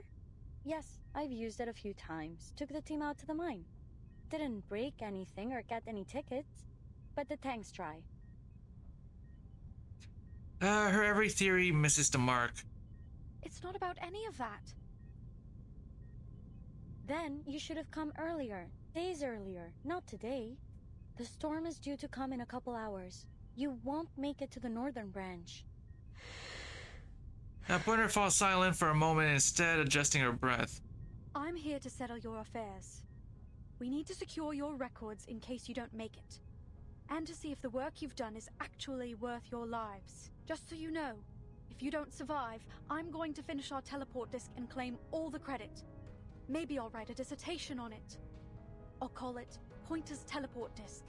And you'll all just be a footnote, an et al. In the citation. You know I'm not bluffing.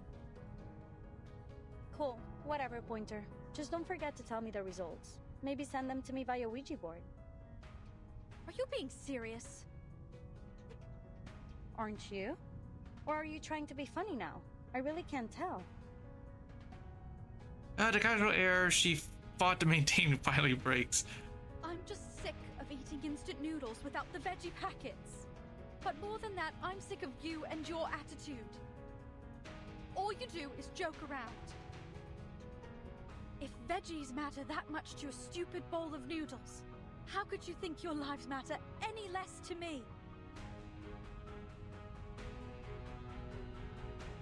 You want to treat your lives like a cosmic joke? Like your deaths won't matter? Well, they will to the ones you leave. After giving up on controlling her volume and her thoughts, she catches a different expression on Elizabeth's face. What is this? Oh. Guilt, sadness, shock, none of the above. She has simply put away her smile. I see your point. Luckily, I've already made a copy of everything on this data card.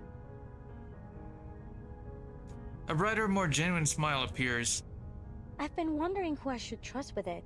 It's not 100% safe to send back through the teleportation ritual. It's good to have you back. The thin card is handed to her the again. editing isn't done. Hangjong. Yeah, I can remember his name now. I didn't have time to finish his part. But who has time to edit a suicide note? The only thing that matters is that it's in the hands of someone who will take it seriously. Take it and go. You can still make it back. The data card feels faintly warm. It must have been in her pocket the entire time. Forget it. You already told me the car's out of gas. So, I'll be your witness. You sure you want to die with us, after all? Pointer doesn't respond. She just takes a step forward. Call it a fool's wish, but I'm hoping no one is ever going to need to see this. Catch me up to speed. What's the status of the project?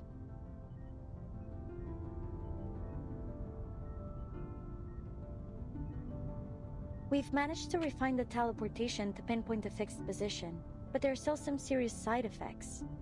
Dizziness, nausea, like the world's worst case of car sickness.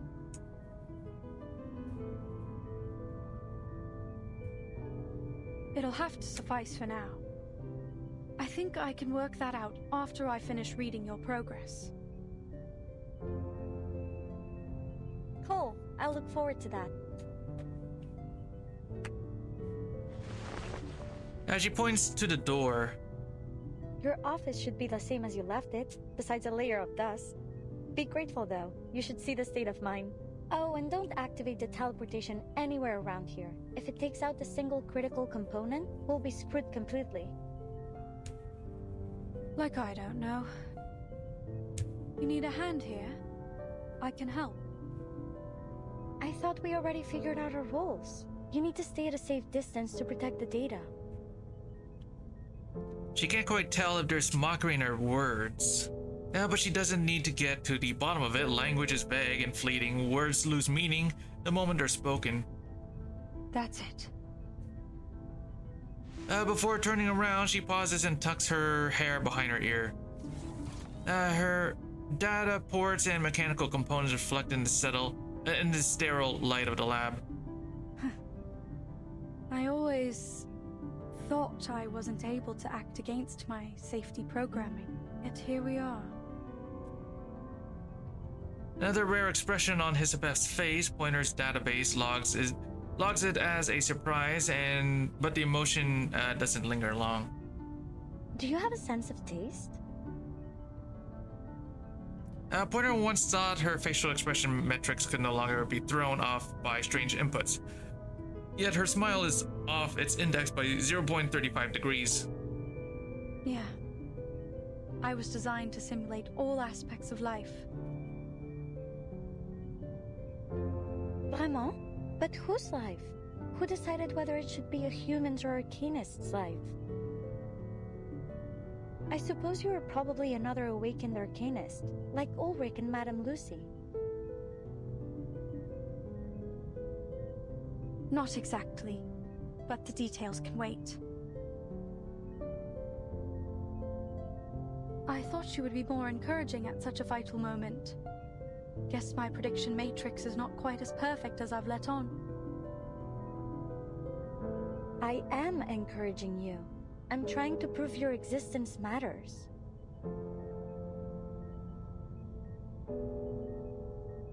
Faced with Hisabeth tilting her head in confusion, Pointer smiles register even higher. Since leaving the Cosmodrome, this is the lightest she's felt. Well, I should go. Take care. Time for another double check. Everything needs to be flawless.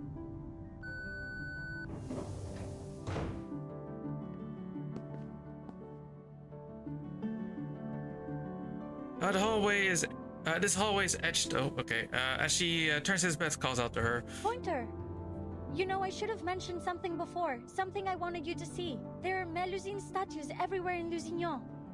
I left a long time ago, but they should still be there. Even the storm can't wash them away. They've been there for ages. Go take a look if you ever get the time. I don't think Laplace would cover that as a scientific excursion. She doesn't stop or turn back, but gives Elizabeth a gesture. The name is Pointer. Researcher in the LSCC Plesetsk branch. Former team member on the Space Monitor project. The reason I quit? Because someone must be prepared for the worst case scenario. And because I was tired of freeze-dried noodles.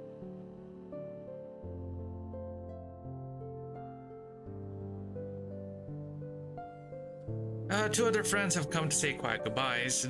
Though they can't quite exchange wishes through speech, they still try. Voyager struggles to control the marker, but she writes and Cipriano waits patiently. The markings on her palm from a complex, indecipherable pattern, precise in geometry yet unreadable in meaning. Alia, come home.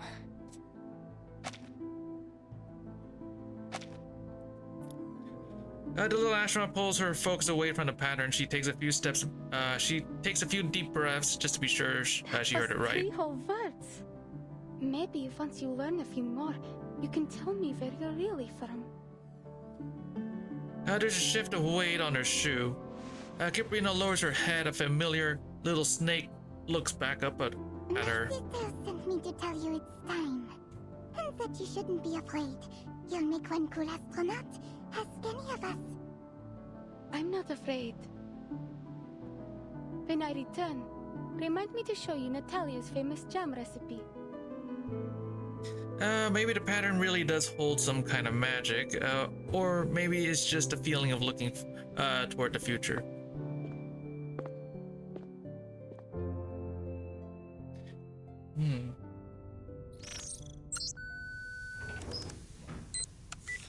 Final diagnostics completed. We are clear for launch in T-1 minute. Is there anything else I have to remember? Yes, keep breathing. Really? A joke now? Or are you serious? It can be both things. Now get ready and have a safe flight.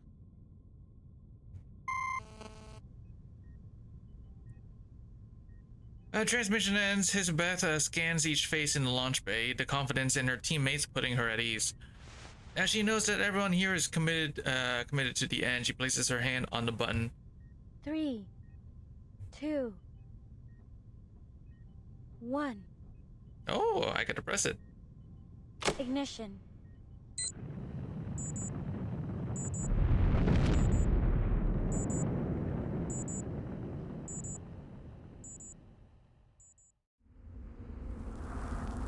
Be continued. We're on to 18 now, right? Yep, here we are.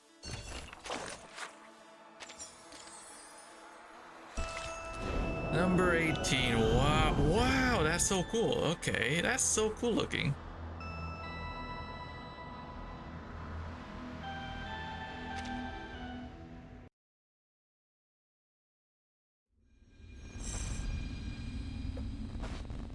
Part 18. Epitaph. Altitude rising. All systems normal. Cool, stay on comms. She looks out the porthole, watching as the ground falls away. It feels like falling in reverse.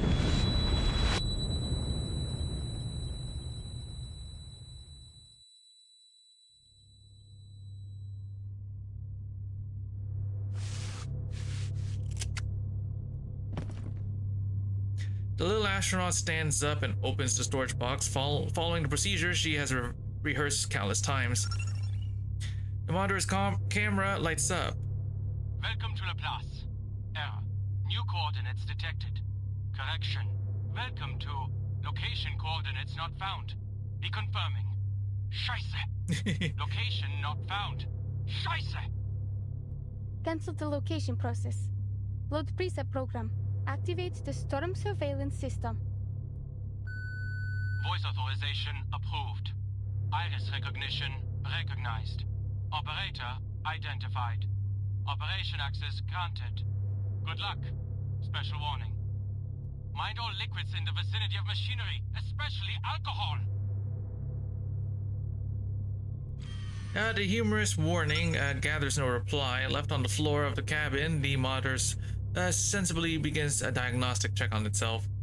And when the little astronaut fastens its safety tether, it remembers to say thanks to her. We've reached our target altitude. Now, I will open the hatch, adjust the celestial coordinates, and deploy the monitor as planned. Copy that.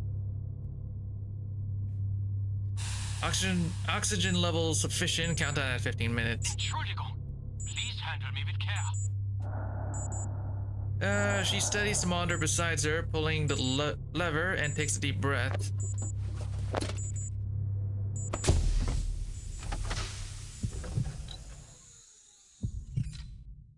Darkness. No forward or backwards, no up or down, no sound or light, only the solid touch that seeps through her spacesuit.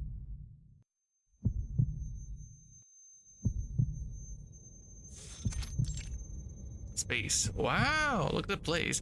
When she blinks again, the universe is for her. Report. The effects of the storm are now being observed. No response. She has no way of knowing if her signal got through. Wow.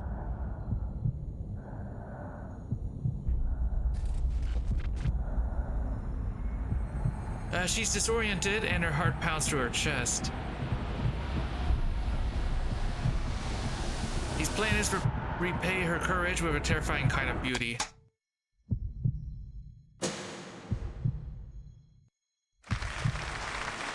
Applause for her. Warning. Arcane energy fluctuations approaching safety thresholds. Extreme light warning. Close the blinds. Remember to wear your safety goggles when arc welding.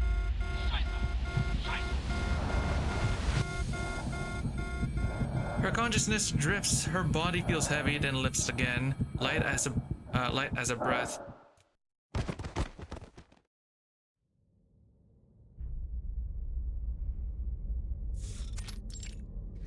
Cabrina regains her balance, steadying herself.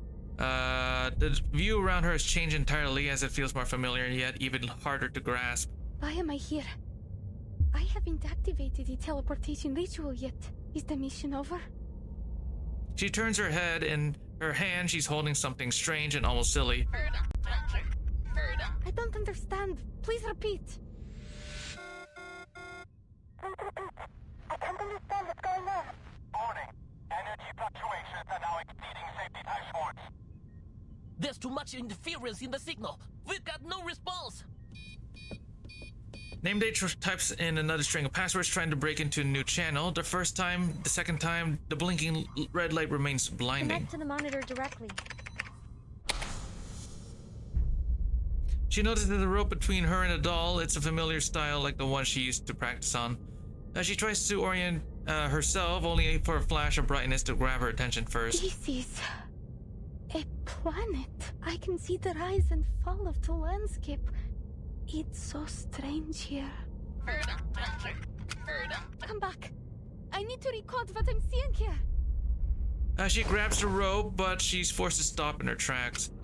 Like knocking over a box of marbles, planets shatter after a few tremors, bursting into a radiant fleeting something. Are those lights getting dimmer? I need to keep going.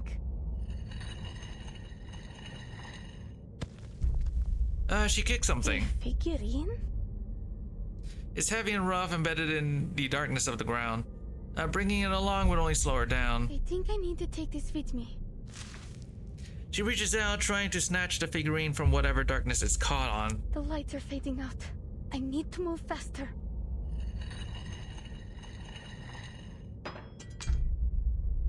She has nothing she needs to cut, no one to swing the blade at.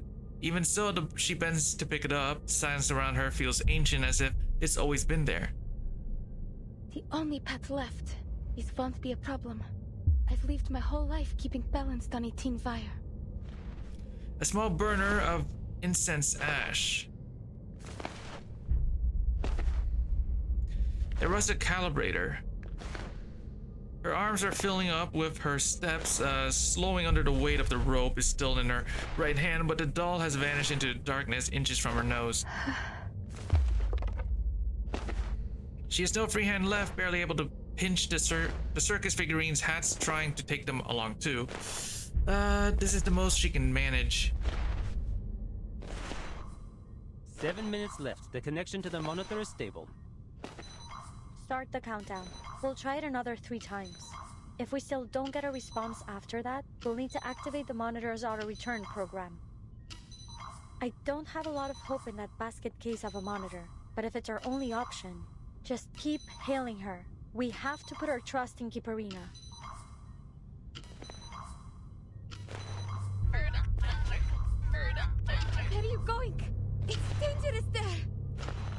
The rope goes taut, yanking her backward. She has to use every ounce of her strength, hauling the strange doll back with both hands. Trying to hold on to everything at once is impossible. No! Not like this! The objects in her arms scatter outwards, drifting like mist from vanishing into the sea. Before vanishing into the sea, I mean.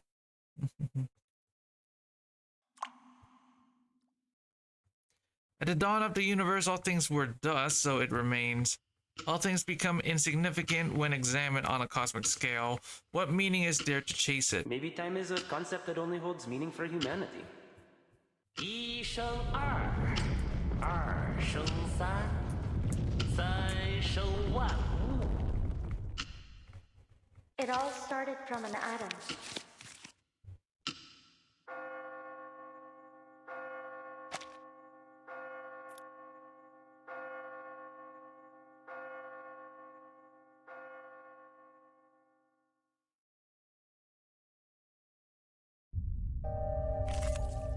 Illusory space. Okay. What do we have here? This is, okay.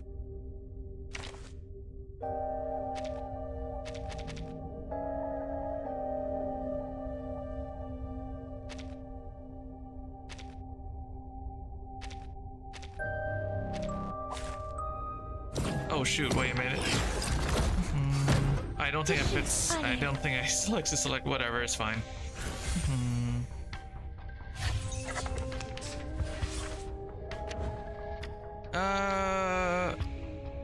20 stacks of time. Okay, you got it.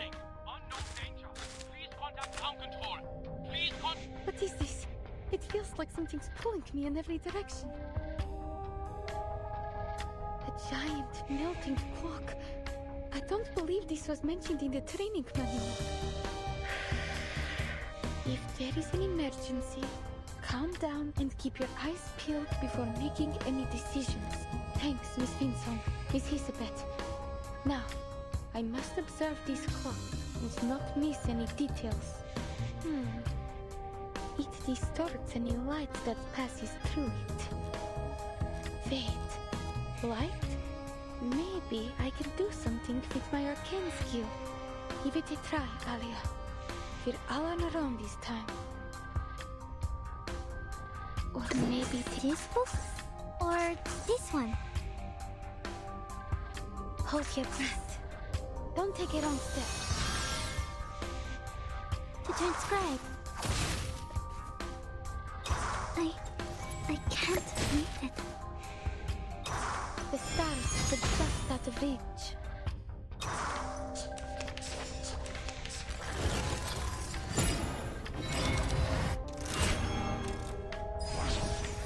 Don't touch the device! It's changed. No. Something's not right. It's ticking faster. What's happening? I can't let myself be overwhelmed. This book?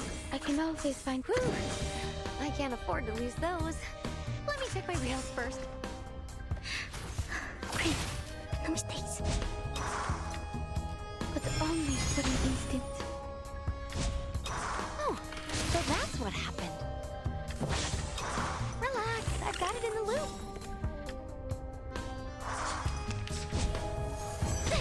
It hurts! Here's off the projector! Hope you have a wonderful journey. And your hypothesis. A good point. I've got your back. Даже далеко в космосе. Все равно здесь, со мной.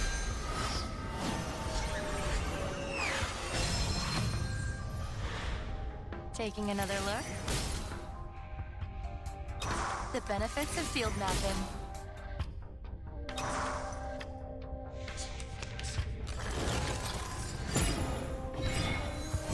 Lian! My film! Did I miss something? No, my film! It's broken. Warning! Warning! Warning! No.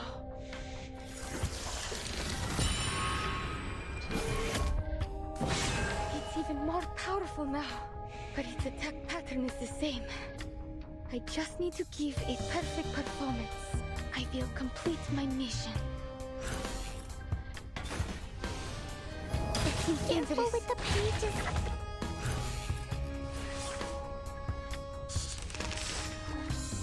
Or maybe take a deep breath. Whew. I can't afford to lose them. An academic question. You can do this, Marcus. Так ярко и тепло. Found it. Limited scale, infinite lines. Calculating distance.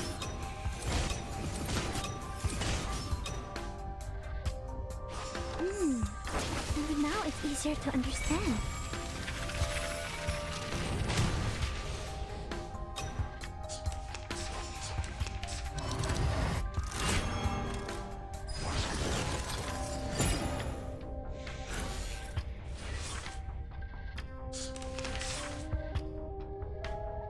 Let me check my rails first. Ready to roll? Let me check my rails first. Teaspoon? Relax, I've got it in the loop. Behold! This camera that will record the world! Zoom in. Time to turn the page.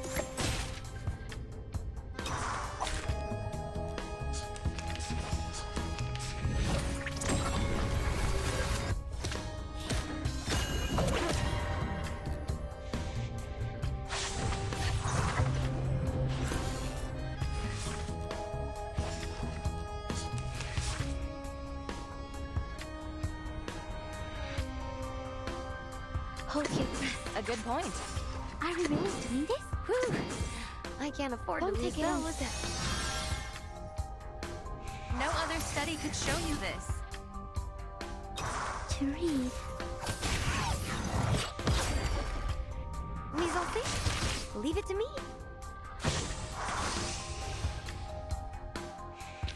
Oh, there we go. We worked on Okay. this collaboration together. There's no sound anymore, just her breathing inside the helmet and the beat of her heart in her ears. My existence will be small and short. There are many, many others like me, searching for answers from the universe. But there is no answer to be found. No answers but the ones we choose for ourselves. It's been our choice the whole time. The past is in the past, and the future will wait for us. There is no time to be spared on regrets in the moment. I must keep going.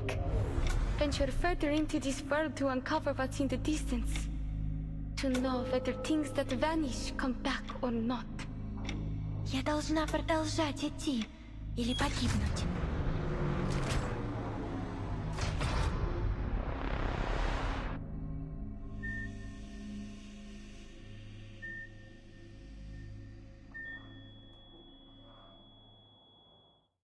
We have reached our designated coordinates. To be continued, alright. Okay, now we have the epilogue, whichever. I think it's the epilogue. It's either 19 or 20.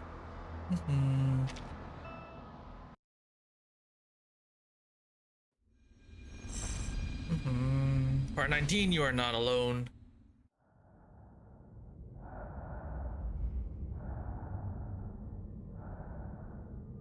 I made it? No sound comes through the headset. Electronic devices can sometimes be more fragile than flesh. The indicator light is on, just like in my training. The coordinates are, well, close enough. Good.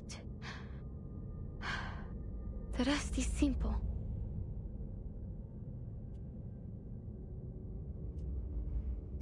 Before leaving the solar system, Voyager 1 turns his cameras around, taking one final look. At 0.12 pixel, letting the life contained within it know just how vast the heavens truly are. Before returning to the cabin, the little astronaut takes one last look at the boundless stars. Every atom of everything was born in the distance. All that links her to Earth was a signal invisible to the naked eye. All that links her to the monitor is a single rope. If she lets go, she'll drift forever through the vastness of the universe, surrounded by its soundless eternal silence. That which was movement once shall be removed. Flowers are immortal, the sky all embracing, and what will be is no more than promise. Poems to Natalia.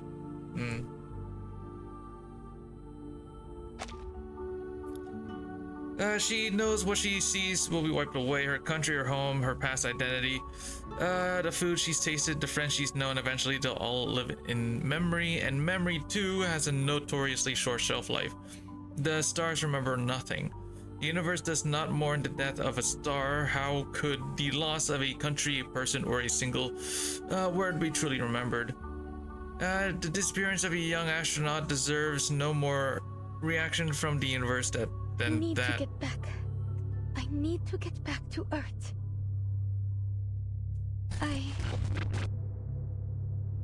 The after effects of the hallucination haven't completely faded. The veins behind her ears pulse. Death is a fruit pit. The small death she carries is now pressed close to the surface of her skin. She opens her palms and sketches the pattern into her mind. It's likely it's already been blurred by the sweat. Я могу справиться с этим. Сначала мне нужно... Steady yourself, find your footing on a strand of thin wire.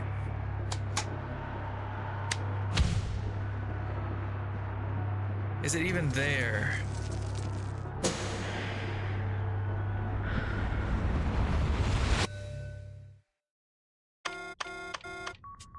We lost the signal! Switch to line 2 and try again. Testing, come backup line. Line 2, lost. Line 3, lost. Line 4, lost.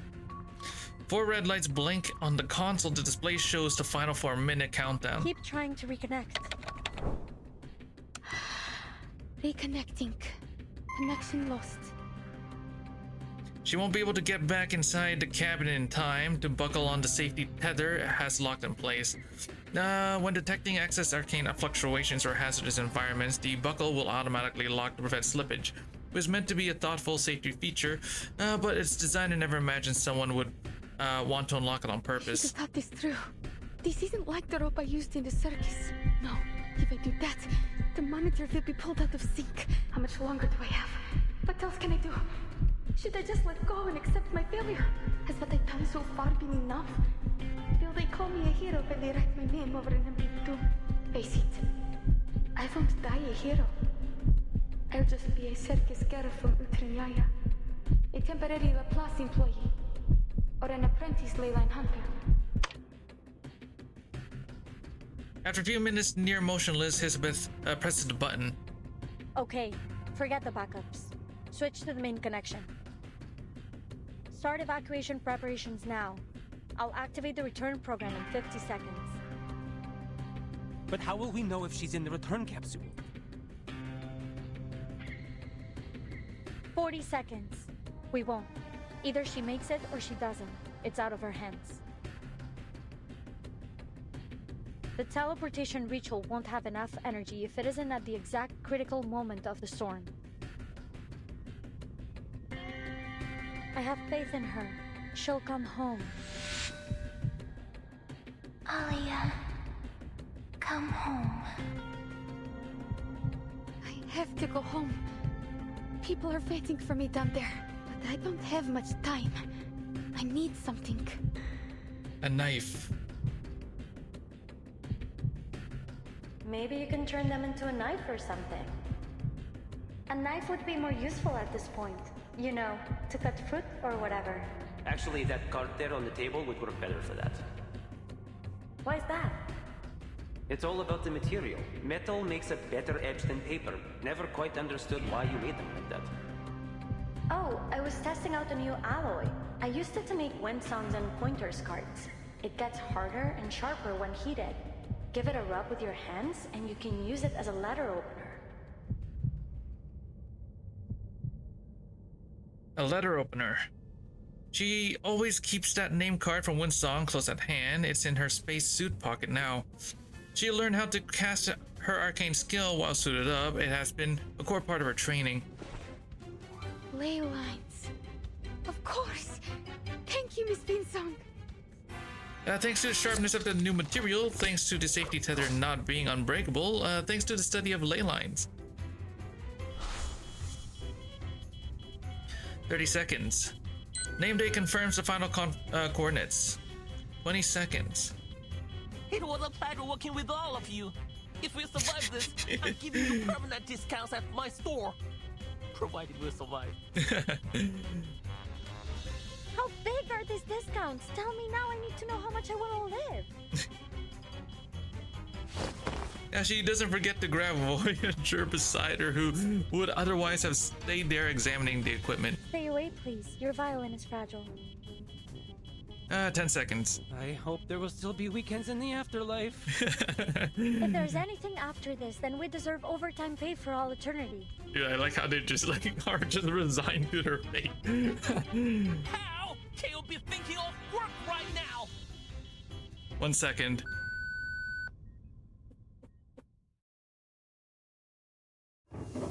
Dash shield shut behind her. Капсула возвращения готова к отсоединению. Калибровка координат завершена. Пожалуйста, вернитесь на свое место. It looks like everything worked out smoothly. She sinks into the sea, grips the disc tightly, and shuts her eyes. Yes, I will make it. This is the last step. The simplest one. Доставь меня домой.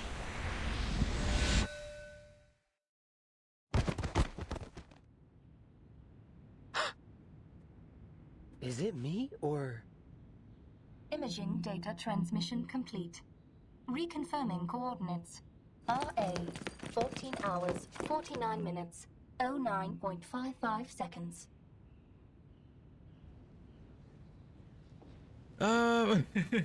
More fascinating than the figures who suddenly collapse in a heap on their floor, it's the voice of the system. Experimental accidents are unusual at Laplace, but astonishing results always earn attention. Look, that's Hisabeth. See the snakes on her head? Seems like one of them is still awake. Told you they have independent minds. Hold on. Those two work with the Foundation. Out of the way! Go get medical support now! That's Miss Pointer, isn't it? So then, this must be the team from the Space Monitor project. Have they failed again? Hold on, check it out. If this data is really from the Space Monitor... DEC, negative 102 degrees, 05 minutes, 45.82 seconds. The storm is here. Please take precautions. Repeat, the storm is here. It's all here. They really did it! They did it!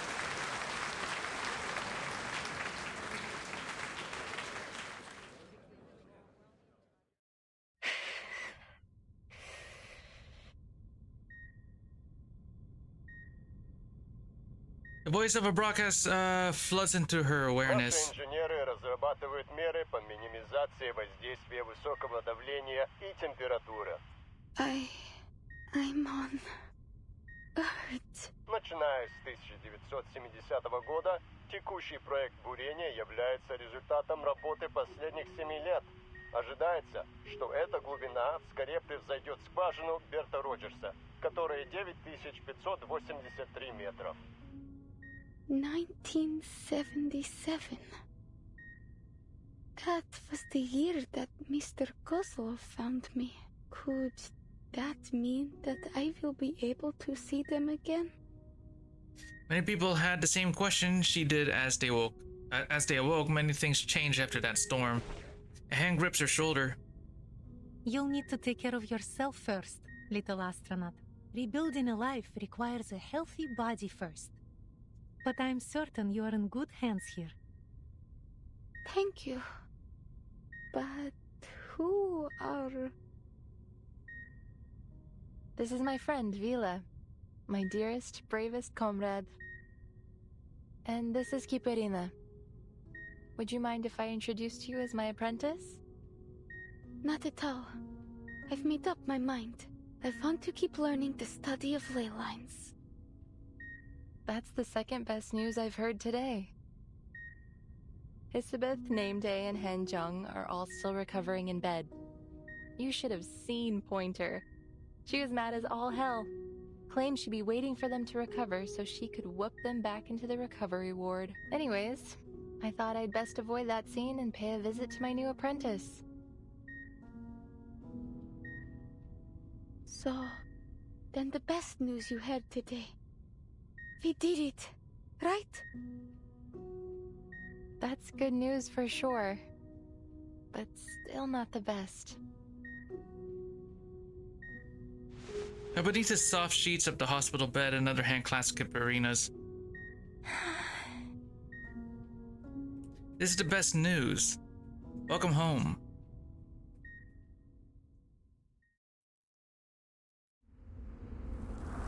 To be continued. Yeah, there's like one more. Okay.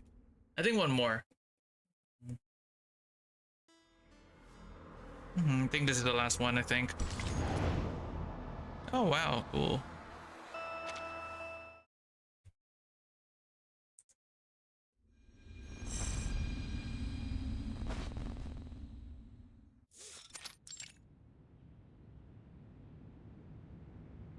A white stone wall divides the world into inside and outside. Footsteps and voices draw closer, abruptly breaking the silence of the courtyard. Did we get that progress report on the Laplace teleportation project? The teleport disk? Yeah, I guess it was a big success. They're already working on the field mission applications. Imagine if they could put it into mass production. I'd use it to commute straight to work. No more traffic. You'd better hope not. They'll start using it to summon us straight from home. It'll be like being on call 24/7. Holy moly, I didn't think of that. Worse still, those Laplace workaholics would probably enjoy it. Well, it's not all bad. We got the data. Real-time observation of the universe during the storm from outer space. That's huge. I'll say. Looks like the whole universe is getting reversed, though. I mean, at least it's nice to know we aren't alone. That's the spirit, man. Look for the silver lining. Why on earth wasn't that project an open volunteer call? Who wouldn't want to go to space? If I got the chance to spacewalk, I'd never let anyone forget it. You'd see it on my tombstone. I know someone on their team. Nameday. I'll ask him about it next time we're out for a drink. Too bad he's already out on another field mission. He's working for Laplace now, too. Working 2 jobs at once. Wow. Is that admiration I hear? I thought you didn't like workaholics. I just don't want to be one. Still, things are going better now. We'll have this little storm problem solved soon enough. Shh, Alvin, did you hear that? What? Oh. Music is rare in this place, but recently the ever-busy staff have felt in the right spirit to revisit old hobbies. This is a well-known piece, one that once traveled with 26 other songs across starfields, and still drifts here today.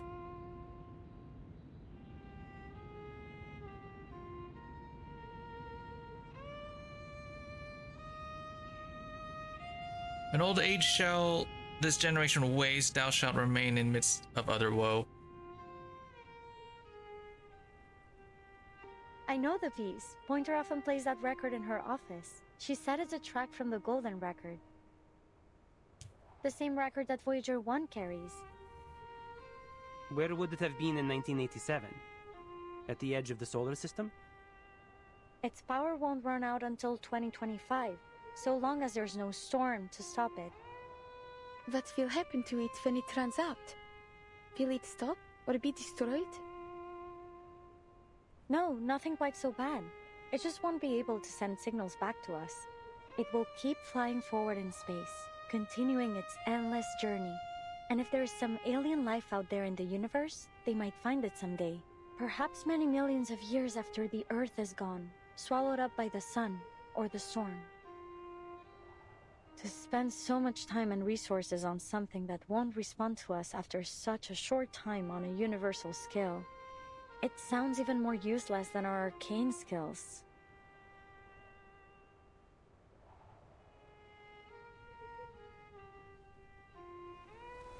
When staring at the flickering lights above, it's hard to imagine that the planet beneath our feet is nothing more than a speck in the universe.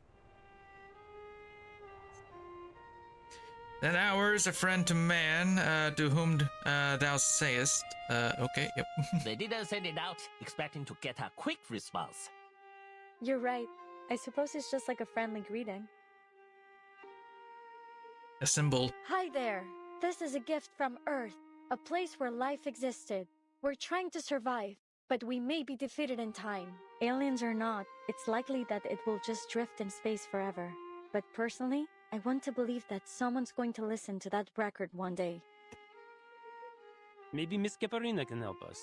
If you see God up there in space, be sure to ask him what's his favorite piece on the record. That kind of service is going to cost you. You'll have to pay up with your rape collection.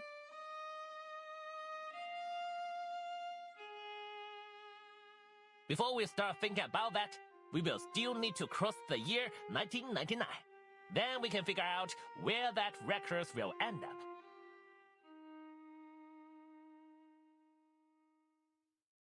Voyager listens intently to every word. Some she understands, yep. No, but she has something she wants to share with her friends.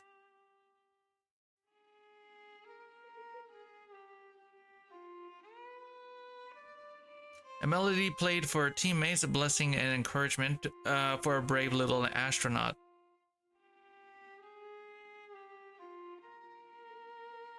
Reply from 6.4 billion light years away. The message has been delivered. The recipient a star that sings. Oh. That is all. You know on Earth, and all ye need to know. Ode on a Gracian urn.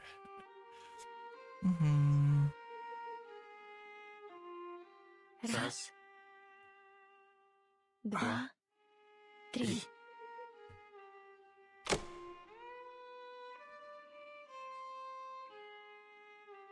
Immature courtesy of NASA, yo.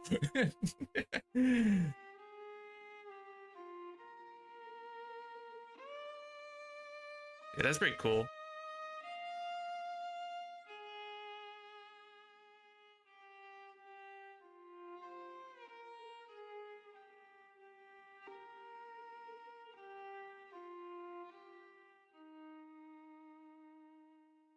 Her species lack what Earth creatures call hearing, but she has her own way of interpreting auditory information. It's a melody unlike anything she's ever imagined, never felt before. It comes from that faint blue dot. Earth. Unbelievable.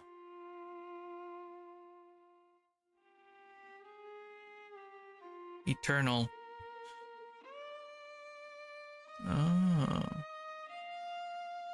Beautiful.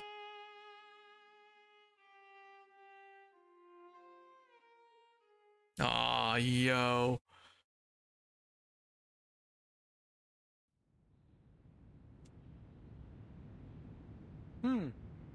It sounds nice. Then keep listening. Wait, where are you going? Just let them do their thing. We should go now. We've got more work waiting for us. By the way, you were talking about those discs being prepared for field service, right? Yeah, but I told you everything I know. Miss Pointer should give us the details in a few days. Not Miss Hissabeth, huh?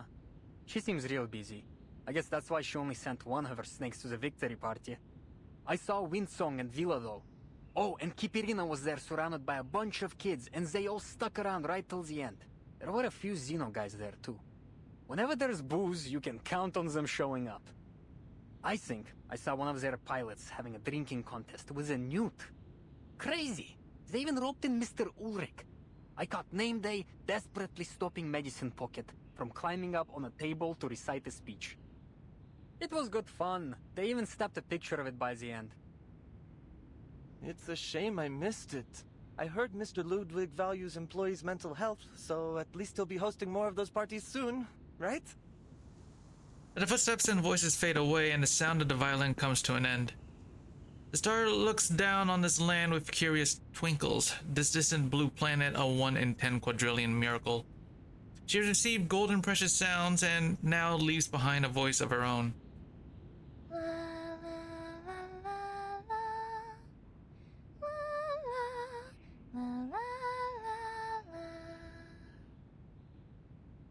The first song she learned. For the days at Pletzig, and for days to come, for those who knew, for the distant echoes of civilization. Please, listen.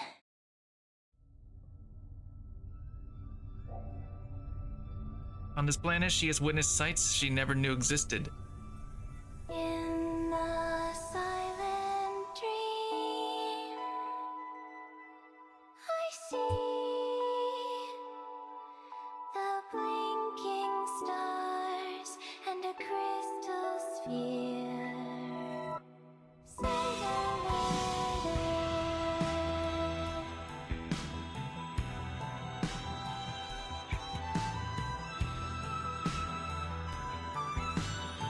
Poverty and wealth, cruelty and nobility, the rise and fall of civilization, the birds slicing through the sky.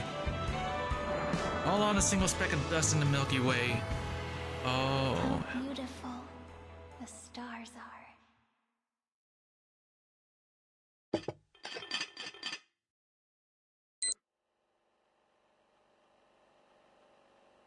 One seemingly useless exploration changes everything, just as a star from afar changes you. 1987 Cosmic Overture.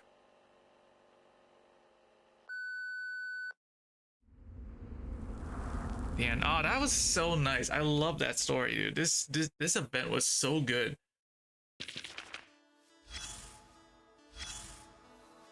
Oh, that is so good.